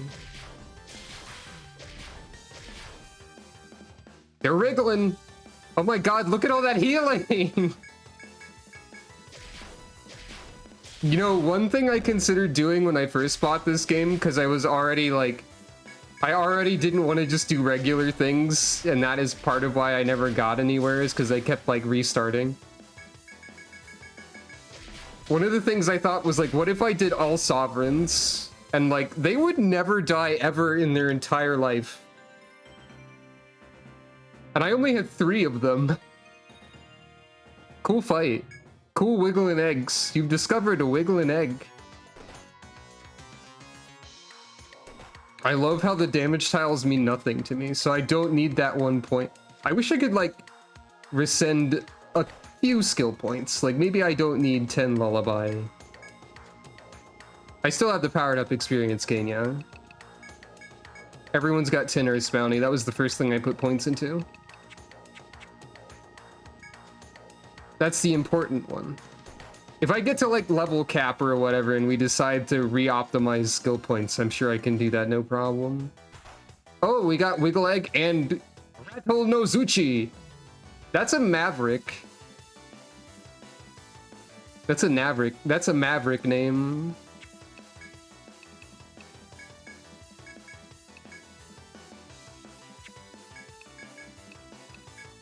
It's so funny that Lambert does nothing. I did not do this on purpose. I think Lullaby probably has a better sleep rate than...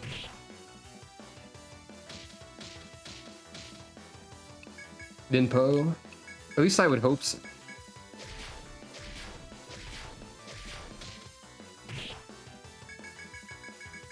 Whoop.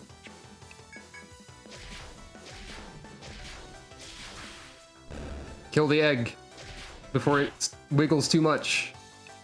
Hey! Oh, you can switch places. I never thought about that command ever in my life. I accidentally deleted the sound effects again. And yeah, as I thought, but I kept forgetting to like check. The limit skills also fell off and I need to reapply those. Stop punching Jackie in the throat! Please.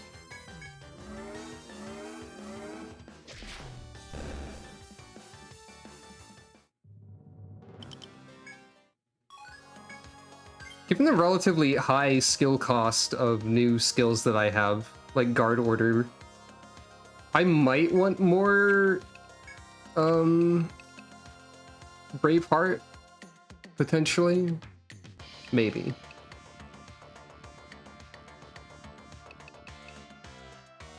I guess Ramsey doesn't need to be in the front necessarily either.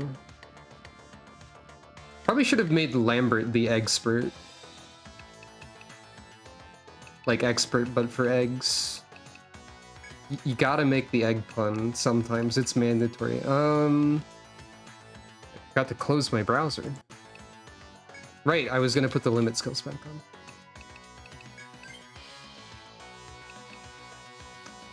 I assume Guard Tactic also stacks with Guard Order and Line Shield or whatever. So I can get a ridiculous amount of defense, potentially.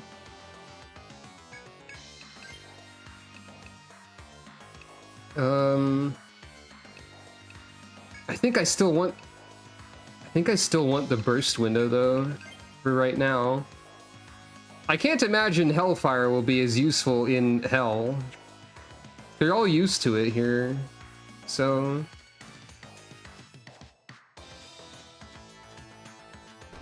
Also, I guess I should explore, like, the ocean more again. Maybe once I level up somewhere.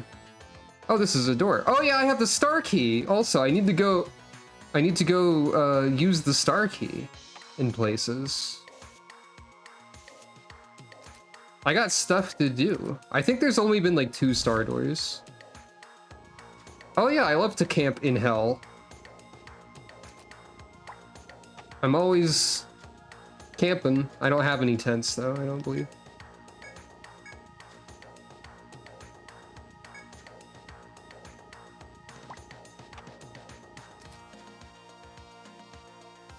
Seems like the amount of shortcuts is increasing rapidly as well. The map is becoming more intricate,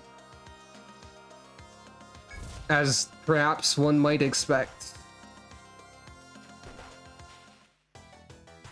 Egg.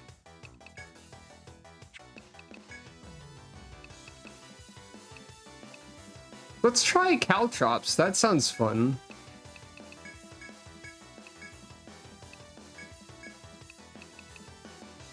Some do call it this, especially the seals.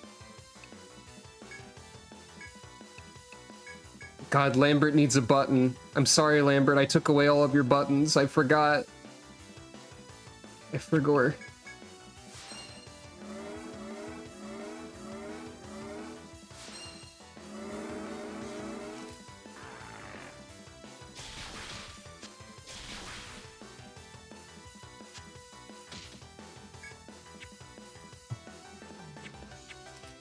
Okay, so caltrops probably only lasts for that one turn.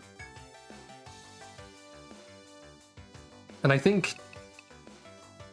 I mean, there's only one attack. So, you know... Because the egg's just wiggling.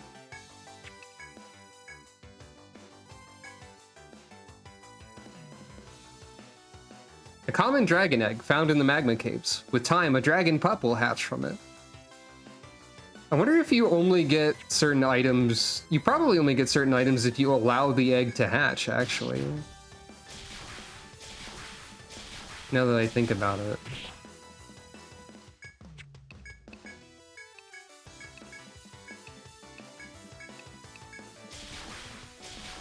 It'd be really funny if the egg hatched and then it changed to the FOE music immediately.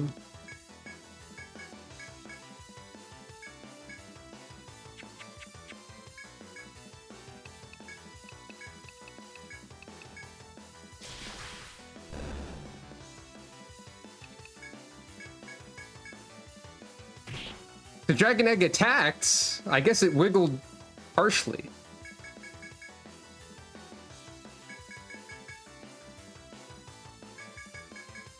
Maybe the egg doesn't hatch and it's all a joke. It used shell. Teach me the joke of the egg.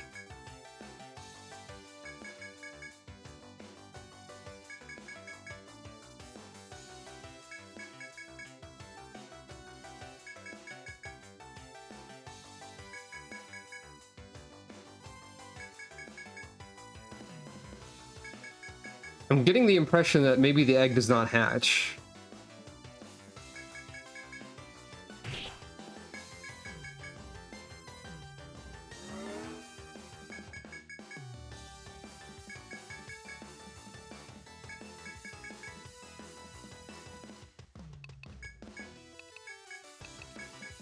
I've given the egg 27 turns.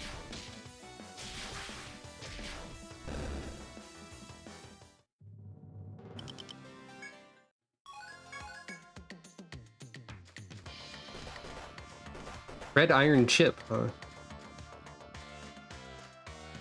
As you descend into the labyrinth, you find Olympia standing before you, her expression flat. I'm here on the Abyssal King's orders. I must explain about this labyrinth to you. Yeah, that's true. The girl continues, her voice its usual monotonous tones. We are in the lowest point of the deep city. Further underground lies a cavern. It has existed since ages past. The point beyond the cavern is connected to the abyss. With this, Olympia turns her back to you while continuing her explanation. You will struggle against both monsters and the intense heat of the submarine volcano. It is dangerous, but you are no stranger to peril now.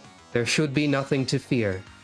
The girl turns to leave, saying, "We'll speak again once you reach the 10th floor.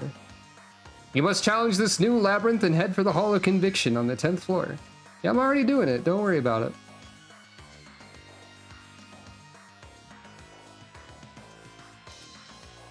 So far, this floor is not particularly threatening, especially... I assume it would be more threatening with the damage floors ordinarily if it weren't for Lambert's outrageously good singing that he's discovered that he can do. But what if there were 2 eggs and they surprise attacked you?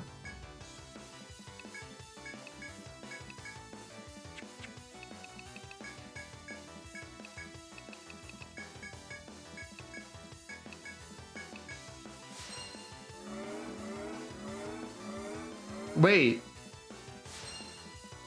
Wait. That limit counts for the healing.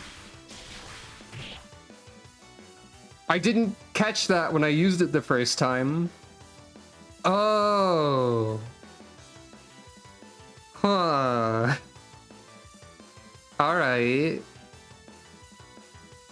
I think in that case, I will want it so that Rusula and Amanita both have different buffs so that they can both reinforce when they activate burst mode.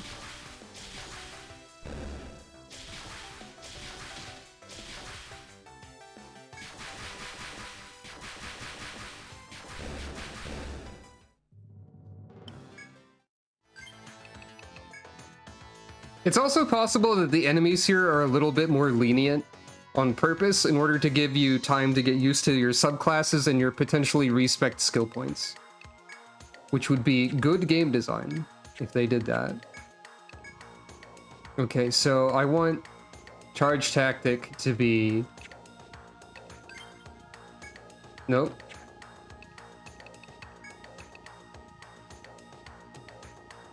You've made this a pain, actually.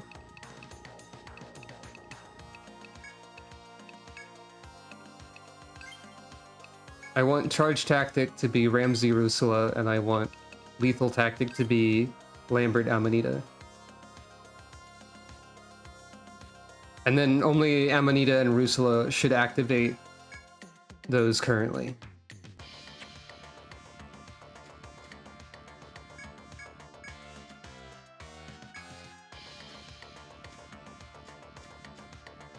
I see an FOE.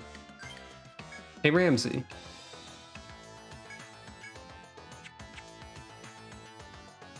Okay, so... Can I be, like, obnoxious and remove... I want to try something. If I'm, like... If I change these to yellow... Because I used yellow as effect floors before. Will it auto-map them back to red? Because, like, these aren't actually threatening to me, but they are noteworthy in some way, potentially. And I want to mark FOE territory with red still.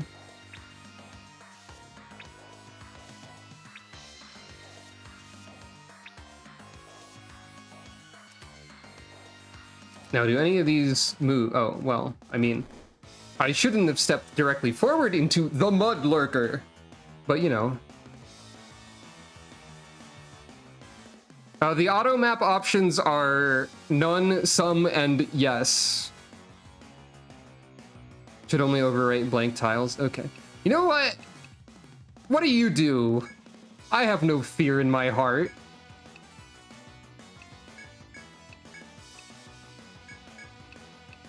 And Lambert can't do anything.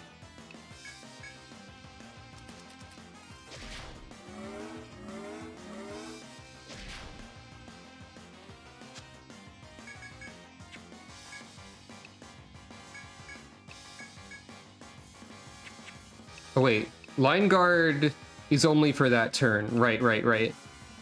It's not a buff that persists. I'm remembering this now. So use it when needed, not all the time.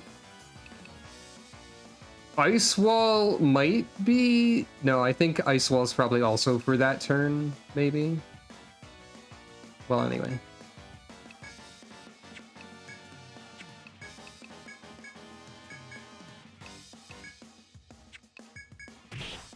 That's a lot of damage. That's not a lot of damage that I'm dealing. You have a lot of defense, don't you?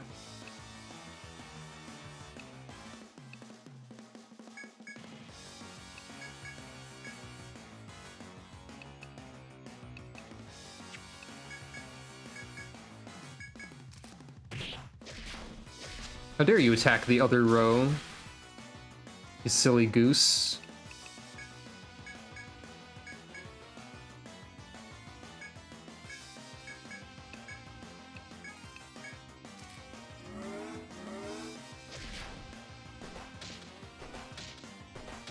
I see.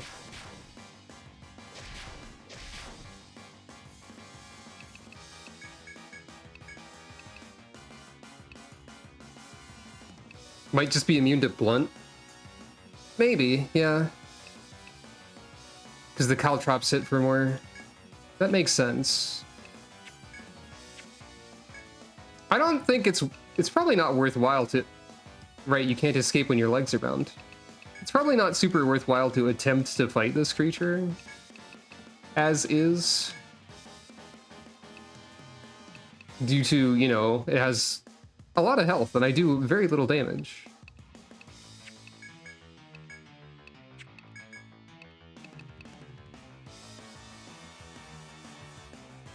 Now that you mention it, it kind of is.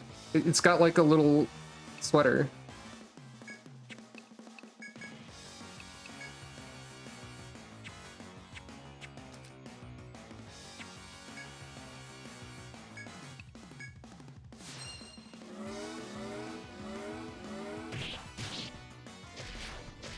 Okay, the piercing daggers also only did 5, so you don't like slashing.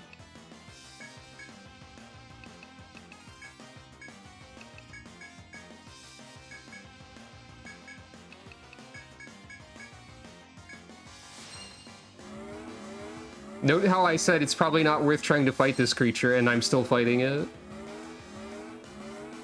This is just my nature. Okay, so the caltrops only hit once. I see. Yeah, I guess I'll leave.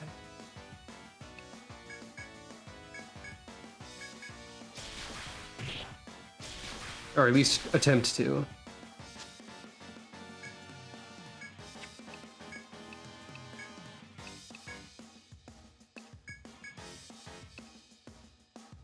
Yeah, I'm using the TP that I do have a lot faster now that I have actual things, so I might want Braveheart eventually.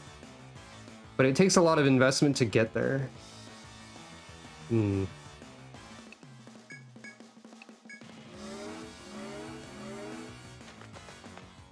Alright. Nice meeting you, bye! So I'm guessing all the FOEs on this floor are that. Judging by how they're not moving from their starting position. Except to chase.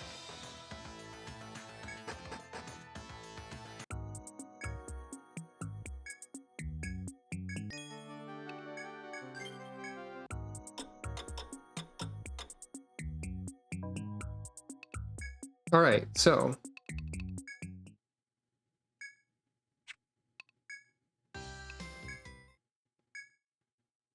Well, you can only go to 1 and 2 from here, and you can only go to 2 and 3 from the other place. Got it. So I don't remember if there's any star doors in Stratum 1. But I'm gonna double check. I think there's only Moon and Sun. Maybe. Comical.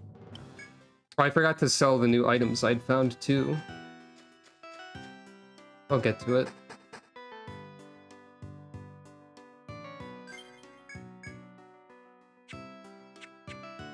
So, no, okay, there is a locked door.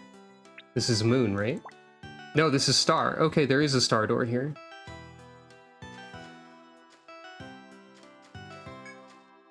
And a Passeron, just for fun.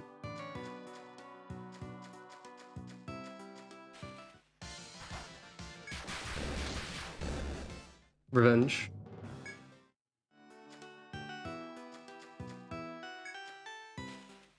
Hello, friend. Might as well try.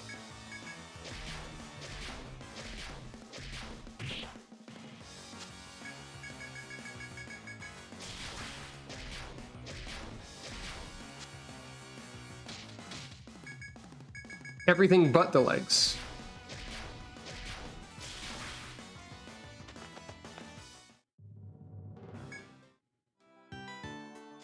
Oh. Get back here, you.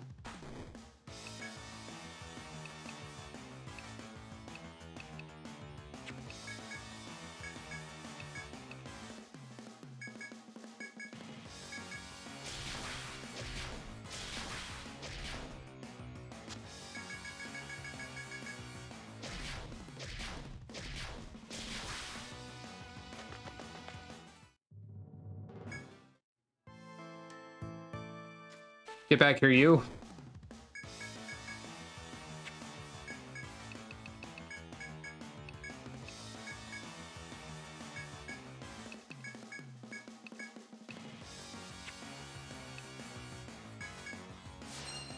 Initiating burst phase.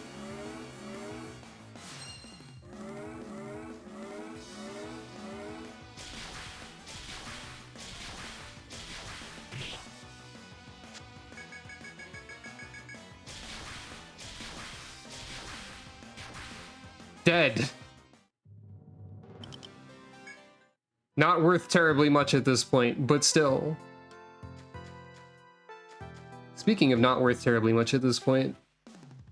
Hey, you. Behold my cool new power.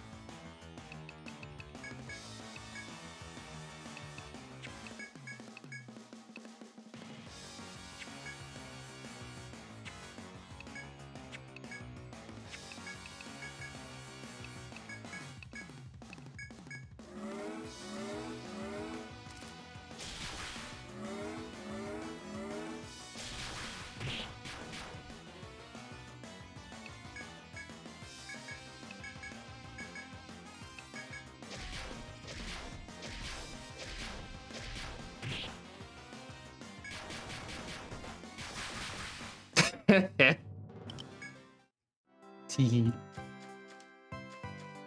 I mean, the experience is still worth it. Especially now that I need to catch up a bit. Okay, so I definitely do need to buy Amritas now, but that might be enough. Stardoor. What do you got for me over here? I'll even put a yellow here, because this is a special cool door. Another door. Doors behind doors.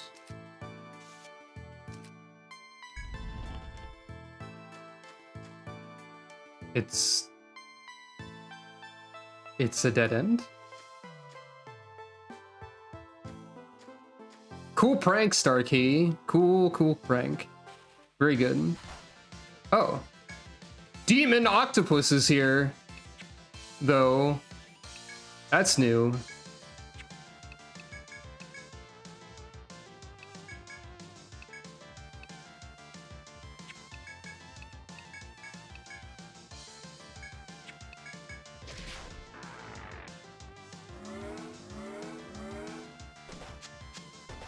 Probably not terribly threatening.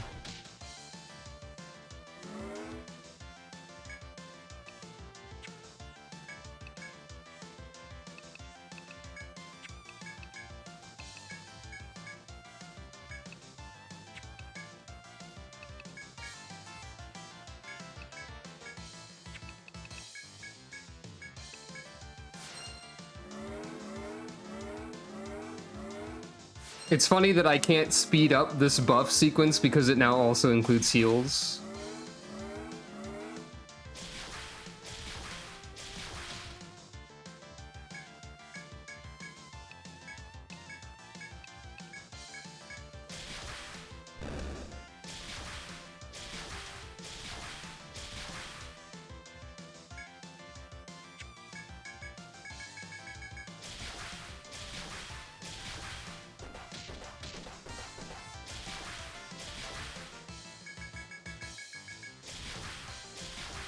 I mean, like, Demon Octopus here is relatively threatening, but didn't get an item from it. Got an item from the other thing.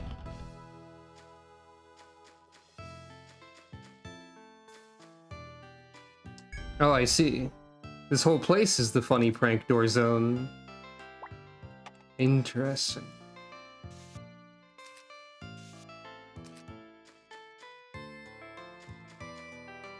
Interesting. And what are you, I might ask? Golden Idol has appeared, huh? I feel threatened. A little bit. And yet still there is no fear in my heart.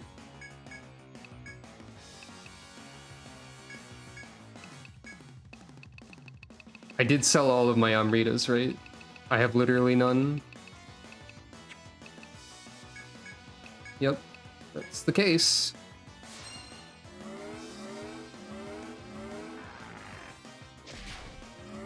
Three damage, huh? You don't deal as much damage.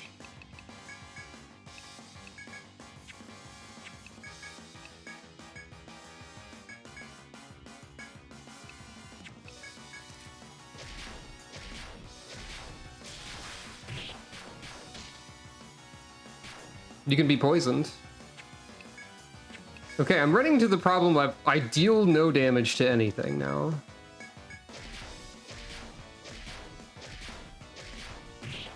But so far all you've done is like really regular type things.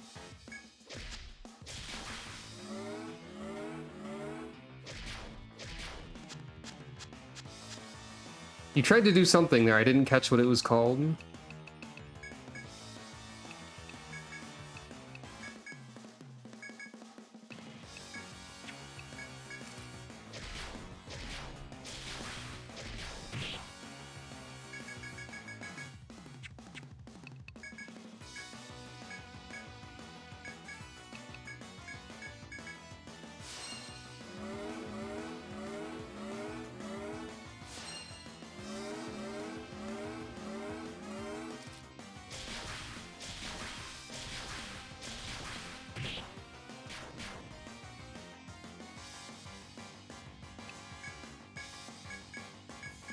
Well,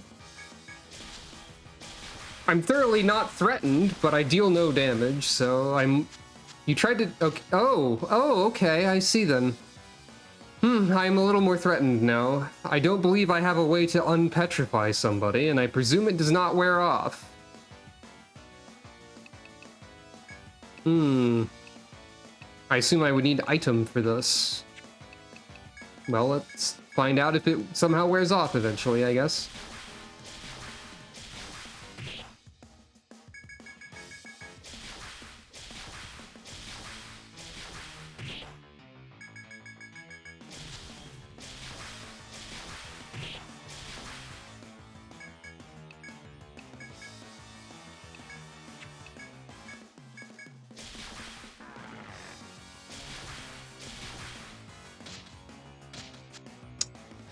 Okay, time to leave.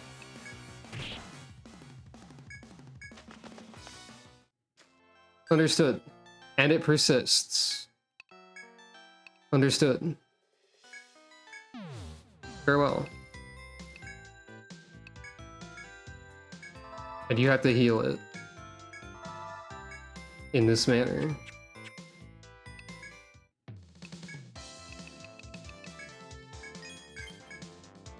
Spear, knife, spear.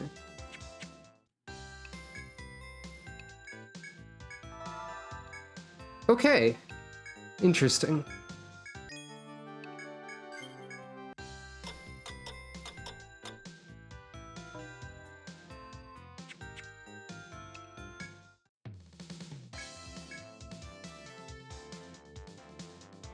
Okay, so the kunai is a knife with more attack power that everyone can use.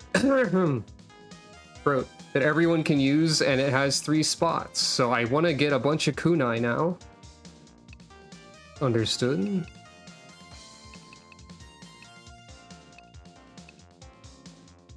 Maybe I should get Ramsey 1 point in spear mastery in case if there's ever like a really cool spear. Like this is the allspice is a slightly better weapon than the kunai. And I think spears work from the back row, so I could put him in the back row if I did that.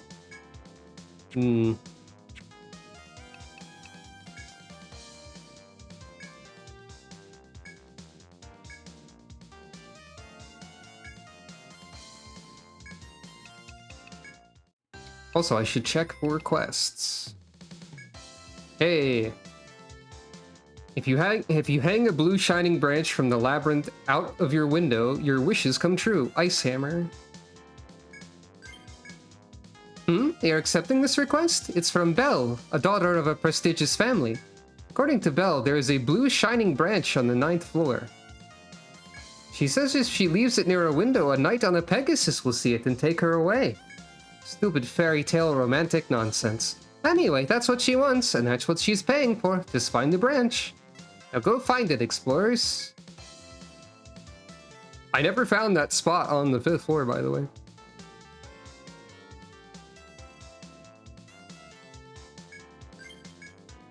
Oh, that request? It was made by the gourmet, Espierre. Looks like that bastard's got his eyes on the lava caverns this time.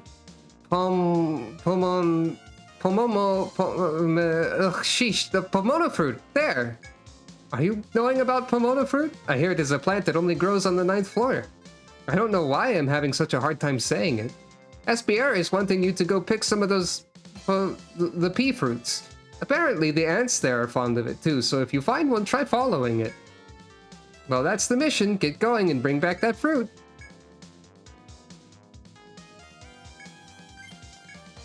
Ah, there you guys are. The boy from the inn came here looking for you. It seems that kid got another letter. It's nice that he can talk to that girl. But it seems an unknown disease is plaguing her hometown. I want you to help him out. Go forth and help those innocent little children. Ah, more lore.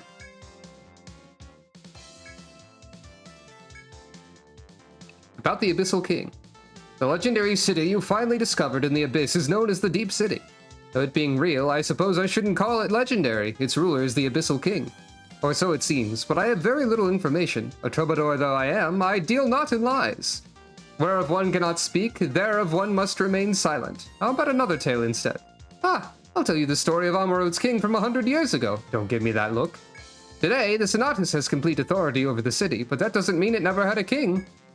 The king before the calamity was a fine man, loved by the masses and admired by the military. Moreover, he had a sister whom he positively doted on, but I'll tell her tale some other time. What about the Deep Ones? Ah, the legend of merfolk passed down in Armorode. Do you know it? They are called the Deep Ones. In form, they are an admixture of man and fish. Their unnatural look is an affront to the gods. Hey, be nice. Many believe them to be figments of our imagination, but hear this eyewitness account and be shocked.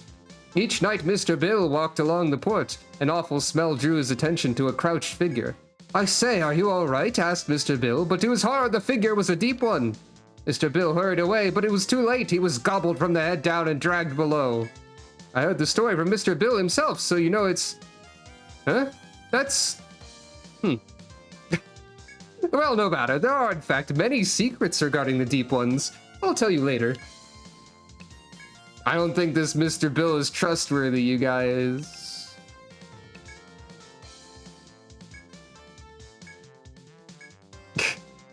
I will celebrate as secretly as I can. Well, way to go, Almanac, for doing that perfectly normal thing that you did. Great text box. All right. Anyone else have anything cool to say?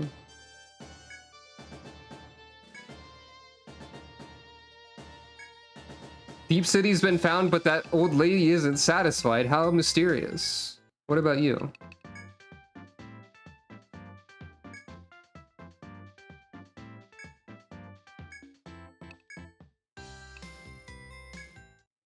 What about you?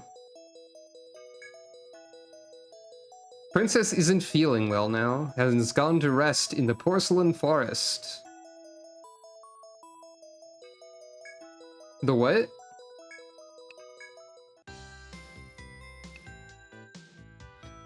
Yeah, the Tavern Lady's pretty well written. I like her. Alright. Here's what we do. Make money. It's money-making time. Let's play money-making game.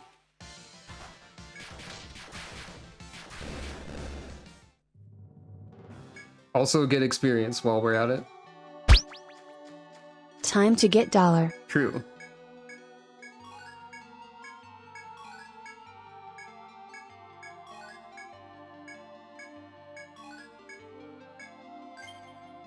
Right, I have significantly less gathering points now, because I only took 5 harvest with 1 person.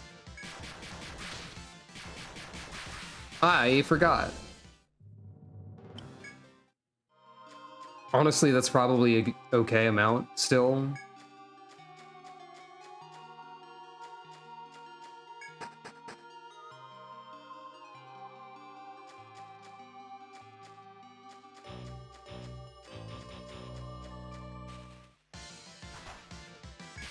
I have other priorities now, besides that.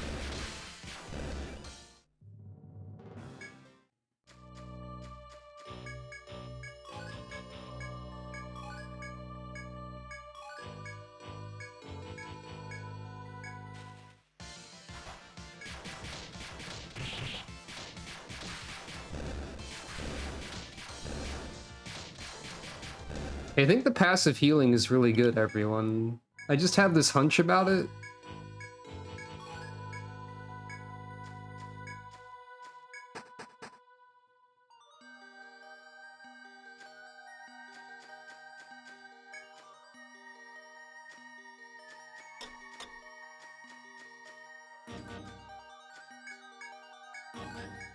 Honestly, this is probably better for my inventory, at least, to not have a billion points in harvest. I mean, 9. I only have 5 now. I fear nothing.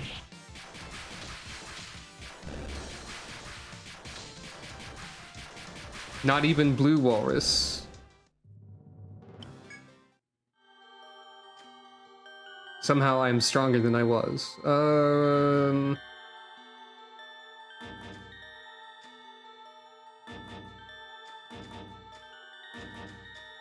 I want to see what the star door in this place is about also.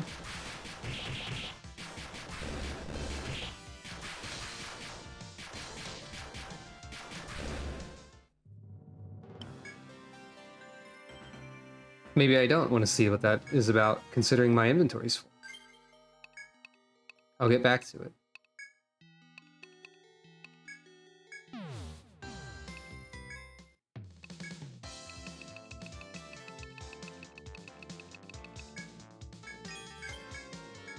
I can buy a Spatha now. Wow. It's not good. I mean, everyone can use it, but that's its only strength. So I need a lot of money. Maybe I should do off-screen money grinding. But mostly, I want to buy some Amrita and some status cure. That might not be enough, but, you know.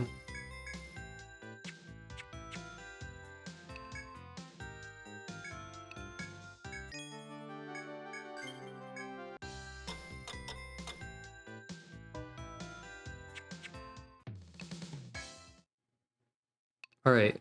Oh, hold on. Okay. I'll continue checking out first stratum star door for this moment.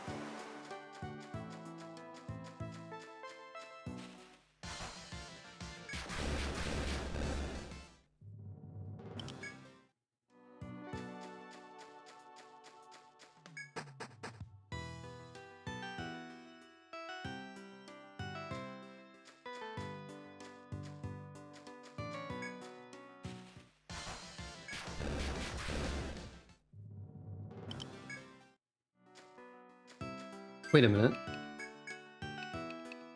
Everyone has the same... This, like, evened out people's experience a little bit. They're not all the same level, but they're close. The individual amounts of experience for people in that level. Well, okay, so Russell is the only one who's 32, but everyone else has the same amount of experience. That's kind of funny.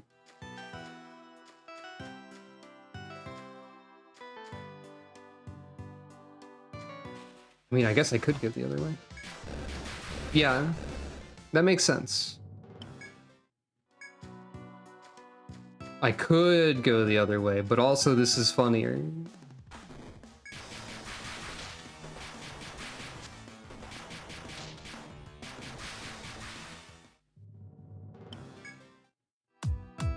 Oh, thank you for subscribing, Karma. Hello, welcome.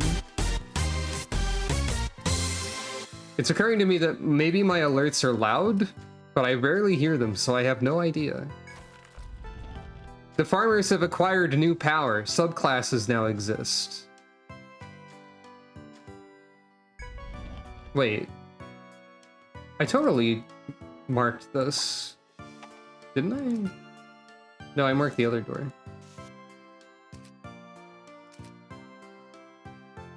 They're a bit loud, but not upsettingly loud. Okay.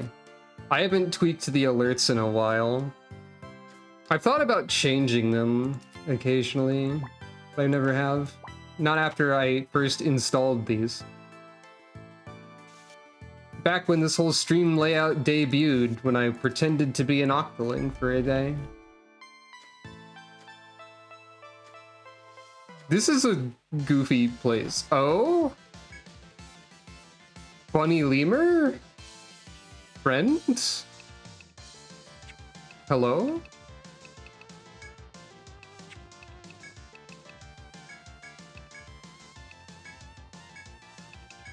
I don't know if the lemur can kill me or not, so I have to be careful.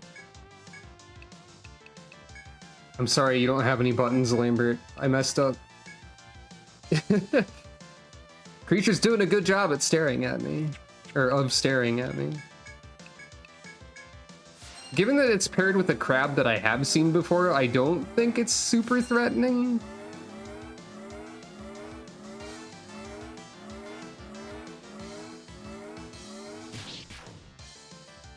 However, what if I buffed them a million times anyway?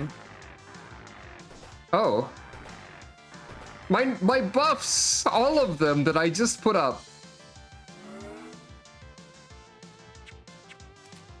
Okay, not all of them. Only like one of them. It only removed lethal tactic. Okay, so it removed the most recent buff.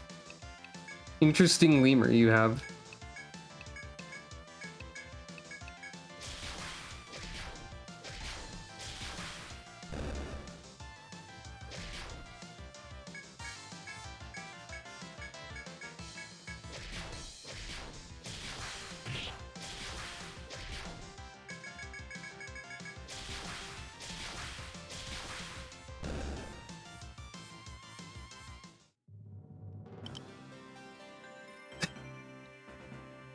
One!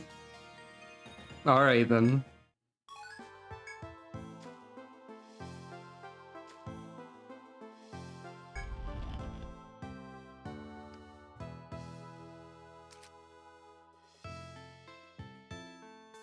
I mean, that crab is from stratum... No, that crab is from 1, but it's from a later floor, I think. So do you, like, pursue? You sure the heck do pursue. It's what you do.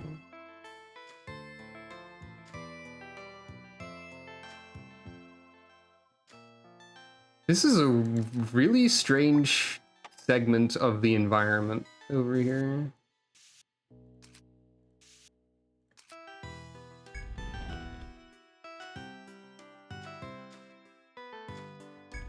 What is the purpose of this strange corridor?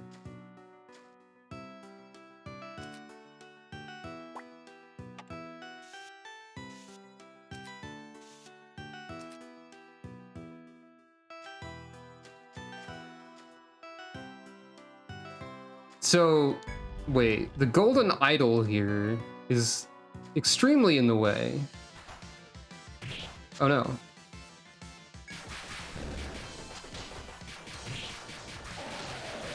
Yeah, hello.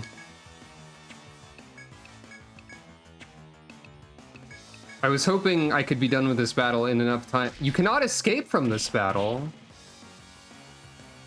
Oh, if an FOE ambushes you, you can't leave? I see. How interesting. Sweats nervously. Okay then.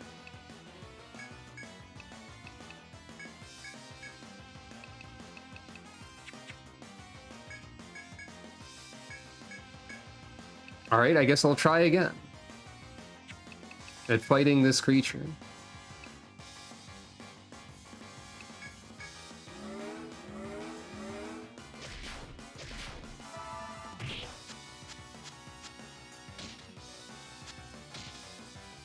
We have to see if I can unpetrify with the healing item. Yes.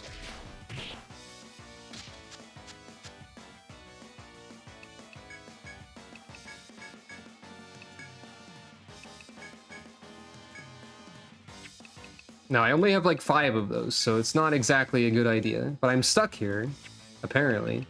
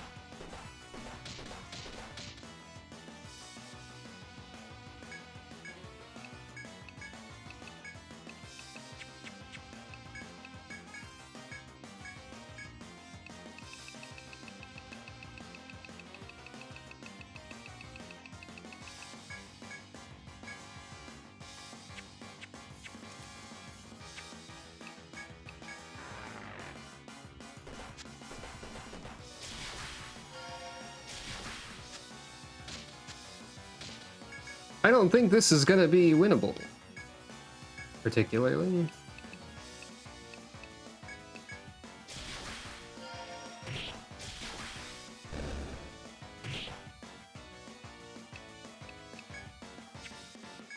Am I allowed to run now?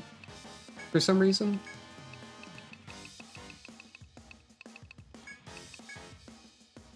No, I'm not. Okay.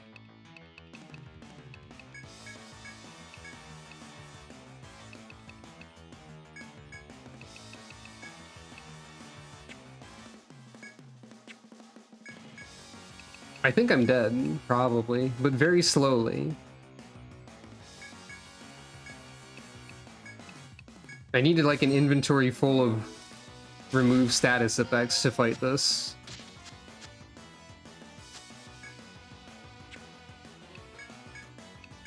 And better weapons. So I didn't know that if an FOE interrupts a fight that you can't leave. Apparently.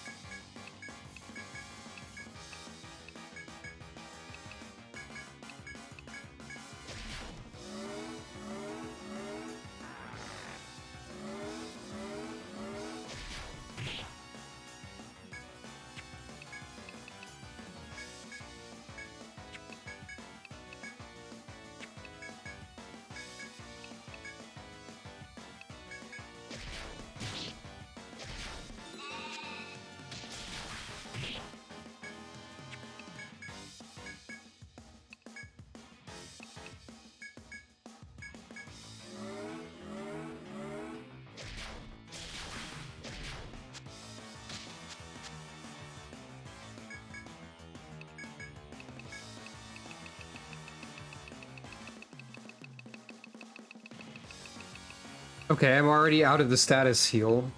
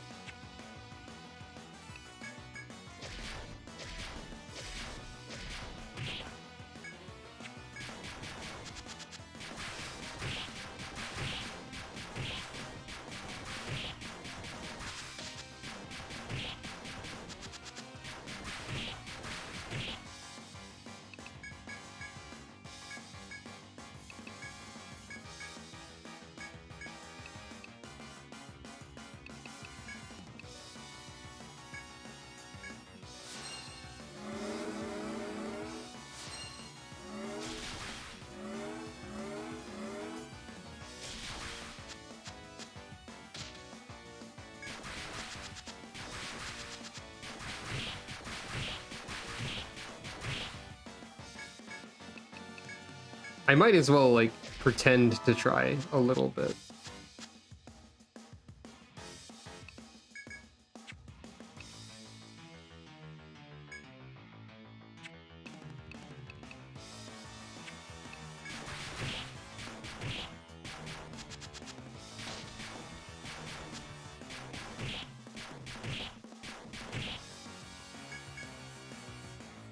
Oh, Lambert also got petrified, okay. I mean, most FOEs take damage. So, you know.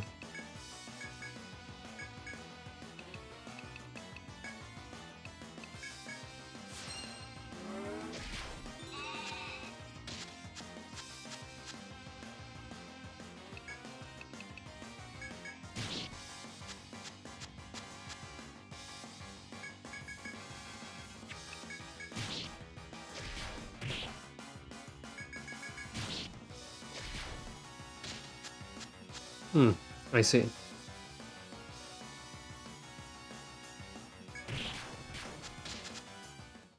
There we go. Well, I can't do anything in that area, it seems. But we mapped it. We mapped what we could see. I don't know a way around that enemy. They're just in the middle of the hallway blocking progress. Perhaps there's some sort of trick. But alright. Let's check the second floor star door instead. Or the second stratum.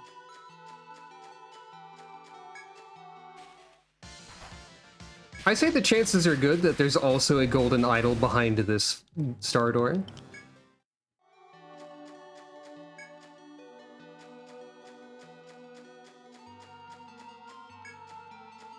There's also some FOEs we haven't won against before in Stratum 2 that I should try to fight, potentially.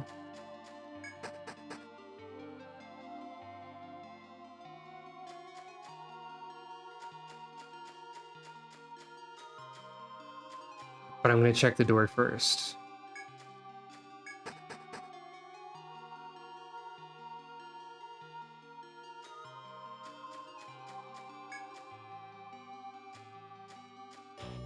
We do have AoE healing now, although the TP we have to cast it is relatively limited.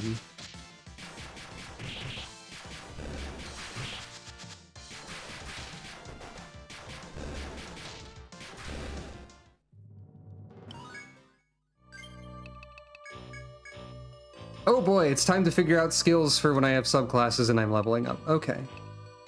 Well, this one's easy, actually.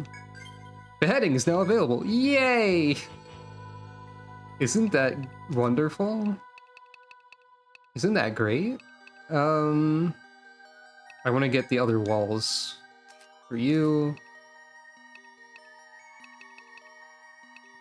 Lambert doesn't have a button. Beheading is now available. Yay!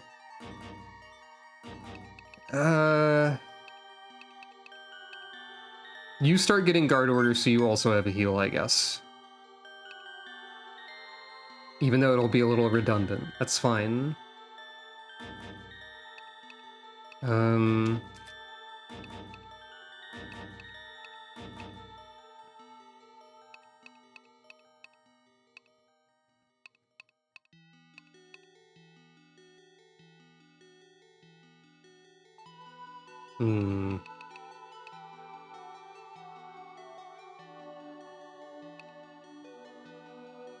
You know, ailment protection could be something to have.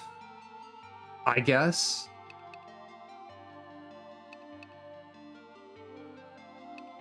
And so could increased max HP.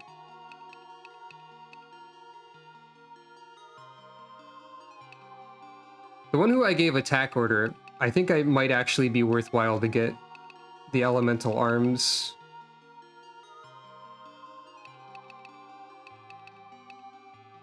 Yeah, you can start getting these other things.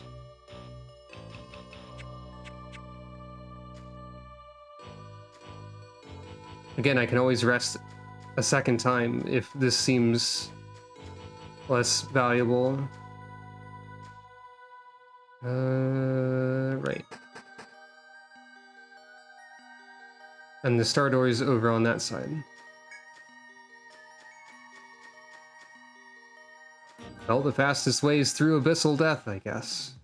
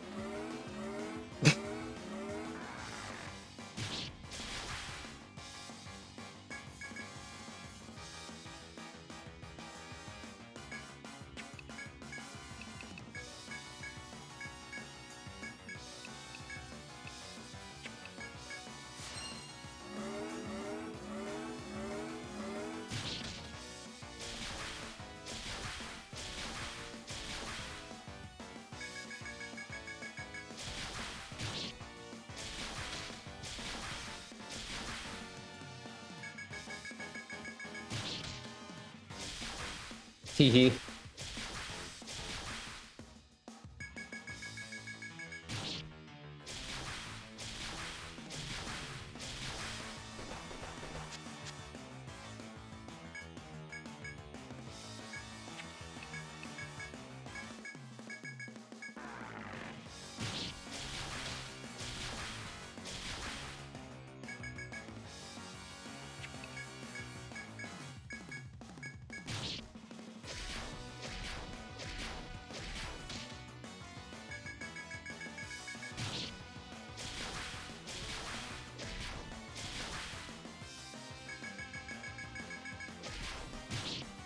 So Jackie can use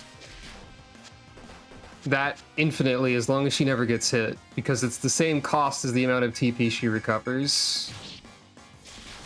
So that's funny. She's basically replaced her basic attack, at least some of the time.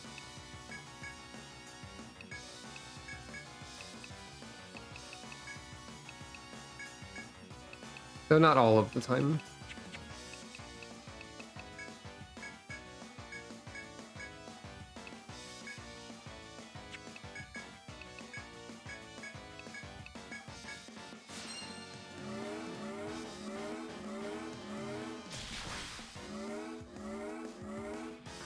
Hey, look, I'm healed.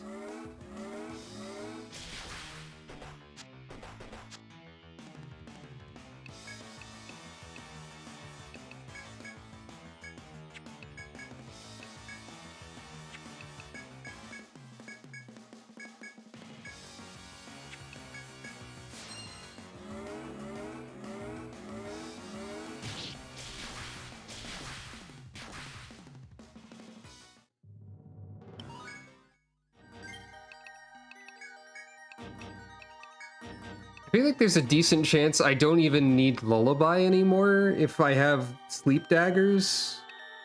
They're probably, like, about as reliable, but I could be wrong about that. I don't know. So I might need to rest again at some point. Right.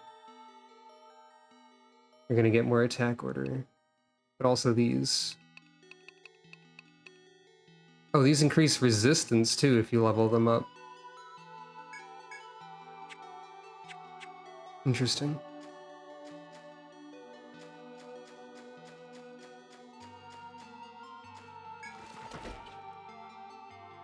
Interesting. Oops.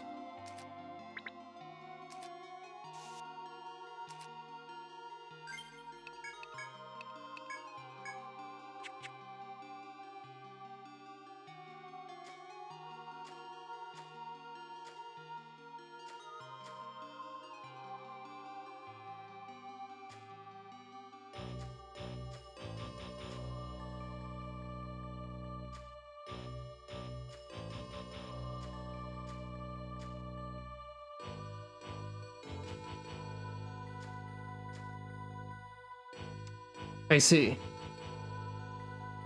I'm in danger.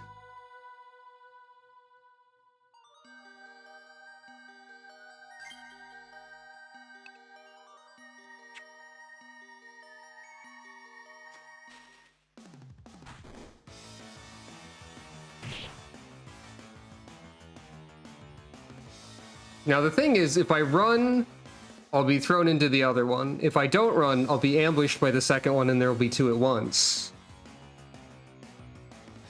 And there was also basically no way for me to avoid these.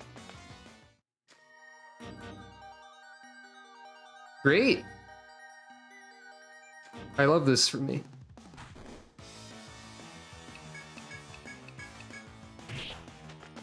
I'm assuming I'll go back a space. Yes. You know, I should probably just leave.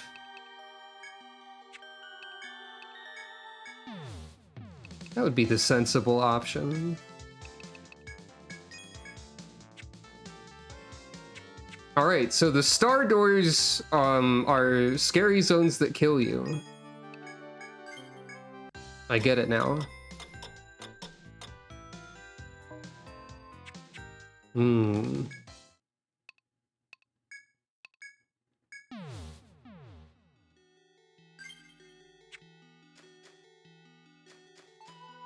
Well, it's probably about time to wrap up anyway, but I'm gonna do one more gathering run.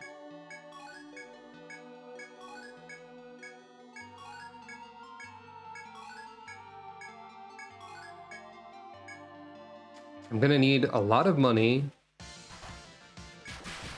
and a lot of experience, especially if I decide my skills are actually bad and suboptimal.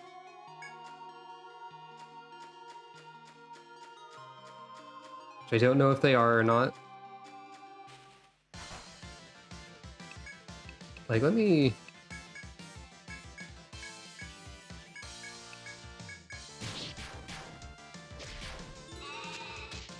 Like, Lullaby probably hits more now, but if I invested a bunch into Ninpo daggers, would it be better?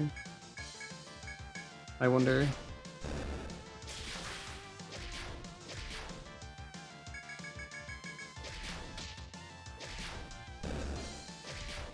I don't know if there's data on, like, the actual status infliction rate of those two skills that exist, so I could, like, check this from a statistical standpoint. Success rate goes up, damage goes up. If we look at, say, Lullaby, it's only success rate and cost. Cost here goes up too, but it never hits the same cost as Lullaby. But also there's like other things in the ninja tree that I want a lot more. I don't know.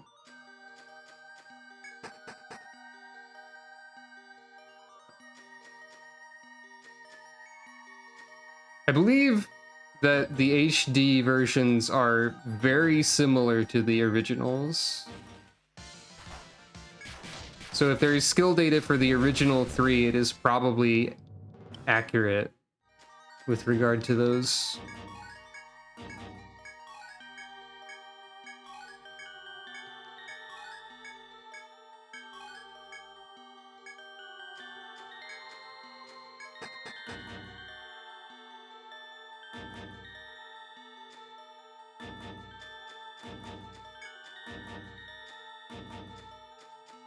I'd like to try one other thing once I gather stuff.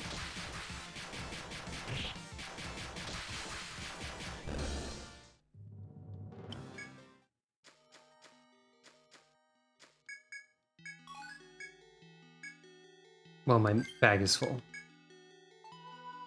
That's fine.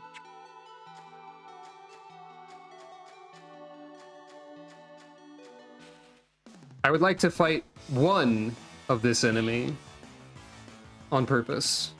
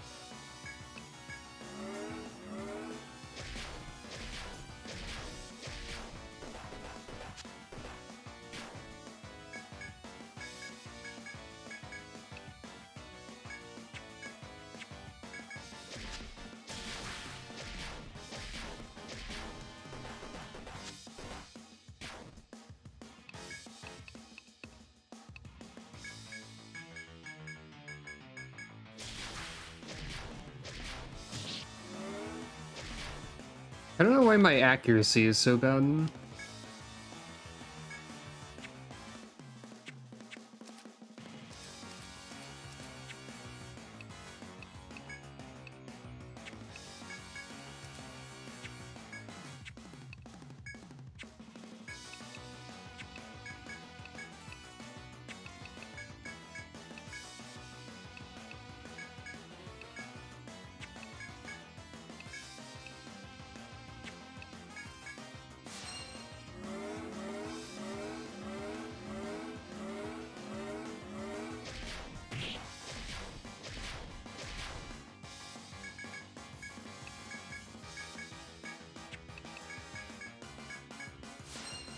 But yeah, it seems like Scaled Dragon is very defeatable now.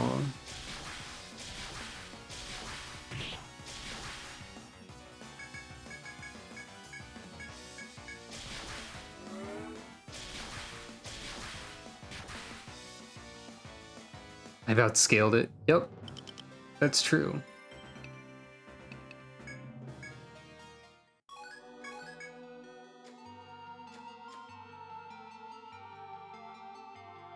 Hold on, I see a passer.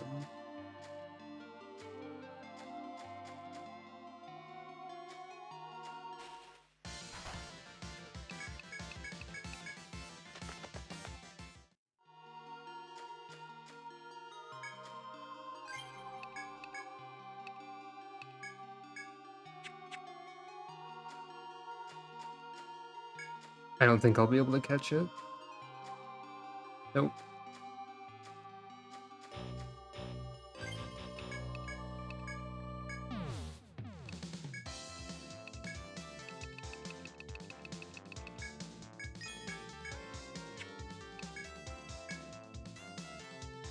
I can buy a book. That's neat, I guess. But yeah, I think I might have to do some money grinding a little bit. That might be okay to do off screen.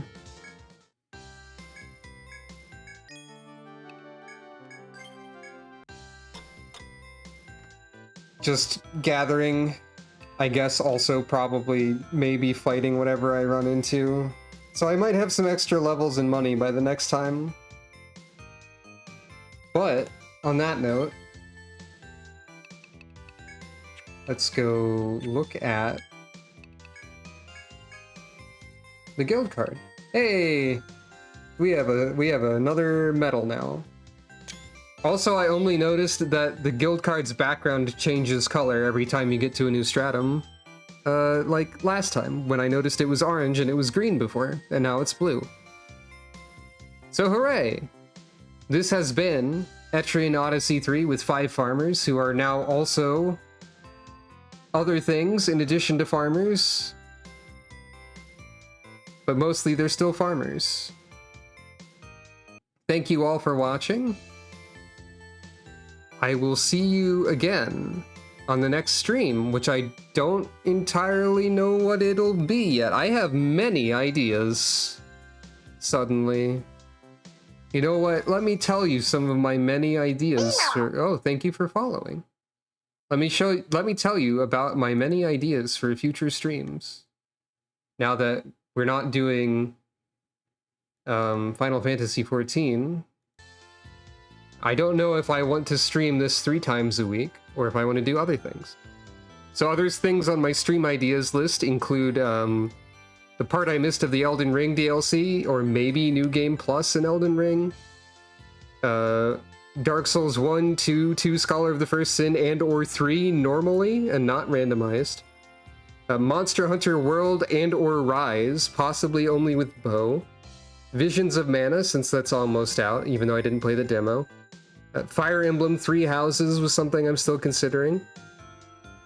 The recent Castlevania collection makes me think maybe the Castlevanias that I haven't played yet, even though I've seen them, so they're not blind runs.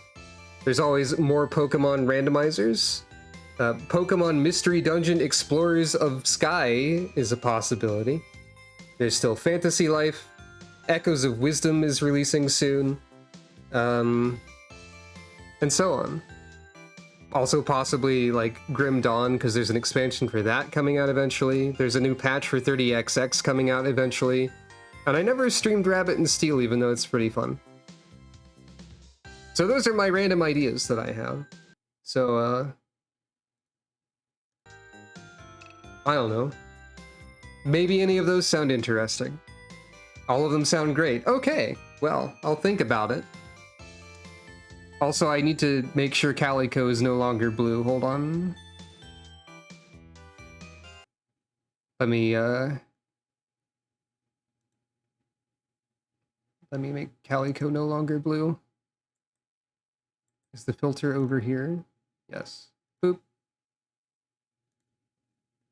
I think that also changes some other things.